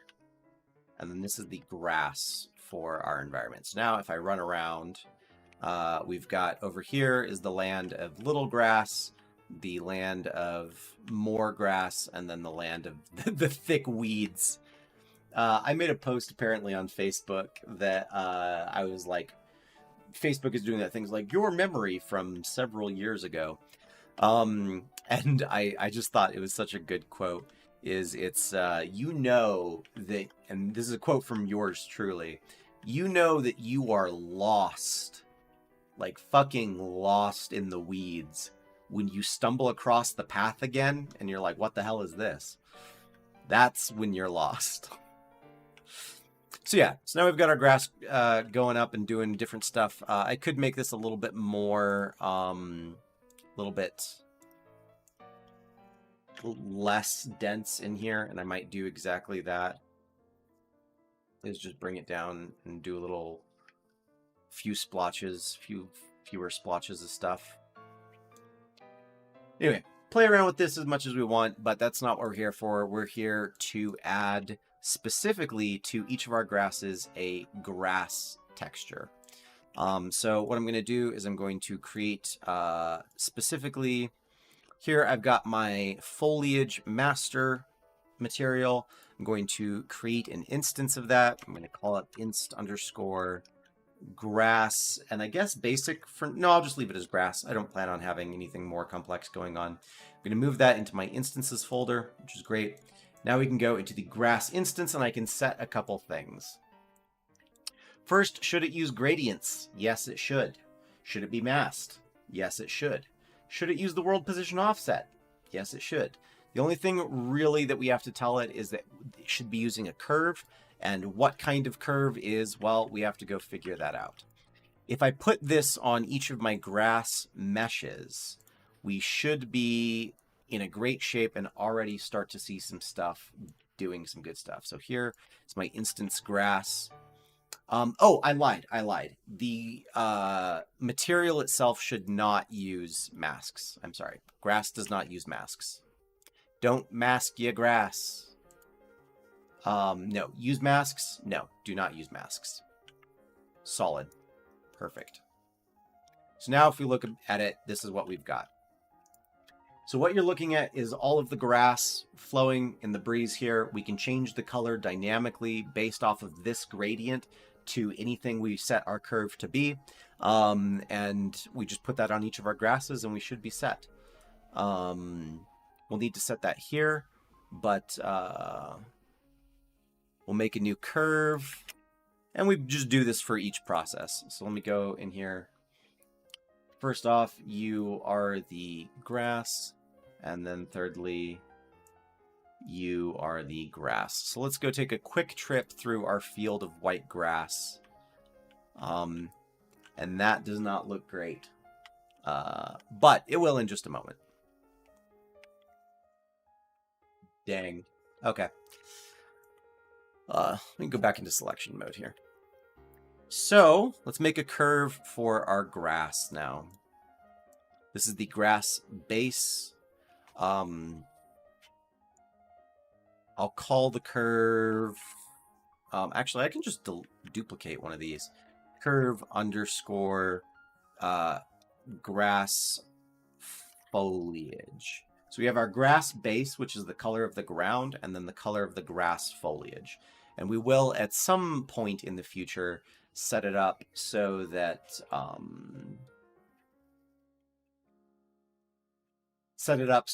we can use runtime virtual texturing to sample colors so that there's even more variation. But that'll be for a later date. And then in this, we'll set this to use grass foliage and save. So currently it looks a little bit overwhelming and a little bit monochromatic. That's okay. We can change this. So I'm going to put my curve over here. Do like this. So I want my darkest grass to be very dark blue.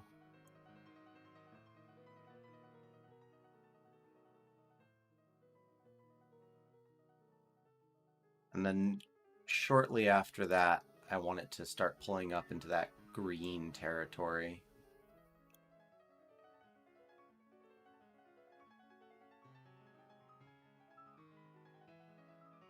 Maybe not quite that. So then somewhere in the middle here, I want this to be... Yeah. Oh man, that is my quote. Feels good.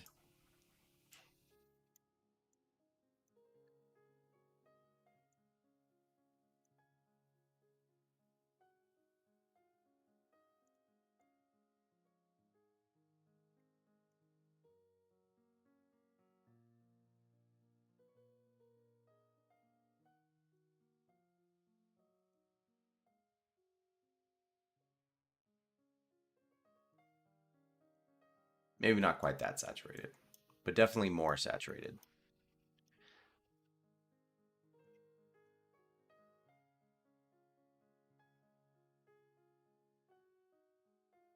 I might not even need this many divisions in it.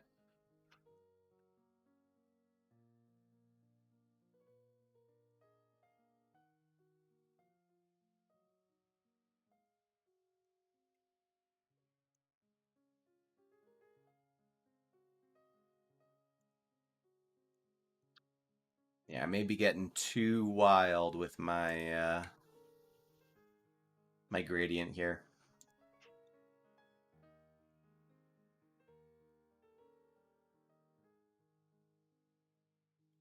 So yeah.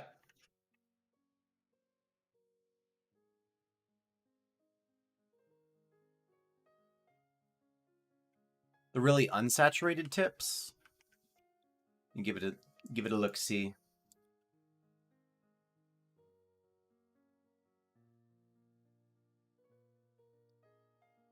Yeah, that's fair. I'm worried about it getting too the pulling in the whatchamacallit, runtime virtual texturing is going to help a lot. I just think that's going to help a chunk and a half there.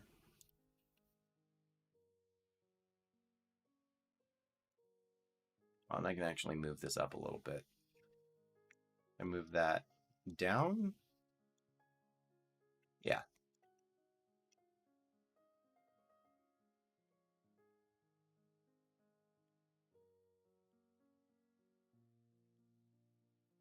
Yeah. Yeah. I agree. I think one more sort of division in the middle will help. Is this the... Where's my land of the thick grass? Oh, this is the thick grass. Where's my land of the thin grass? Way off in this corner here.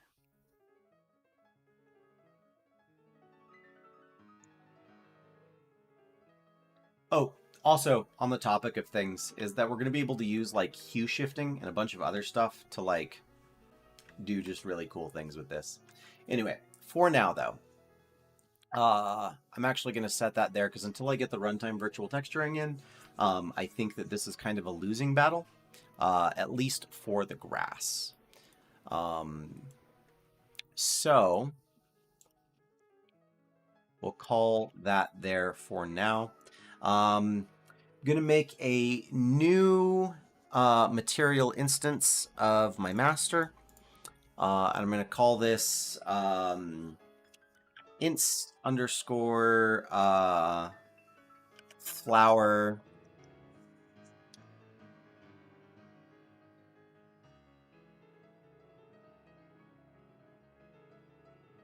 what kind of flower?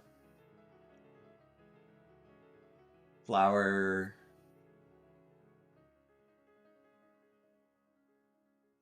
cool. I'm going to name it.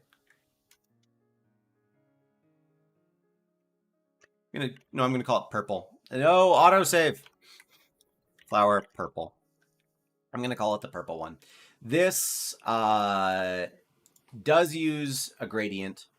This does use a mask, and this does use world position offset. I don't have a curve for it yet, so I'll build that in just 1 second here.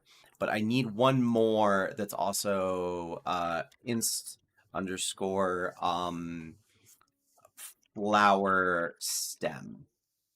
This one, for the stem, its only difference is that it does not use a mask, but it does use gradients. Perfect. So if we take a look, let me put both of these in my instances folder here. Move. And save everything real quick.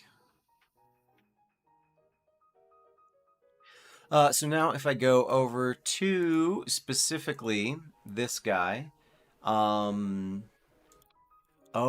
someone looks like they're missing material slots. No worries, that's why we have this open right over here. Oh, that's right. I forgot that it doesn't work that way, and I never went back and I never changed it. So this needs to be actually slot 0. This is slot 1, and this will be called slot 2. And it should still have maintained all of my selections, everything. So if I select that, good. Select that, good. Select that, good. I didn't know at that point that, like, here I have them just blank. These actually need to be given material names. So I've just been using slot 0, slot 1, and slot 2. Would I were more willing to have a crazy, ridiculous material setup here. Each one would have its own unique name rather than just saying slot 1 and slot 0, but that's not the world we live in. Oh, and my grasses don't even have a material slot. That's wild. If I give them one, will that mess everything up? Slot 0. Slot 0. Slot 0. I think that's fine. I don't think that messes anything up. We'll find out in like 10 seconds. File, export, FBX. Defoliage. And then re-import all of these guys. It's going to say everything is fine up until it hits a couple things that are not fine, and that's okay.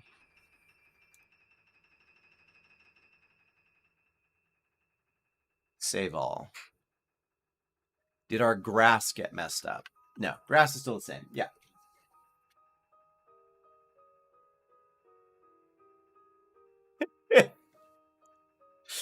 Shush. Shush. I know my logic. You don't need to know my logic. I know my logic. It's fine.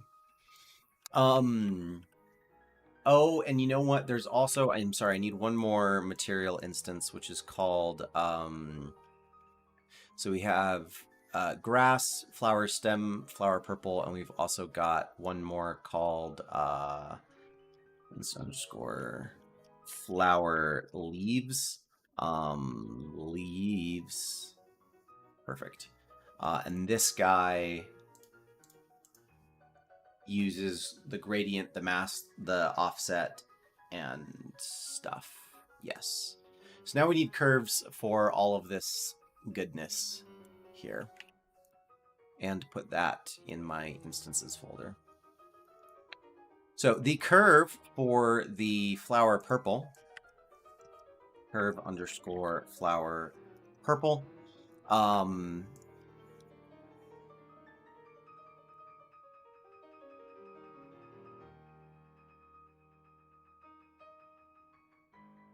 you know, that is very true. So here, I can go in and I should be able to just turn my camera down. And I should be able to isolate these and see. So this one, correct. This is flower purple. This next one is going to be leaves, flower leaves. And this last one is stem.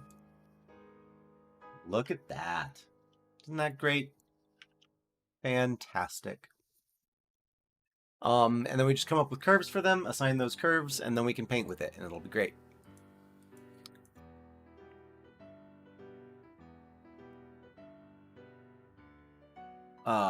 Purple flower. This one I saw and I just really, really liked and really, really enjoyed. It was going from a super dark, deep blue straight up into red.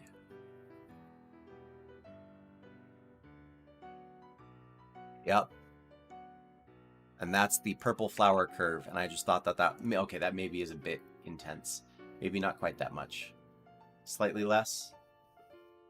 Yeah. And also for you as well. Slightly less.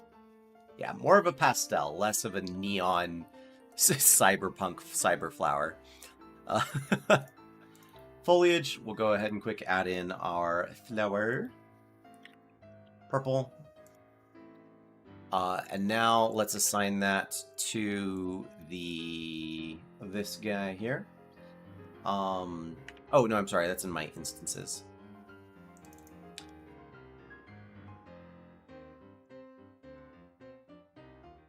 Look at that. Oh my goodness, the camera. Gorgeous. It's gorgeous. I think I could stand on the curve wherever that has gone off to.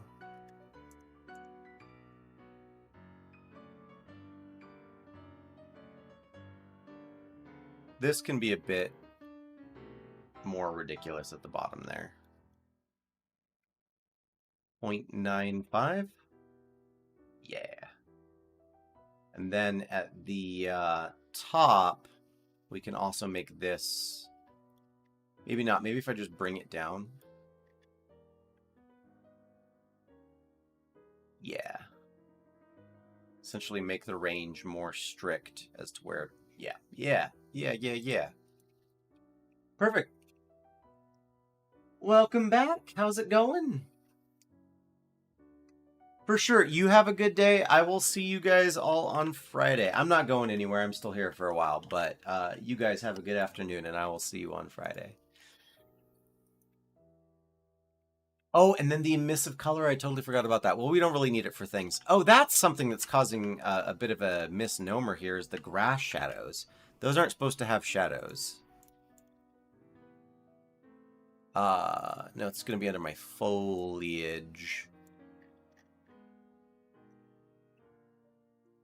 Yeah, okay. That's where a lot of this is going to come full circle. Understood. I knew it was bright. I know it looks a little flat at the moment, but we'll be getting there. But how's it doing there, Storm Run? What's going on? What's up?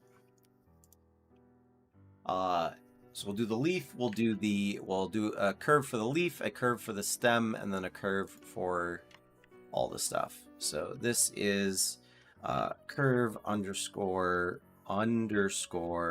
flower leaves, and then another one called curve underscore flower stem. So for the flower leaves, we'll make those kind of just basic dark green to basic light green. You know what, can we do like an almost blue? What does that look like? Let's take the atlas. We'll add in 2 more. This one is going to be leaves. And then this one is going to be stem.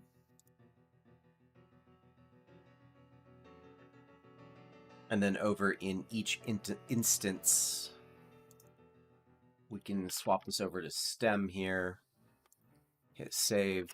Then we can swap this over to leaves and hit save.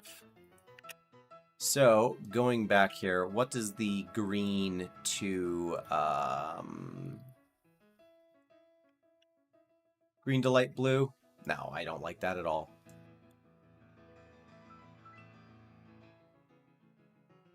Yeah, you like the how quickly that comes together? I mean, for the grass, it's kind of boring, but like for basically everything else, it's going to be really freaking cool. That I like more. That I like a lot more. What if I take the saturation down just a ton and bring it more into the... Yeah.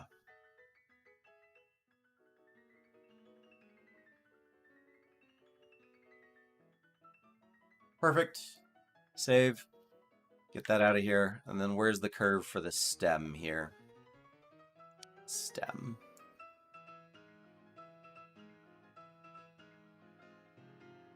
For the stem, we'll go with a dark yellow, yellowish green. And then that maybe also goes up into blue. Like that also just fades into this sort of like blue color we got, except a dark version of it. No, I kind of want that to go, yeah, into that really grossly yellow. So I lied. Start off more. Yeah.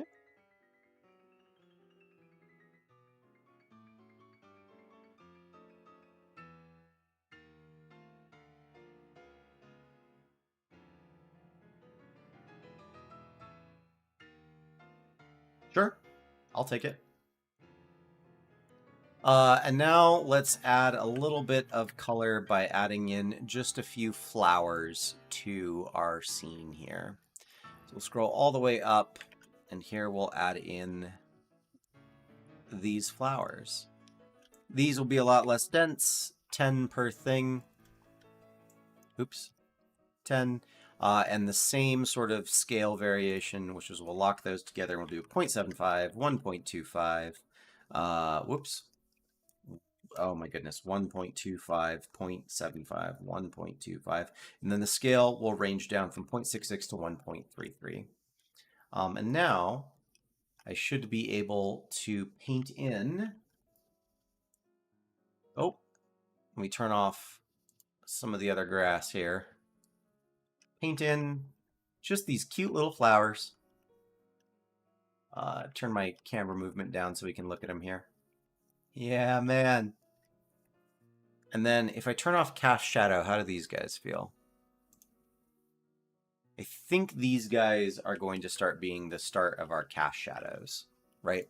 So certain things like the grass, I know it may seem a bit weird. It doesn't have cast shadows, but there's a reason for that. And we will be mucking around with it as we get closer and closer to stuff. Although the cast shadows on the grass don't look terrible. No blending layers to get the, like, the technique. This is how awesome and insane this is. The technique I've used for the flowers is the exact same technique I use for the grass, which is the exact same technique that I'm using for the ground. It's all just gradients. It's all just really simple gradients, which is insane. Isn't that insane? So let's go take a look at our nice pretty flowers, which are over here. Yay! Yay! Flowers!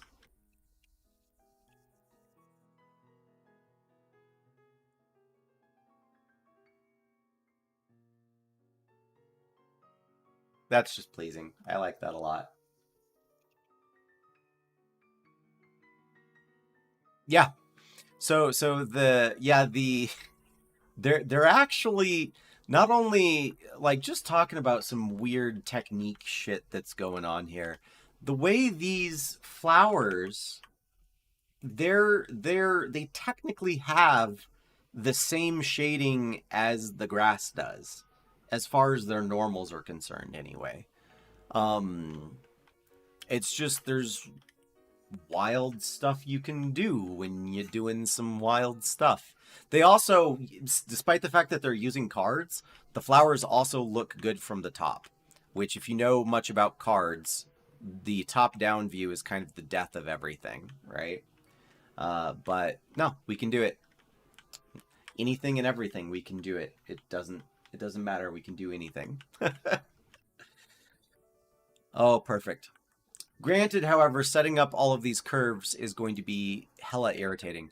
But like, so also fun part, right, is let's make, for example, here, let's make a new curve and we'll call this flower underscore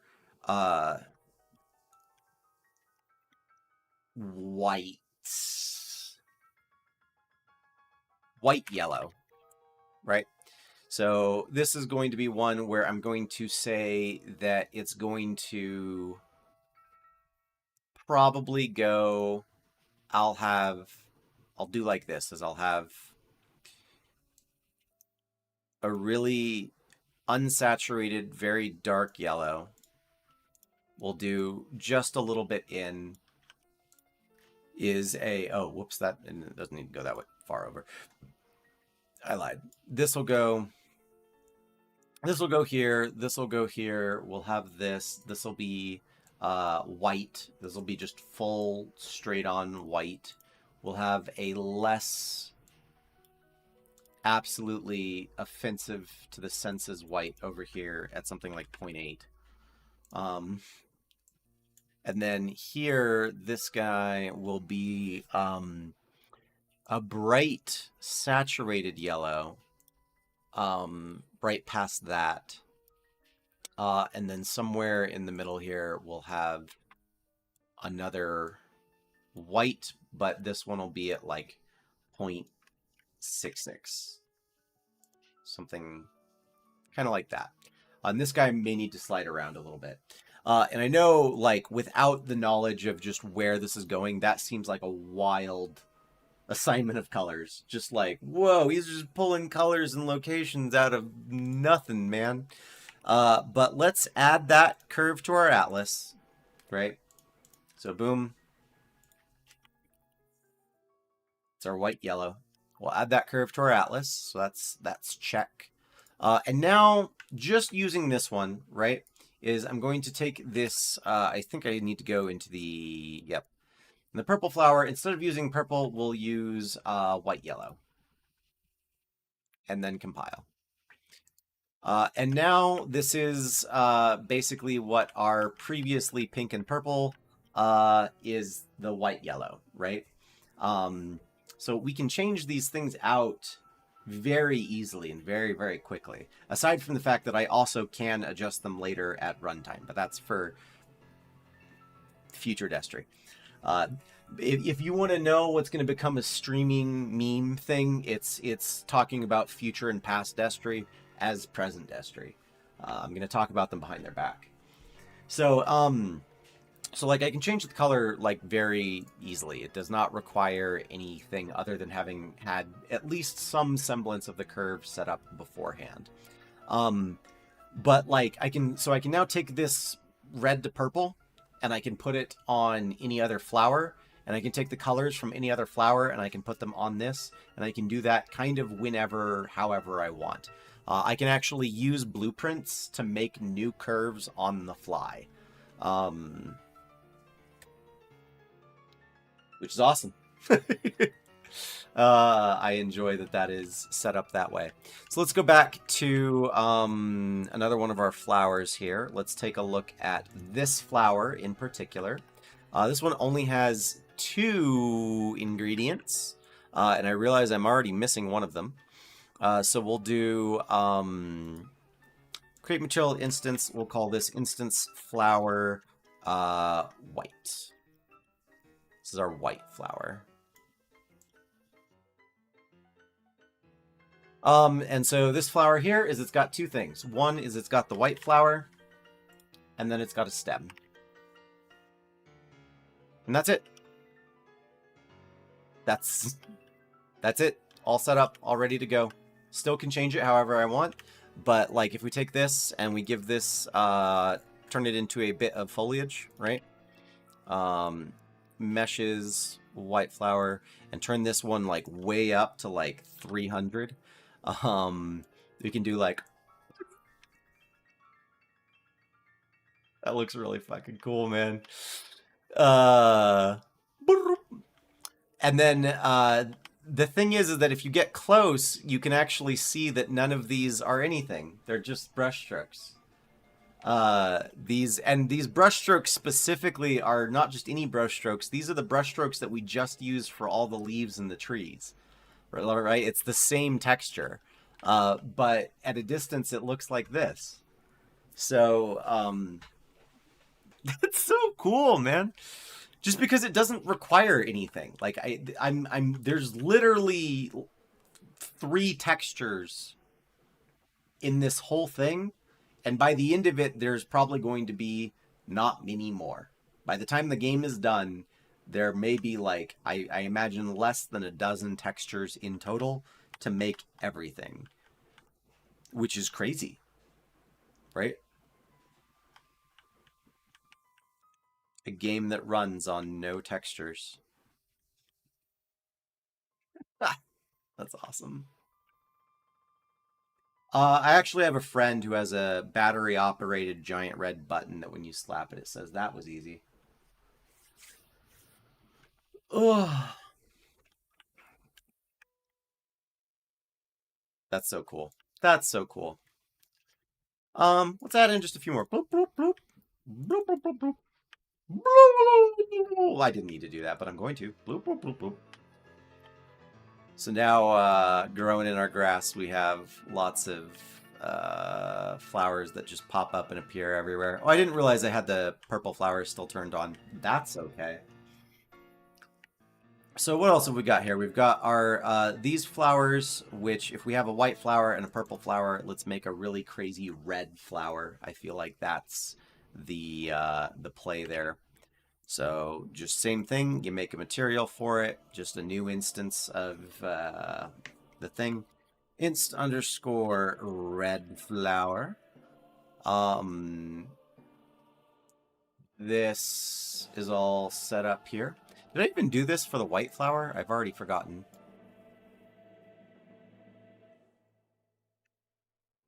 Come on. Instances, move here. Can't remember if I even did this for the white flower. No, it just was the defaults. Ha. Ha. Um,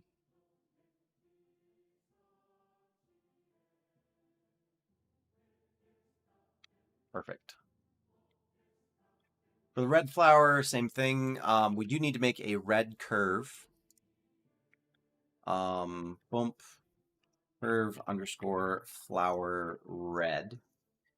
That's the other thing too, is that I can have also more curves than I'm actually using, right? So I could make a bunch of different flower colors, and then not use all of them, and like swap them out as I move along doing whatever it is I want to do. So this is too much going on for this. This one I think is just maybe from a sort of dark purple up to that absolutely violent.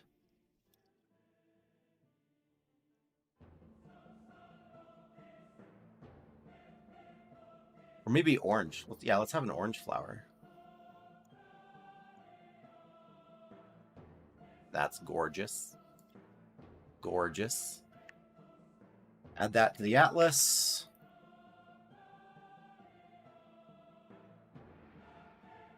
Rename it to red to better, or rename it to orange to better reflect what we've actually got going on. Flower, orange, orange. And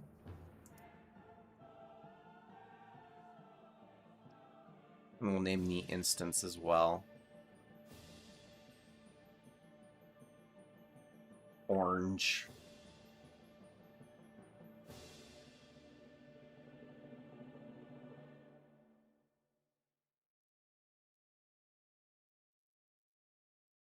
Perfect. Set. Done.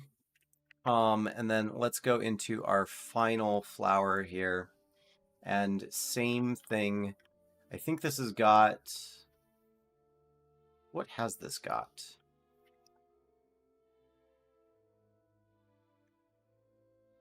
Orange flower. What is going on for the middle? Oh, I forgot that I did the middle as a totally different thing. Oh, cool. So this one I could actually do... Here, where's the purple? No. Give me...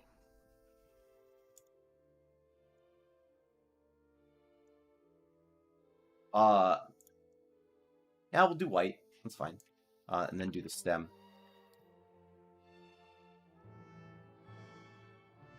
I forgot I had done that way.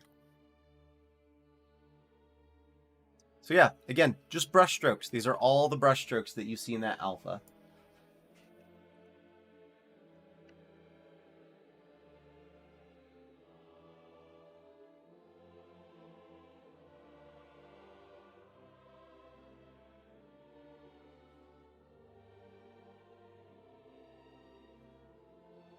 Or, you know, we could do something kind of fun. We could just make these, like, huge.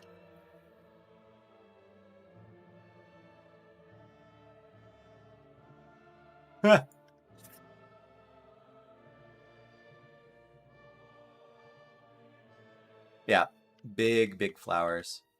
And the other thing, too, is that because these textures are, like...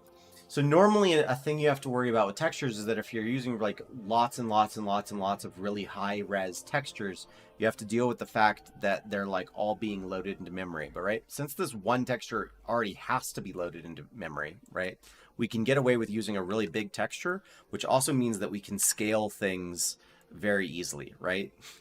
So if I come up and look at this, these all should have like really high resolution. Like the model is clearly very low resolution, but now we've got our forest of giant flowers.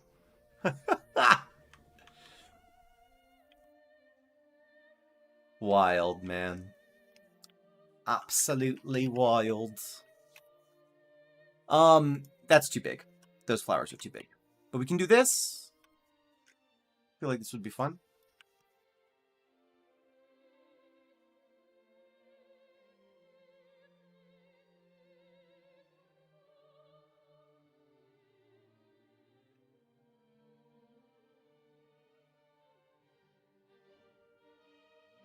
Fields, flowers, all sorts of stuff chilling around. Yeah.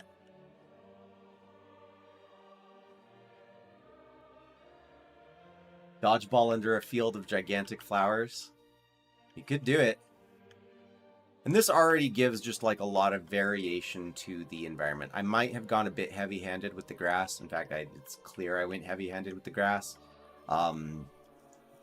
But for just making sure that we get some colors and curves in there, all of this is going perfectly well.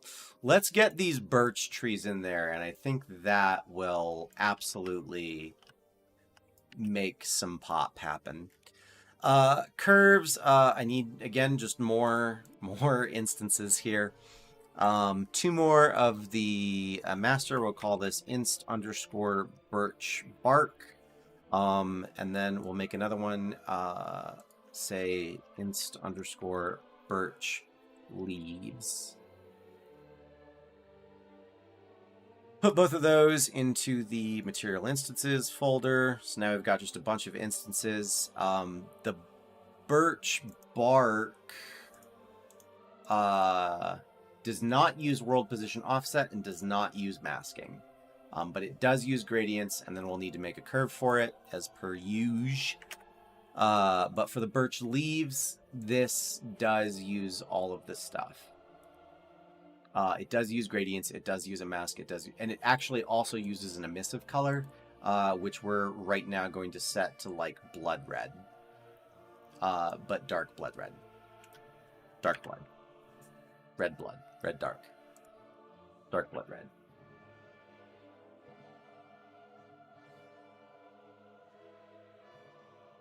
The grass occludes the distant flowers, and it seems like the flowers need to be a bit taller than the grass, as a rule of thumb. Which is true. But one of the reasons, again, also why the grass was done this way is because I want there to be, so like I said, it's very heavy-handed with this approach.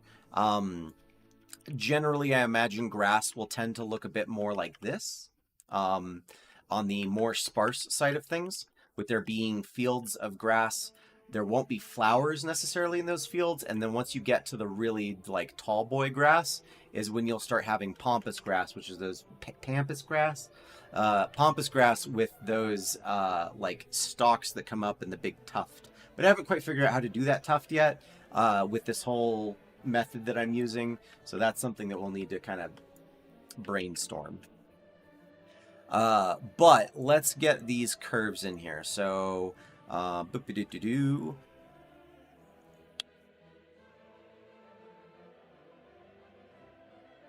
Curve underscore, whoa.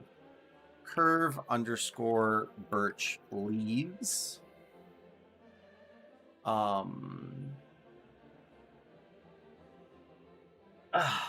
Back popping. Probably dark orange to bright burnt yellow.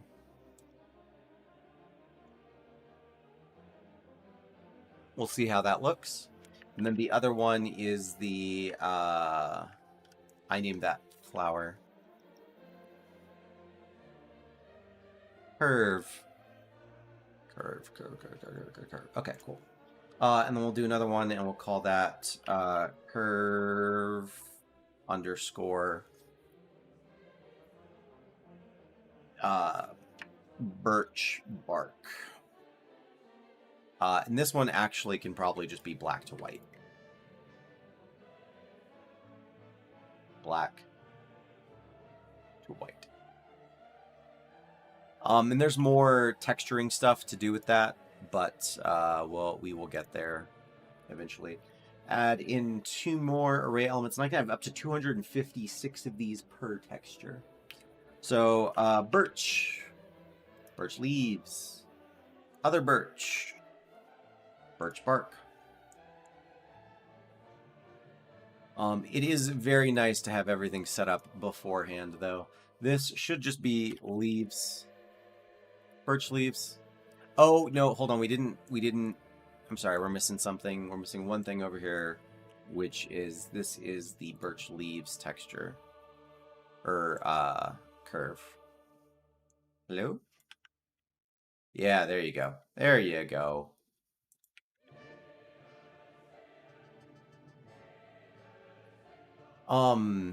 Yeah. Oh, something is awry. Why is it awry? I'll need to figure that out in just a moment here. But this can be the birch bark. And should just be a flat texture. So something's going a bit weird, but that's okay, because that's been our life for frickin' never today.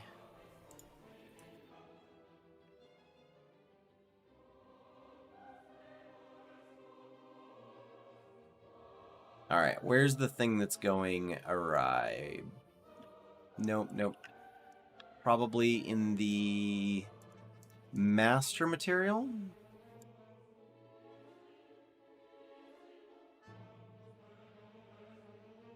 Use mask. Yes.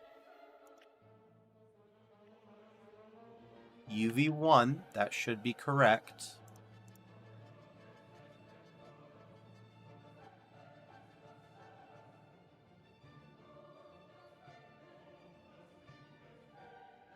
That should be correct.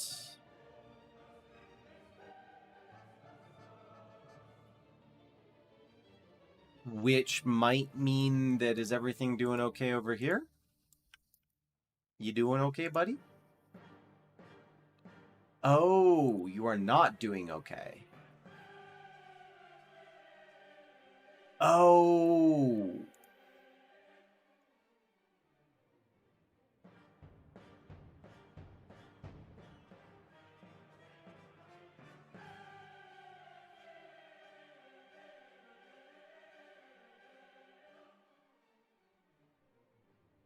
Okay. I know what is going wrong. Let me see if this fixes it. I don't know if this will fix it or if this is a Blender specific thing that I've just done, but I know what is going wrong. And I swear I will not be done in by this problem again today.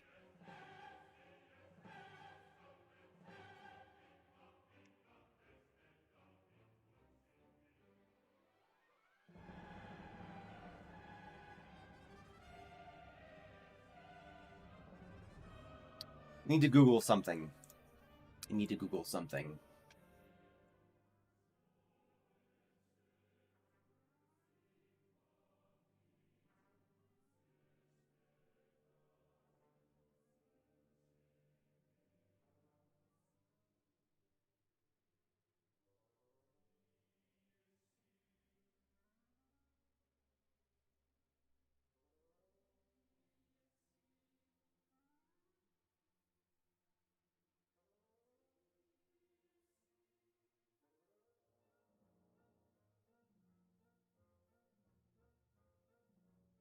Oh, that's so stupid. Oh, that's so stupid. I hate that. I hate that so much. Okay, so here is the issue, and I knew this might be an issue, and so because of the weird shenanigans going on with the geometry nodes, when it was recombined into a single mesh, basically what happens is did this do this for all of the birch trees? It did. Okay, so for all of the birch trees, essentially my alpha UV map and my gradient UV map are in the wrong order. And so I need a way to switch that. And wouldn't you know, of course, because everyone loves when stuff just works, there's basically no way to reorder these. You cannot swap their order around. You can change the order that they're displayed in, but this is a cosmetic thing for just you finding stuff. Why there would not be a way to change essentially the sockets of these is absolutely beyond me. But there is a sneaky workaround in case this ever comes up in something you are doing. Is that whenever you add in a new UV map, it duplicates your currently selected UV map.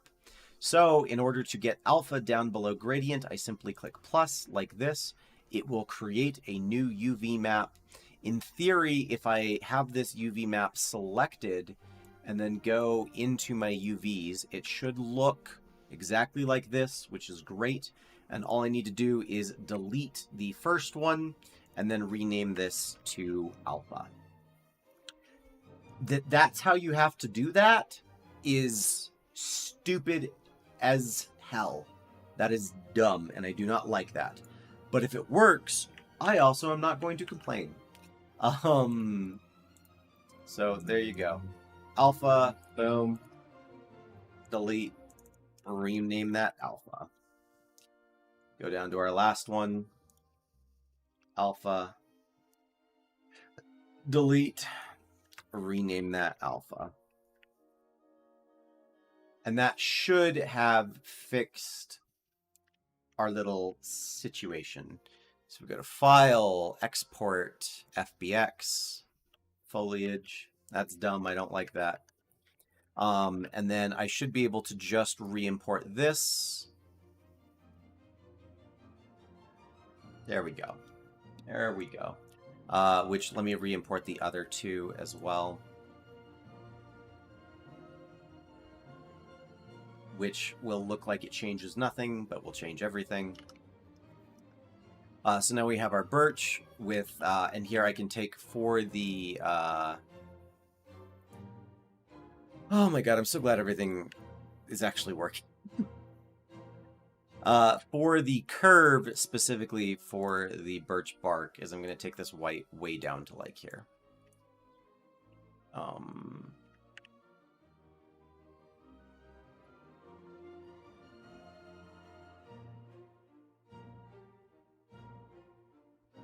Now we've got that nice red, nice yellow right over here.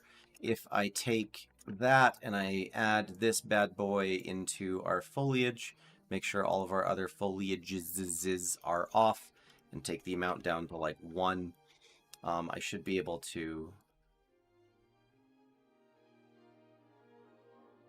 Perfect. You know, I've done a left or right turn every single time. If I just do a left turn, it's literally right over here. Yeah, man. Yeah, man. That is starting to look kind of like something. I don't know what yet, but it is starting to look kind of like something. Let me actually turn on the shadows for the grass again. I'm sure that there is a very good reason why having them off is the smartest way, aside from just processing power. But I don't know that it looks that bad. Everything casting dynamic ray trace shadows, of course. Just the color variation in that is great. This is awesome.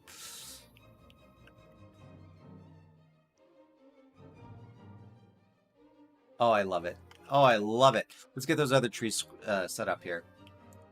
Tree material, birch leaves. Tree material, birch bark. Save.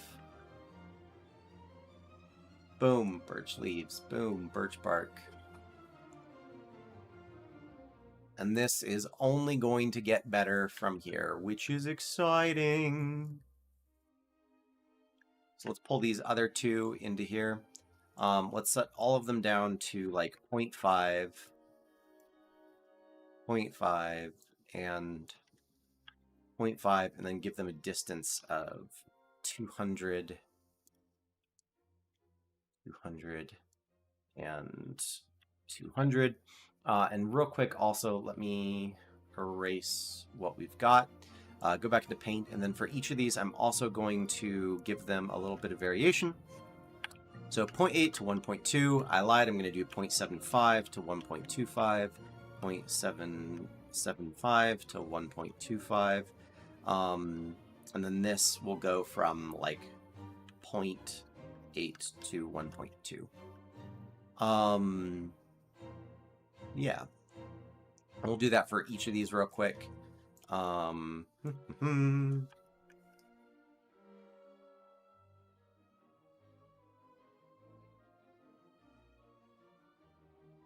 And then our final tree.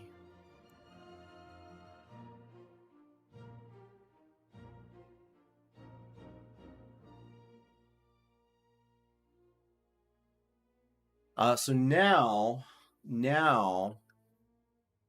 oh, that's not correct.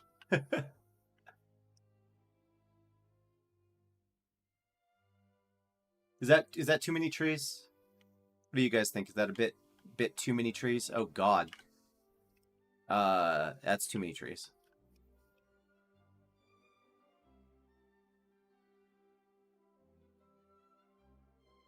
Why is it so high? Density radius. It's not supposed to be... Oh, those are each still set on 200.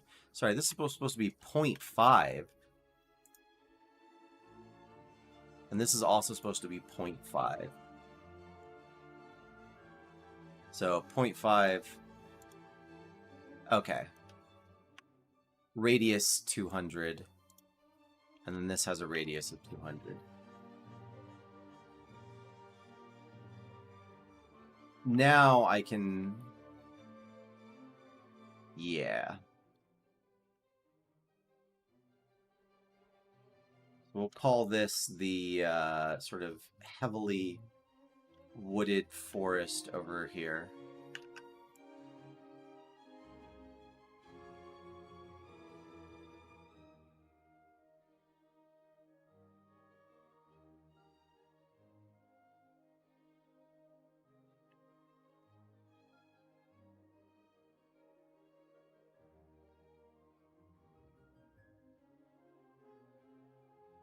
I'll just do that, and then I'll use an eraser and get rid of like a couple of these.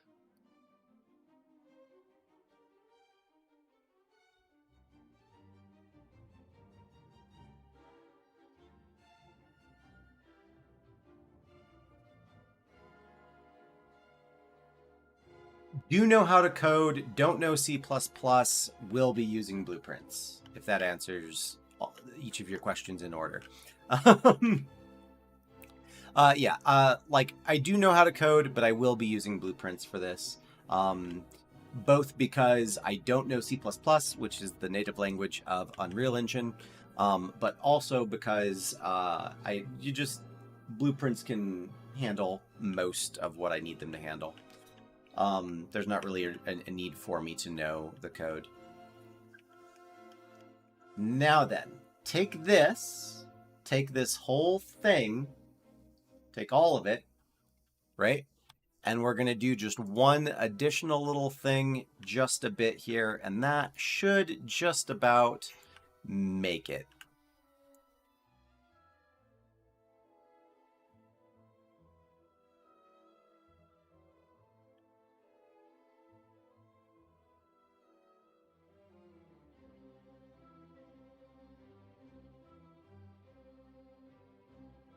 Where's my smooth button?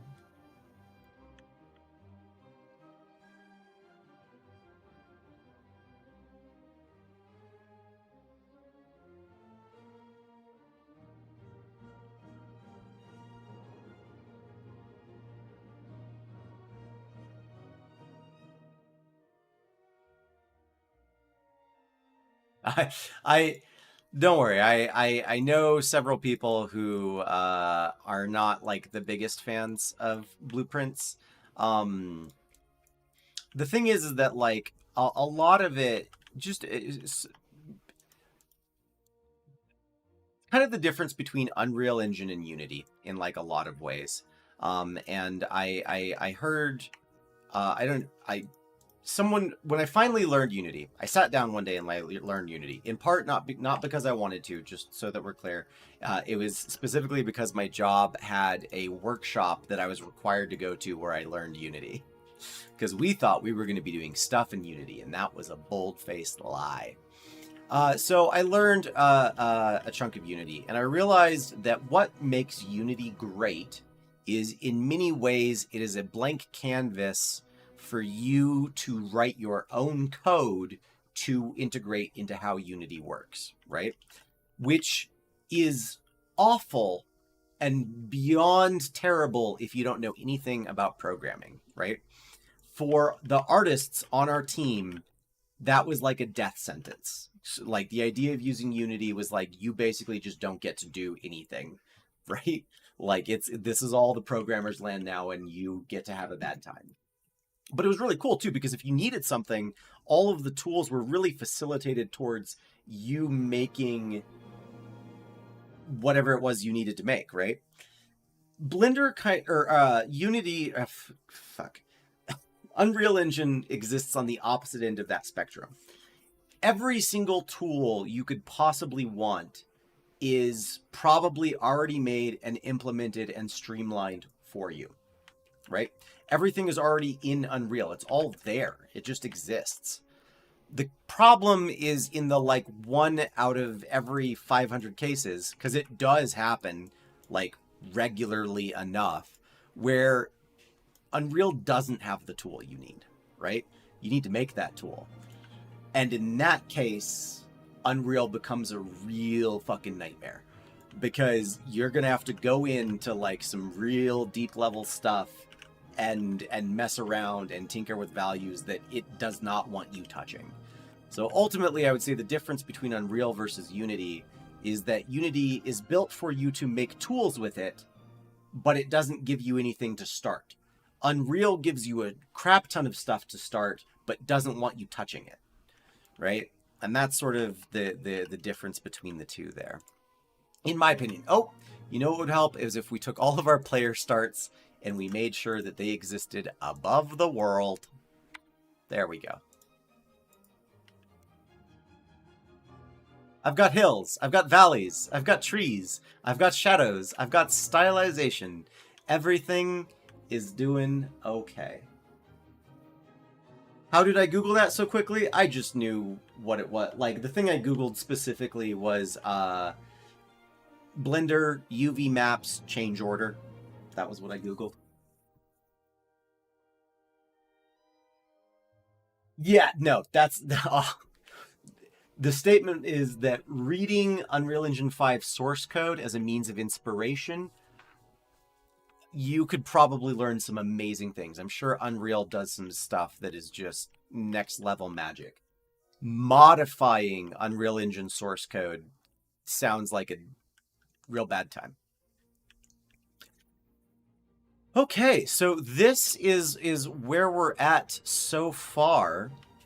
And if I do say so, it looks nice. It looks pretty darn nice. I'm going to do, I said I was going to go for a long time today, but I can feel my temple, like right here, pulsing, which is probably not good. So maybe I'll take a little break. Maybe call it here for today, but there are two last touches I'm going to do specifically for you guys who still remain. And we're going to essentially bring this back into the world of my game, because all of this is, to be perfectly frank, kind of generic artwork at the moment. It's cool, but it's not really the thing that's going to be awesome. But this is where we're gonna do a thing and add in to make it extra spicy to end today on. Where is the other player even? The that's one of the first. There they are. Boop. Yeah. Also, I feel like Unreal Engine is like unnecessarily blown out at all times. And I don't know. I suppose I could change that right now. Look at it go. I love it. Boof. Boof, boof, boof. Perfect. So exciting. Okay. All right. So, what are the last things we're going to do? First is we're going to pop over into our here. Are there any meshes we missed? Oh, the rocks. Fuck it. Future Destry. Future Destry. Character. Dodgeball character. I did turn on the anti-aliasing, which I had turned off for a hot minute. And I did that specifically because it looks really pretty. I generally don't use anti-aliasing like when I play, like whenever I download a game and I'm going to play it. I turn anti-aliasing way off because it bothers me. But I turned it back on because it looks really, really, really nice in this. So we're going to adjust that because with these capsules being shown in-game, they look really terrible with the anti-aliasing. They're so thin that as it's trying to smooth out these thin red lines, you basically end up with just gross stuff. So I'm going to come in here and under my whatever component I want, we'll add in a sphere.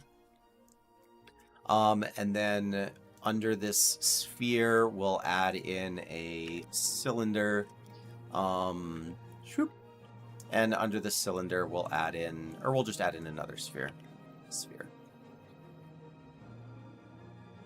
So this is how we meet the triumphant return of a good old friend of ours, which is the pill.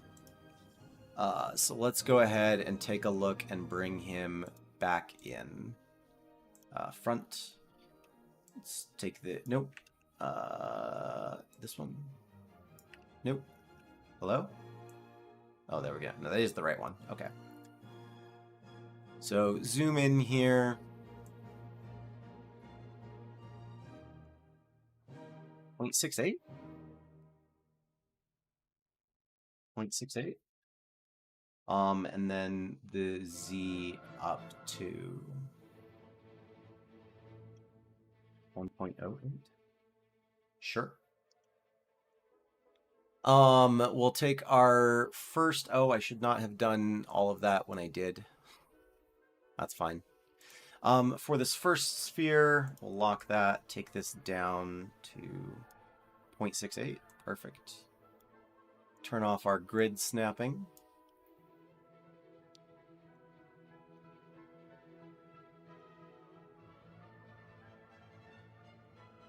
Oh, and you know what? This other sphere we'll take down to here. There we go. He lives. The capsule has returned.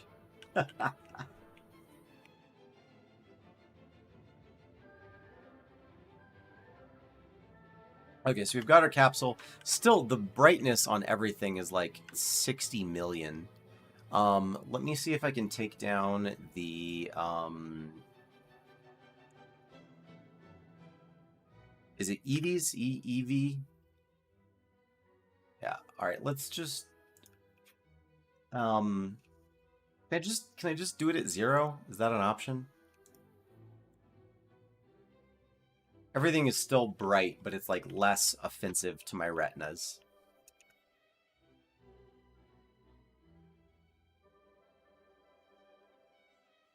Yeah. Or is it the positive? I don't know cameras as well as I should. I do not know cameras as well as I should. Maybe this should stay at 4, and then the other thing should stay. Oh, yeah, there. That's more correct. Or at least just less obtrusive here. Okay, so with this setup here, I'll actually, I could get away with negative 0.1. You get a little bright. Yeah. Okay, cool. So I will need to Google this just because I do not remember the values, and I found some values on a YouTube channel that did a really good job. So I'm going to have to find something on YouTube real quick, and I'm going to type those values into here. But let me get here in my event graph. What I need to turn off is camera. And again, I'm so sorry. Don't look at my event graph. It's ugly. Don't. It's unorganized. I was editing stuff. It was doing things.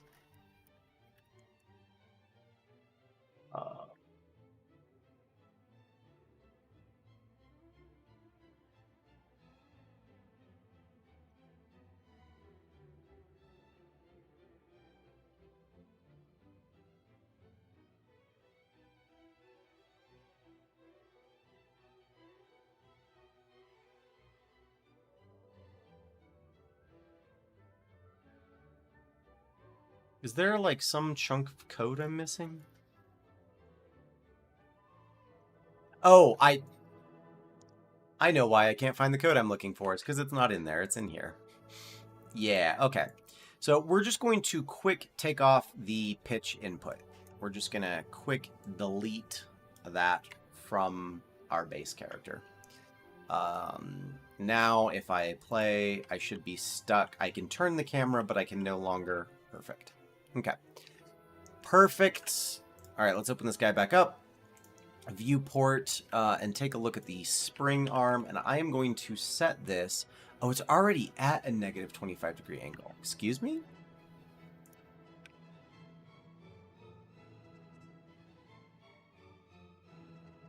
What's your deal?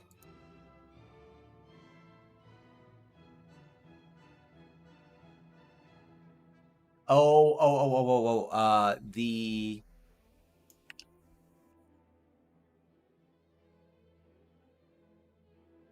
inherit there. Okay, perfect.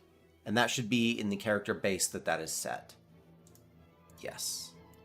Okay, so now we're kind of always in this top-down view. Perfect.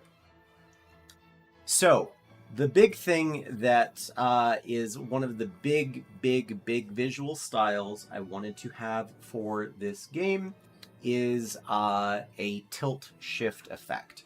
What is a tilt-shift effect? A tilt-shift effect is basically that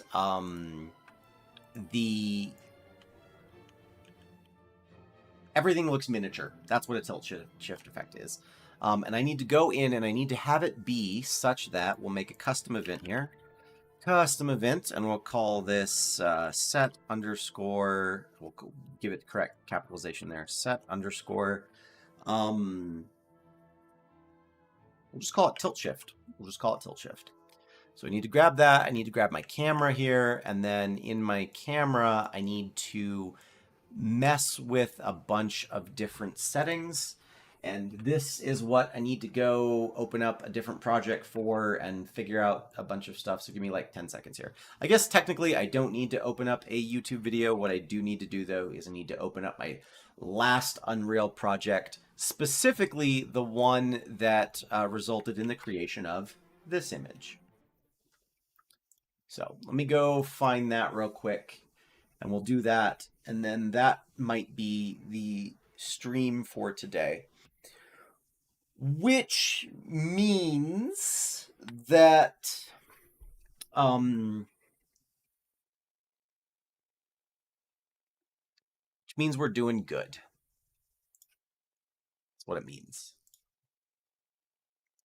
So probably tomorrow, what I will do is I will set up the screens so that you can like host a session, join a game, and you'll have the main menu. You can quit out to that main menu, and such. And then once that's in, which I should be able to finish by tomorrow, Friday we'll do a big tour of everything.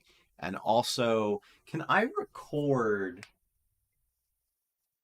I can record. I can record and stream at the same time.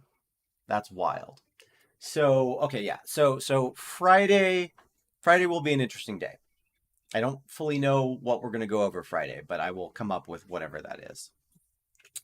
In case anyone is curious, by the way, I might as well show this off. I was going to hide this and be like, no, you don't get to see this because this is unfinished work. But this was that early prototype. So these trees all have fully modeled leaves. And this is what kind of was going on over here. So yeah, all of these leaves are like fully modeled. It's not... It's a whole thing. It doesn't look... It's really hard to get a look that looks good because I still want each individual leaf to be like low polygon, right? But I can't. I don't know. It's weird. How much detail is too much detail, right? I do think the grass was better being a little bit smaller, a little bit finer. So I might go in and do that as well.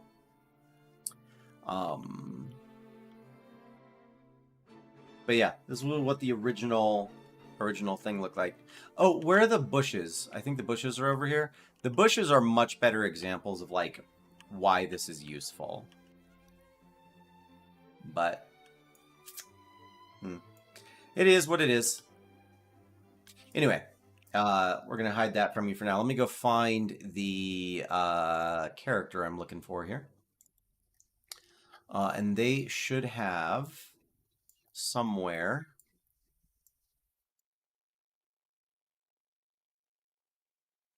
this. Okay, this is what I need. I wonder if I can just copy paste this.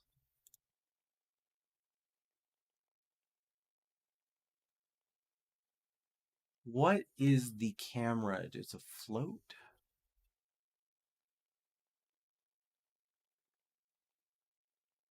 Let me see if I can just copy paste this, because if I can, that would be awesome.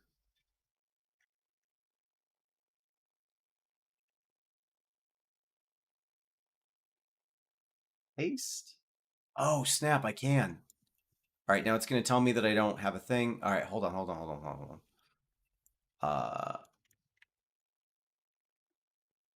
Okay, so first is, that's what you're looking for. I think I can just paste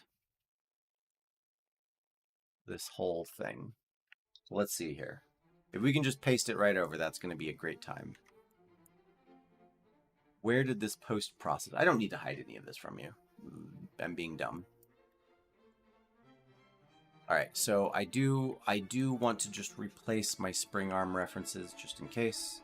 So this is looking for a spring arm. This is looking for a spring arm. And I don't know that I actually need to replace them if they're named the same. It should just carry over, but let's make a, what did I have the camera adjuster set at? Oh, I know why there's a camera adjuster.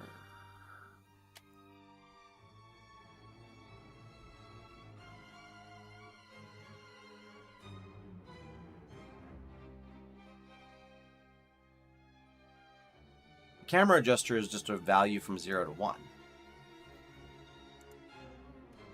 Okay. I remember what I was doing. Let's create variable camera adjuster, compile, and then its default value is 0.5. Okay, cool. This post-process setting, I don't remember where I was making or getting that from. Oh, you just make it. Where does this post-process come from?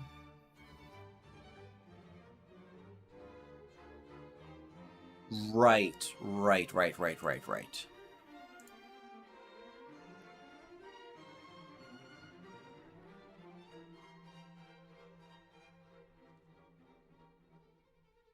That's cool. I don't know if you guys knew this, but in Unreal Engine, you can just straight up post from one whole ass blueprint to a whole other ass blueprint. That's dope. That's so cool. And I mean, like, across an entire project, I'm pasting here. Like, I have 2 Unreal projects open, and I can just... That's cool. So if I hit play...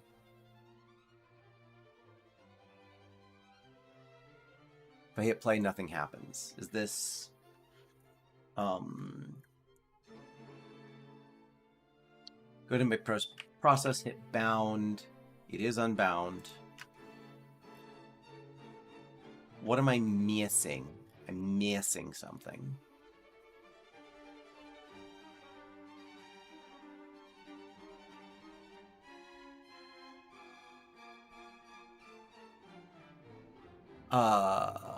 What am I missing?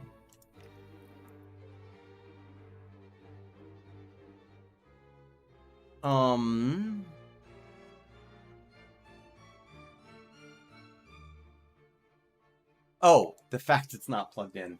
Ha. Let's try that again.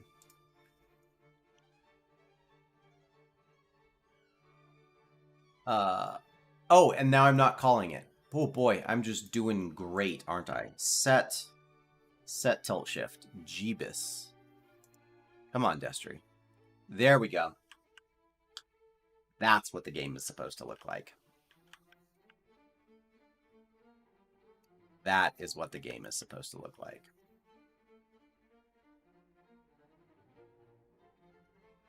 I'm very pleased with that.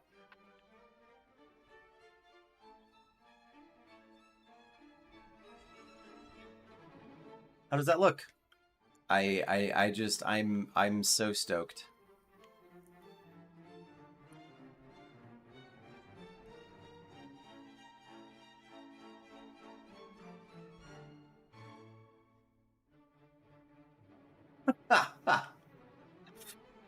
Yeah. So for anyone who's curious, yeah. And actually there should be, you know, if I can just pull shit over like it doesn't even matter, I should also have in here, give me a second. There should be, oh God.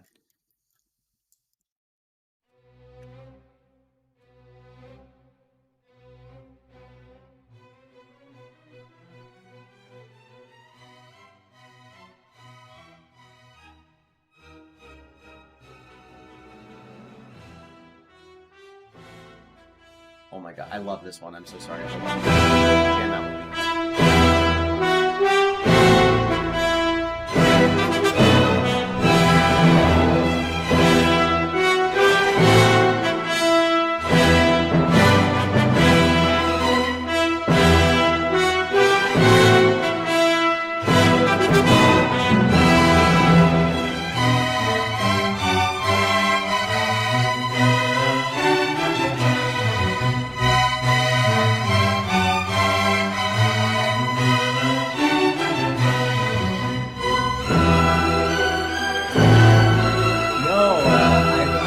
classical music going this whole time.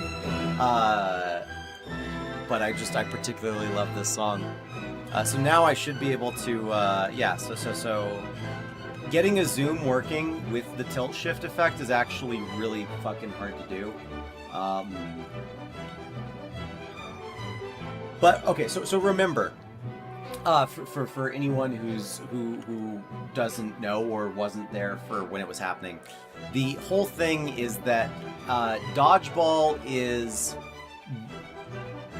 the game is going to be, and the way the game will play is a combination of a game called Trench Ball and we'll say musical chairs and then Arena Fighter, right? There's a video, let me post a link to a video I made. Because that will just explain it all way frickin' easier than I will. So, where is that video? Here.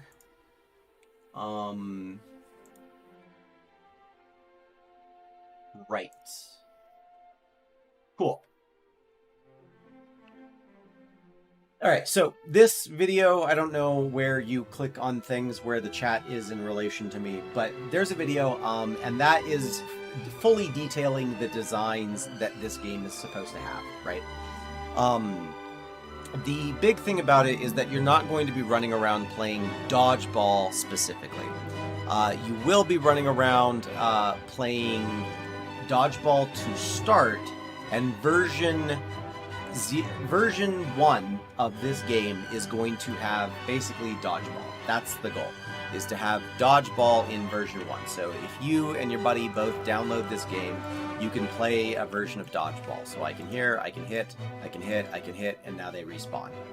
That's the goal for version 1.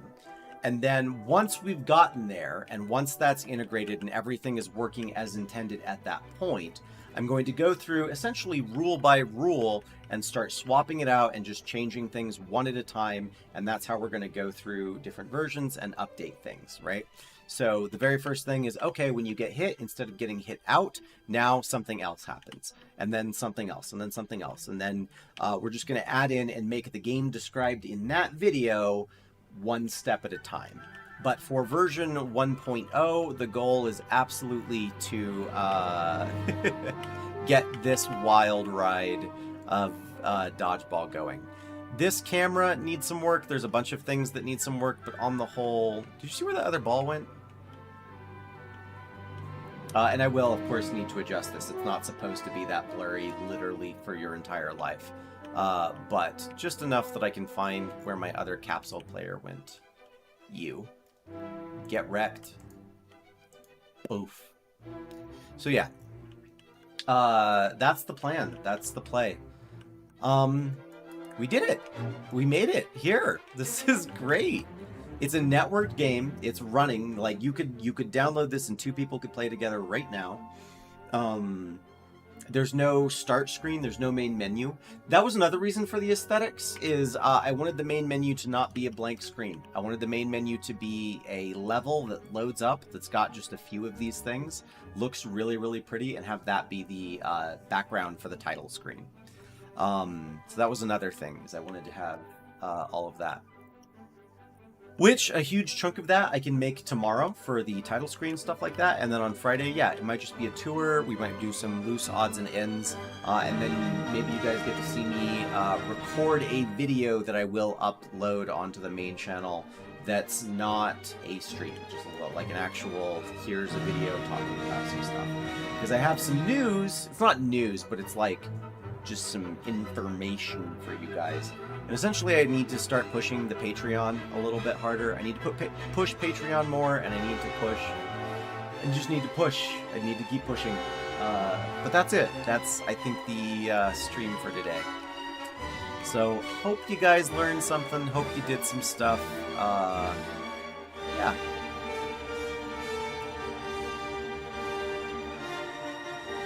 God, music is good. I'm sorry, I realized I never turned it back down. Oof.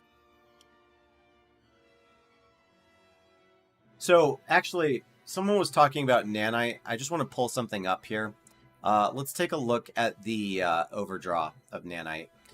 And the thing is that like these clusters, each individual cluster of leaves is not nearly that bad, even in comparison to the grass. The grass gets like white hot.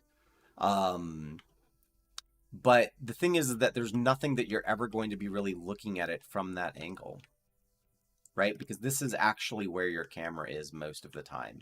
So it should be okay. I don't know. It's just what's going on. It's a good time. Heck yeah. Okay. Everybody, you have a job, and your job is to go get some rest. Because I will see you guys in the morning. You have a good night. Thanks for coming in and hanging out with me today. You guys, we'll see ya.